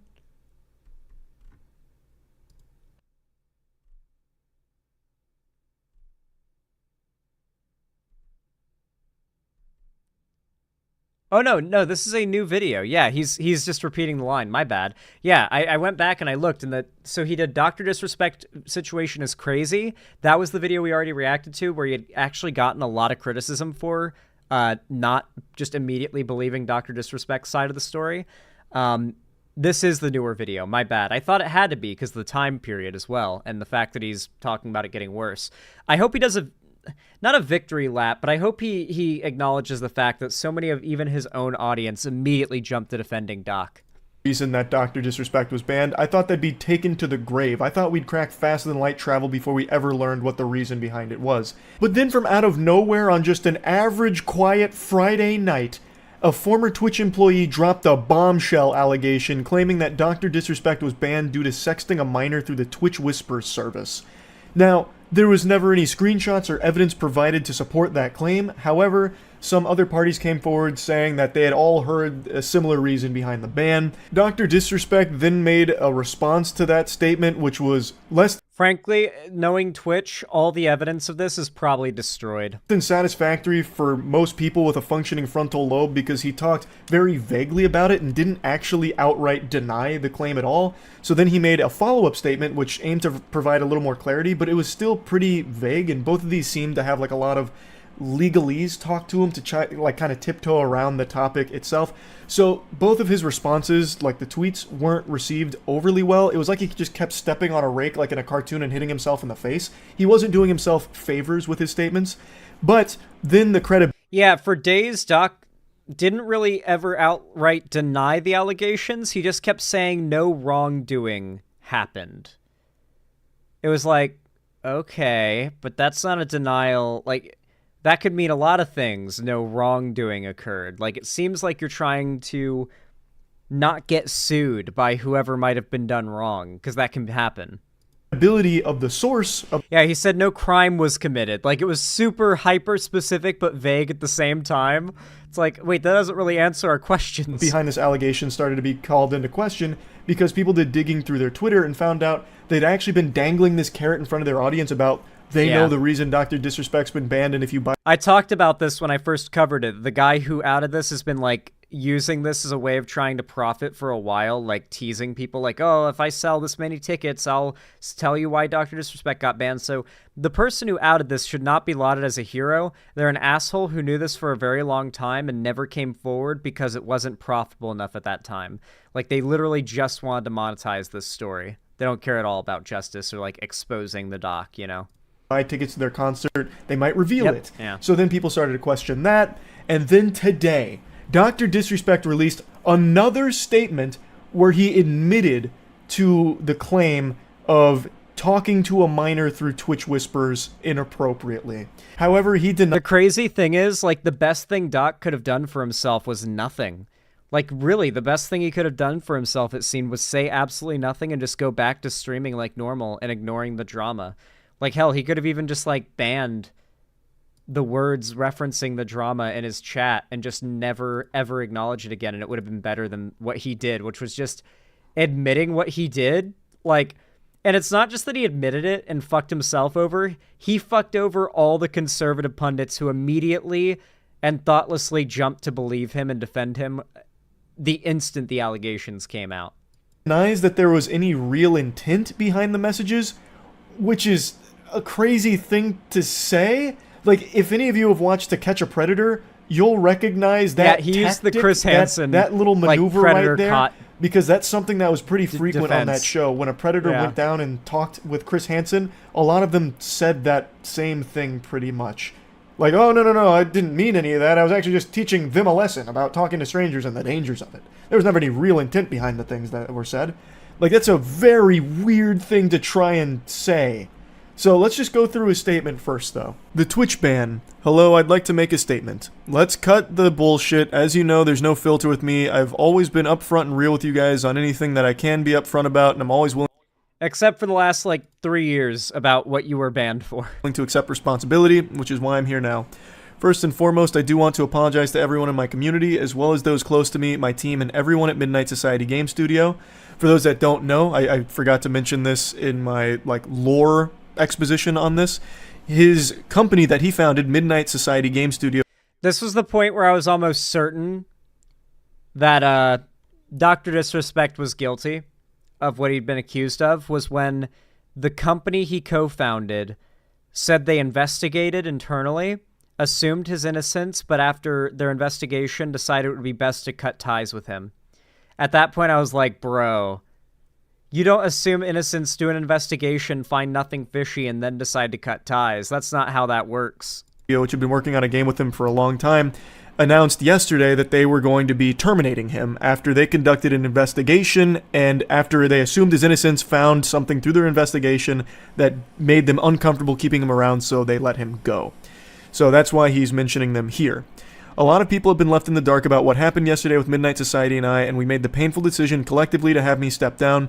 Our team is full of incredibly talented and good people that have high career ambitions and families. I'd never want to jeopardize the culture we have carefully crafted. Now, before getting into the rest of this, I do want to mention, Midnight Society themselves said that he was terminated. Here he's saying that he stepped down like it was a mutual decision. No, I don't know if terminated. this is like a you can't fire me, I quit type of situation, you know, turn in the badge and the gun and go your separate way as a lone wolf, or what? Like, there's just a bit of a discrepancy whether he was terminated by Midnight Society or if he himself and them left on good terms where he agreed to step down. Ultimately, the point is, he's no longer associated with that studio anymore after they conducted their own investigation into the subject. Everyone has been wanting to know why I was banned from Twitch, but for reasons outside of my control, I was not allowed to say anything for the last several years. Now that 2 former Twitch employees have publicly disclosed the accusations, I can now tell you my side of the story regarding the ban. Were there Twitch whisper messages with an individual minor back in 2017? The answer is yes. Were there real intentions behind these messages? The answer is absolutely not. These were casual, mutual conversations that sometimes lean too much in the direction of being inappropriate, but Guys, do you want to know, like, at what point like, I understood that there is no good reason for adults to, like, just frequently speak with people underage? Like, directly, or like, be friends with people who are underage? There's not really an innocent reason for that. Like, barring... Certainly online, there's not an innocent reason for that. Is when I turned, like, 18 or 19, and I realized that, like, 16 and 17-year-olds aren't just underage. They act underage, right? Like, you literally, by 18, I could not stand 16-year-olds anymore. I didn't want to be friends with a 16-year-old. Like, it's just, I don't know. Like, certainly not a teenager of the opposite sex when you're like a 40-year-old, 50-year-old. I don't even know how old Doc is. And he's married, has already had drama over the fact that he actively cheated on his wife. That's why he's called the two-time. No casual mutual conversations. I mean, like, context matters, and the context of this is that some underage girl messaged Doc. He knew she was underage, apparently. And they chatted frequently. This is presumably a fan, because it was through the Twitch whisper system. And the conversations weren't just innocent mutual conversations, by the way. They, at his own admission, they moved too much in the direction of being inappropriate, as he admits. Nothing more. Nothing illegal happened, no pictures were shared, no crimes were committed, I never even met the individual. I went through a lengthy arbitration regarding a civil dispute with Twitch, and that case was resolved by a settlement. Let me be clear, it was not a criminal case against me, and no criminal charges have ever been brought against me. Now, the doc actually edited this statement twice. Yeah. So initially, he posted it with the word minor in it, saying, were there messages with an individual minor? The answer is yes. But then shortly after he published it, he edited the word minor out of it. So he removed that. He redacted it like a fucking CIA document, trying to bury it, just snapping it out of existence. So then it read, were there messages with an individual? The answer is yes. But people were quick to notice the edit. And you can actually check edit history on Twitter, which I didn't know you can do. Yeah, it's a thing but you you do could now. clearly see that the original no longer matched the current one because he took the word minor out. So when people caught him red-handed, he just edited it one more time to put the word minor back into it. My favorite thing is, both in his defense of Dr. Disrespect and his walking back of his defense of Dr. Disrespect after this came out, Nick Merckx starts by talking about Dr. Disrespect in the first half and ends it in the second half talking about pronouns and trans people. Now, there is a lot to say about just that small chunk right there, but I'm going to finish reading the statement first before we really dive into the weeds of it. Now, from a moral standpoint, I'll absolutely take responsibility. I should have never entertained these conversations to begin with. That's on me. That's on me as an adult, a husband, and a father. It should have never happened. I get it. I'm not perfect, and I'll fucking own my shit. This was stupid. Now, with all this said, don't get it mistaken. I've seen all the remarks and labels being thrown around so loosely. Social media is a destruction zone. I'm no predator or pedophile. Are you kidding me? Anyone that truly knows me knows where I stand on these things with those type of people. Fuck that. That's a different level of disgust that I hate even hearing about. Don't be labeling me as the worst of the worst with your exaggerations. Get the fuck out of here with that. But yeah, YouTube has also departnered him and I think banned him, or at least demonetized him completely. I think I've said what I needed to say regarding the ban itself. That's it. That's why Twitch made the decision in 2020. To my team, community, industry friends that have supported me, I apologize. I wish I could have said all this sooner. You guys have always shown me and my family love and support throughout all these years. We love you guys like you can't imagine. I have the best community and circle. If any of this has made you uncomfortable, I get it. You don't have to support me anymore, but just know you have always been greatly appreciated. Trust me when I say this. To all my haters that live and breathe social media with zero real-life experience, I don't give a fuck about you. Finally, if you're uncomfortable with this entire statement and think I'm a piece of shit, that's fine. I'm not going anywhere. Actual Wolf of Wall Street energy. I'm not fucking leaving. And I'm not the same guy that made I'm not fucking leaving! This statement all those years ago. I'm taking an extended vacation with my family as mentioned.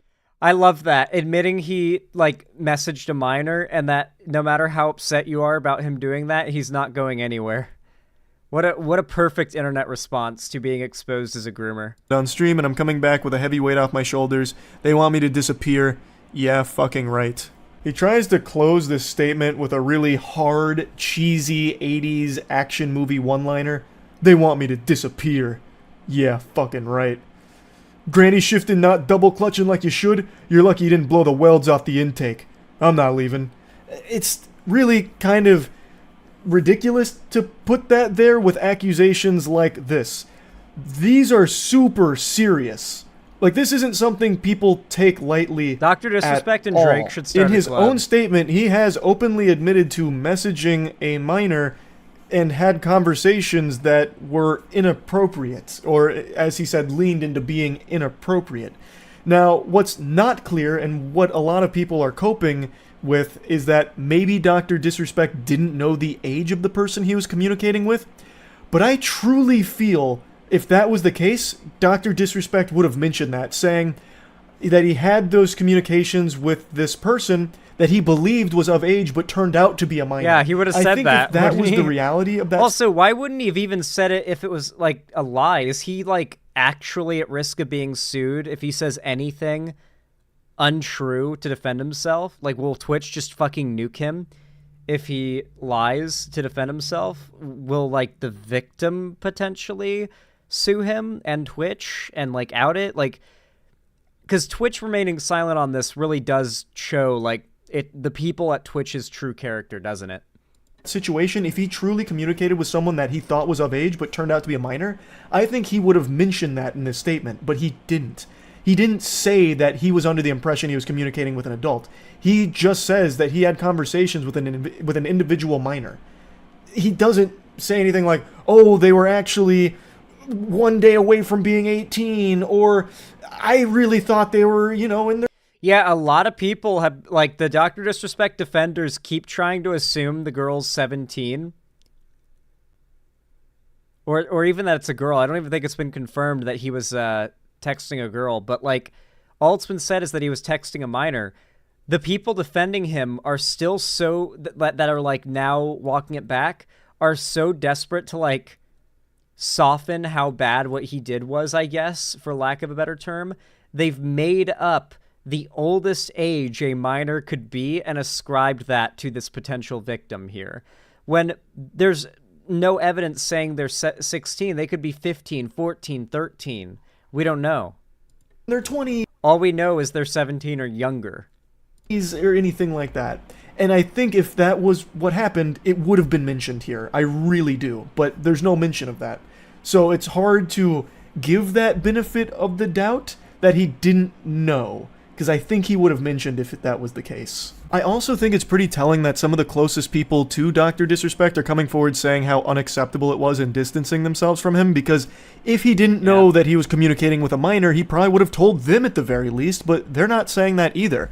So here's Robert Bowling, one of his business partners here, saying, if you inappropriately message a minor, I cannot work with you, period. I promised to only act on facts, and I did. So I just really don't think there's a whole lot of wiggle room about Doc not knowing that he was communicating with a minor. Like, I feel like there's been plenty of opportunities now for that information to have come out from somewhere, but nobody is saying that other than people theorizing and hoping that maybe that's the case. But Doc himself has never said that that was a possibility. He'd never even hinted that he didn't know the person's age, and the people closest to him aren't saying that either.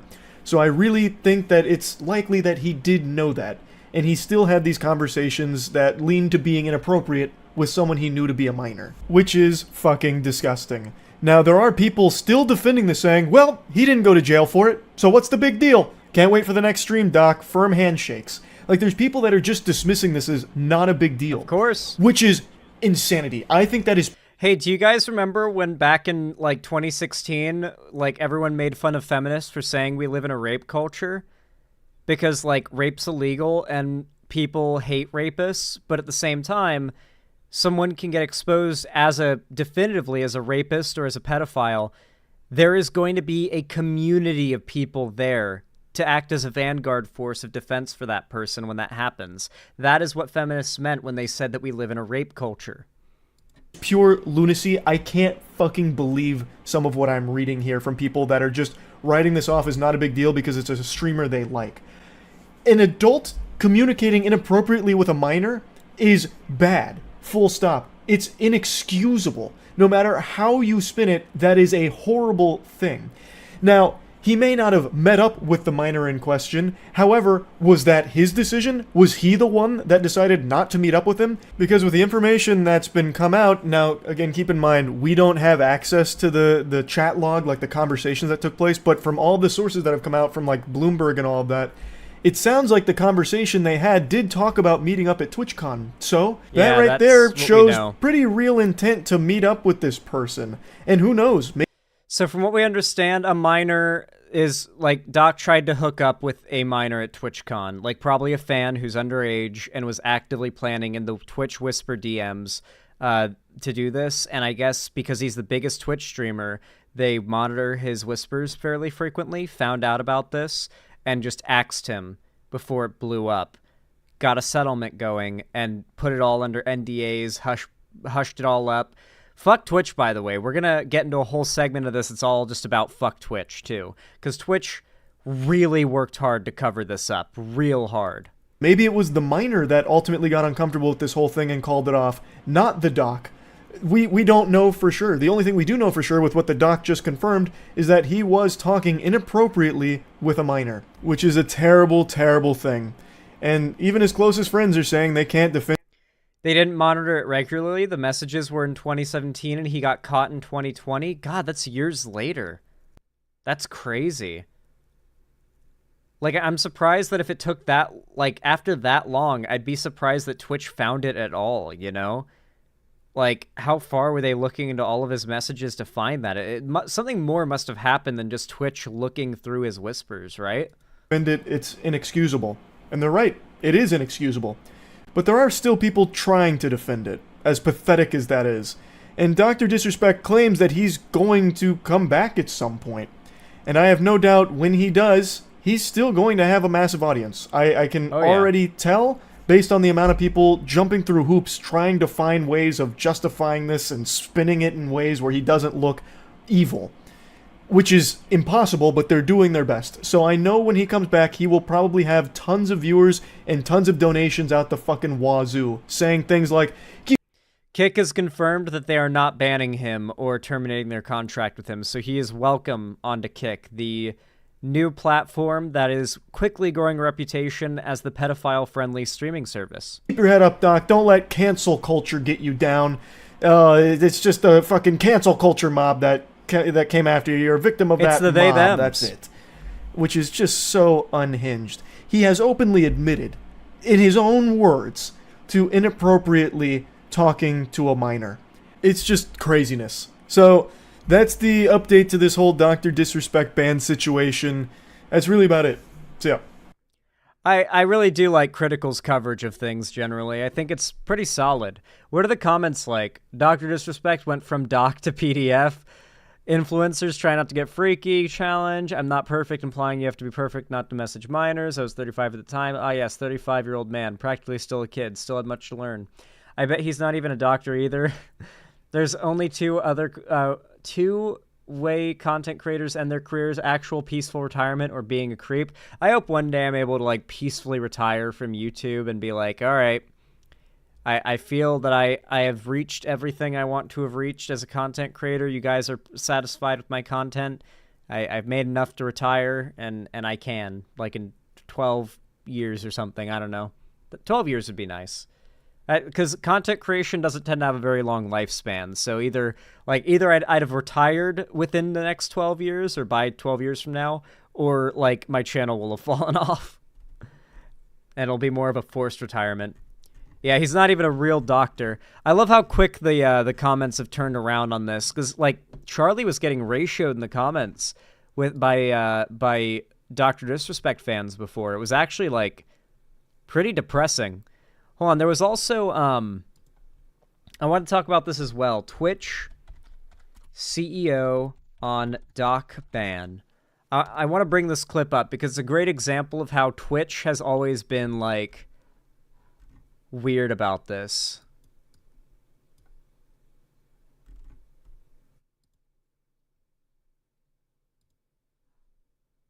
Go. Damn. Okay, here's the clip. So this is Ms. Kiff interviewing the CEO of Twitch. After completing the Hot Ones challenge and defeating the last challenge for the last dab experience, The Twitch chat wants to know, after all these years, Oh, why was they had Dr. hot Disrespect ones. banned?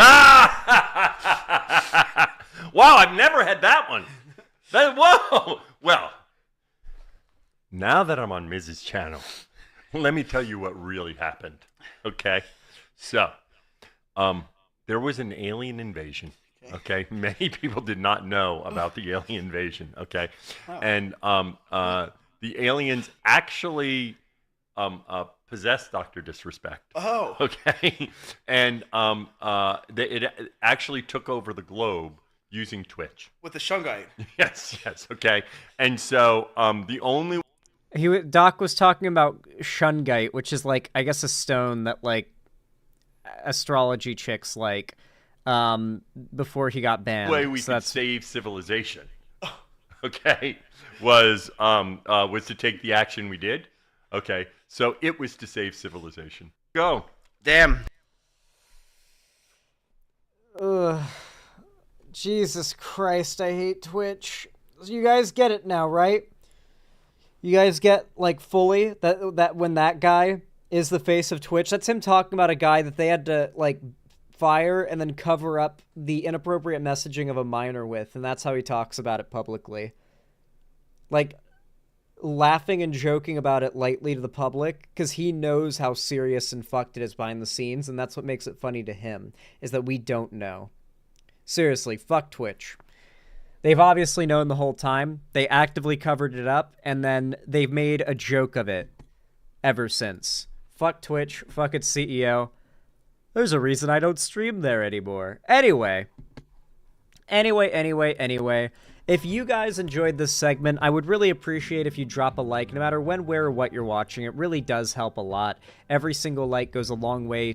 The thumbs up basically push my content and the algorithm out to way more new people, so thank you to everybody who goes the extra mile and does that. It really means a lot. And of course, don't forget to follow my social medias, link down below, comment, subscribe, and also join my fan Discord, link down below. It's the main hub of my fan base. We do watch parties, call-in streams, and game events, or game events weekly, and so hopefully we see you in there, because it's a great community. And I also announce all my new uploads and streams there, so if you join, you don't have to worry about missing anything, even if YouTube is being YouTube and not giving you notifications. And of course, finally, if you want to support me directly, I would always appreciate it if you guys could donate, subscribe, or gift a sub on my website, xanderhall.com/live, or support me through YouTube, Twitch, Streamlabs, Stream Elements, Patreon, or buying merch at the Streamlabs link down below. But regardless of how you support me, thank you so much for watching, and have a good one, as the light of the sun makes me glow.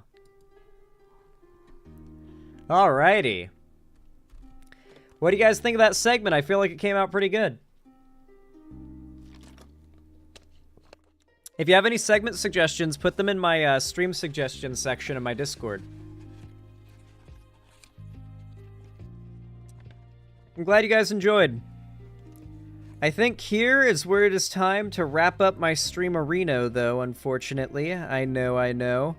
It's sad because you guys love my content. You love my content. Don't worry, though. I will be streaming tomorrow, so hopefully I will see you here. I've got a good list of topics to cover on tomorrow's stream, and triple uploads will be resuming tomorrow, and hopefully forever onward.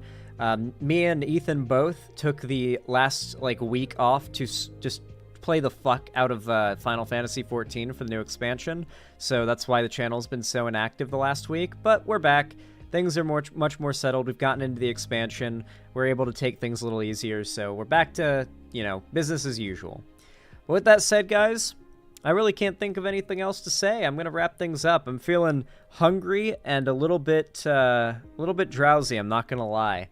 But yeah, PepperT21, thank you for the $5 donation. I really appreciate that over on the site. That helps a lot. It means a lot. Said, did you say Dragon Ball is black culture? Because I've been getting that vibe considering a meme guy the YouTube Shorts algorithm recommended me. If Welcome back to the video essay, if the video essay I watched is anything to go off of, it would seem so, yes. Here's the video you sent. Let's see this. Of power. We just witnessed a lighting gap from the previous team. Now let's see if the other team can top this. He brought out a phone? Wait, hold on a sec. Is that the no-look approach? Let's go. They both pretend they don't see each other until one of them reaches the dap-up distance. A very deadly move if executed properly. Whoa, looks like the other team won't let that happen. What? They are beating the life out of him. His partner still pretends not to see him. Such composure. And he was just a few inches away. If this brother had a few more inches, oh, Lord, don't get me salivating and fantasizing about things. Oh, my. Wait, Stephen, look. He's getting up. Impossible. Will they be able to dap after all that? The dap blew their hair away. And he did it while striking a no-look pose. Once again, the defensive barrier has saved us from getting blown. Welcome.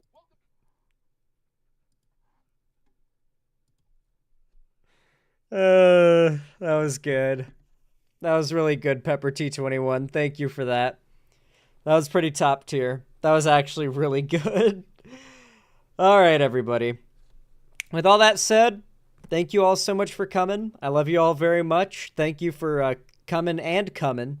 There's two types of coming I'm thanking you for here, you guys know. And as always, have a damn good one. I love you all very much, and I'll see you tomorrow. Bye!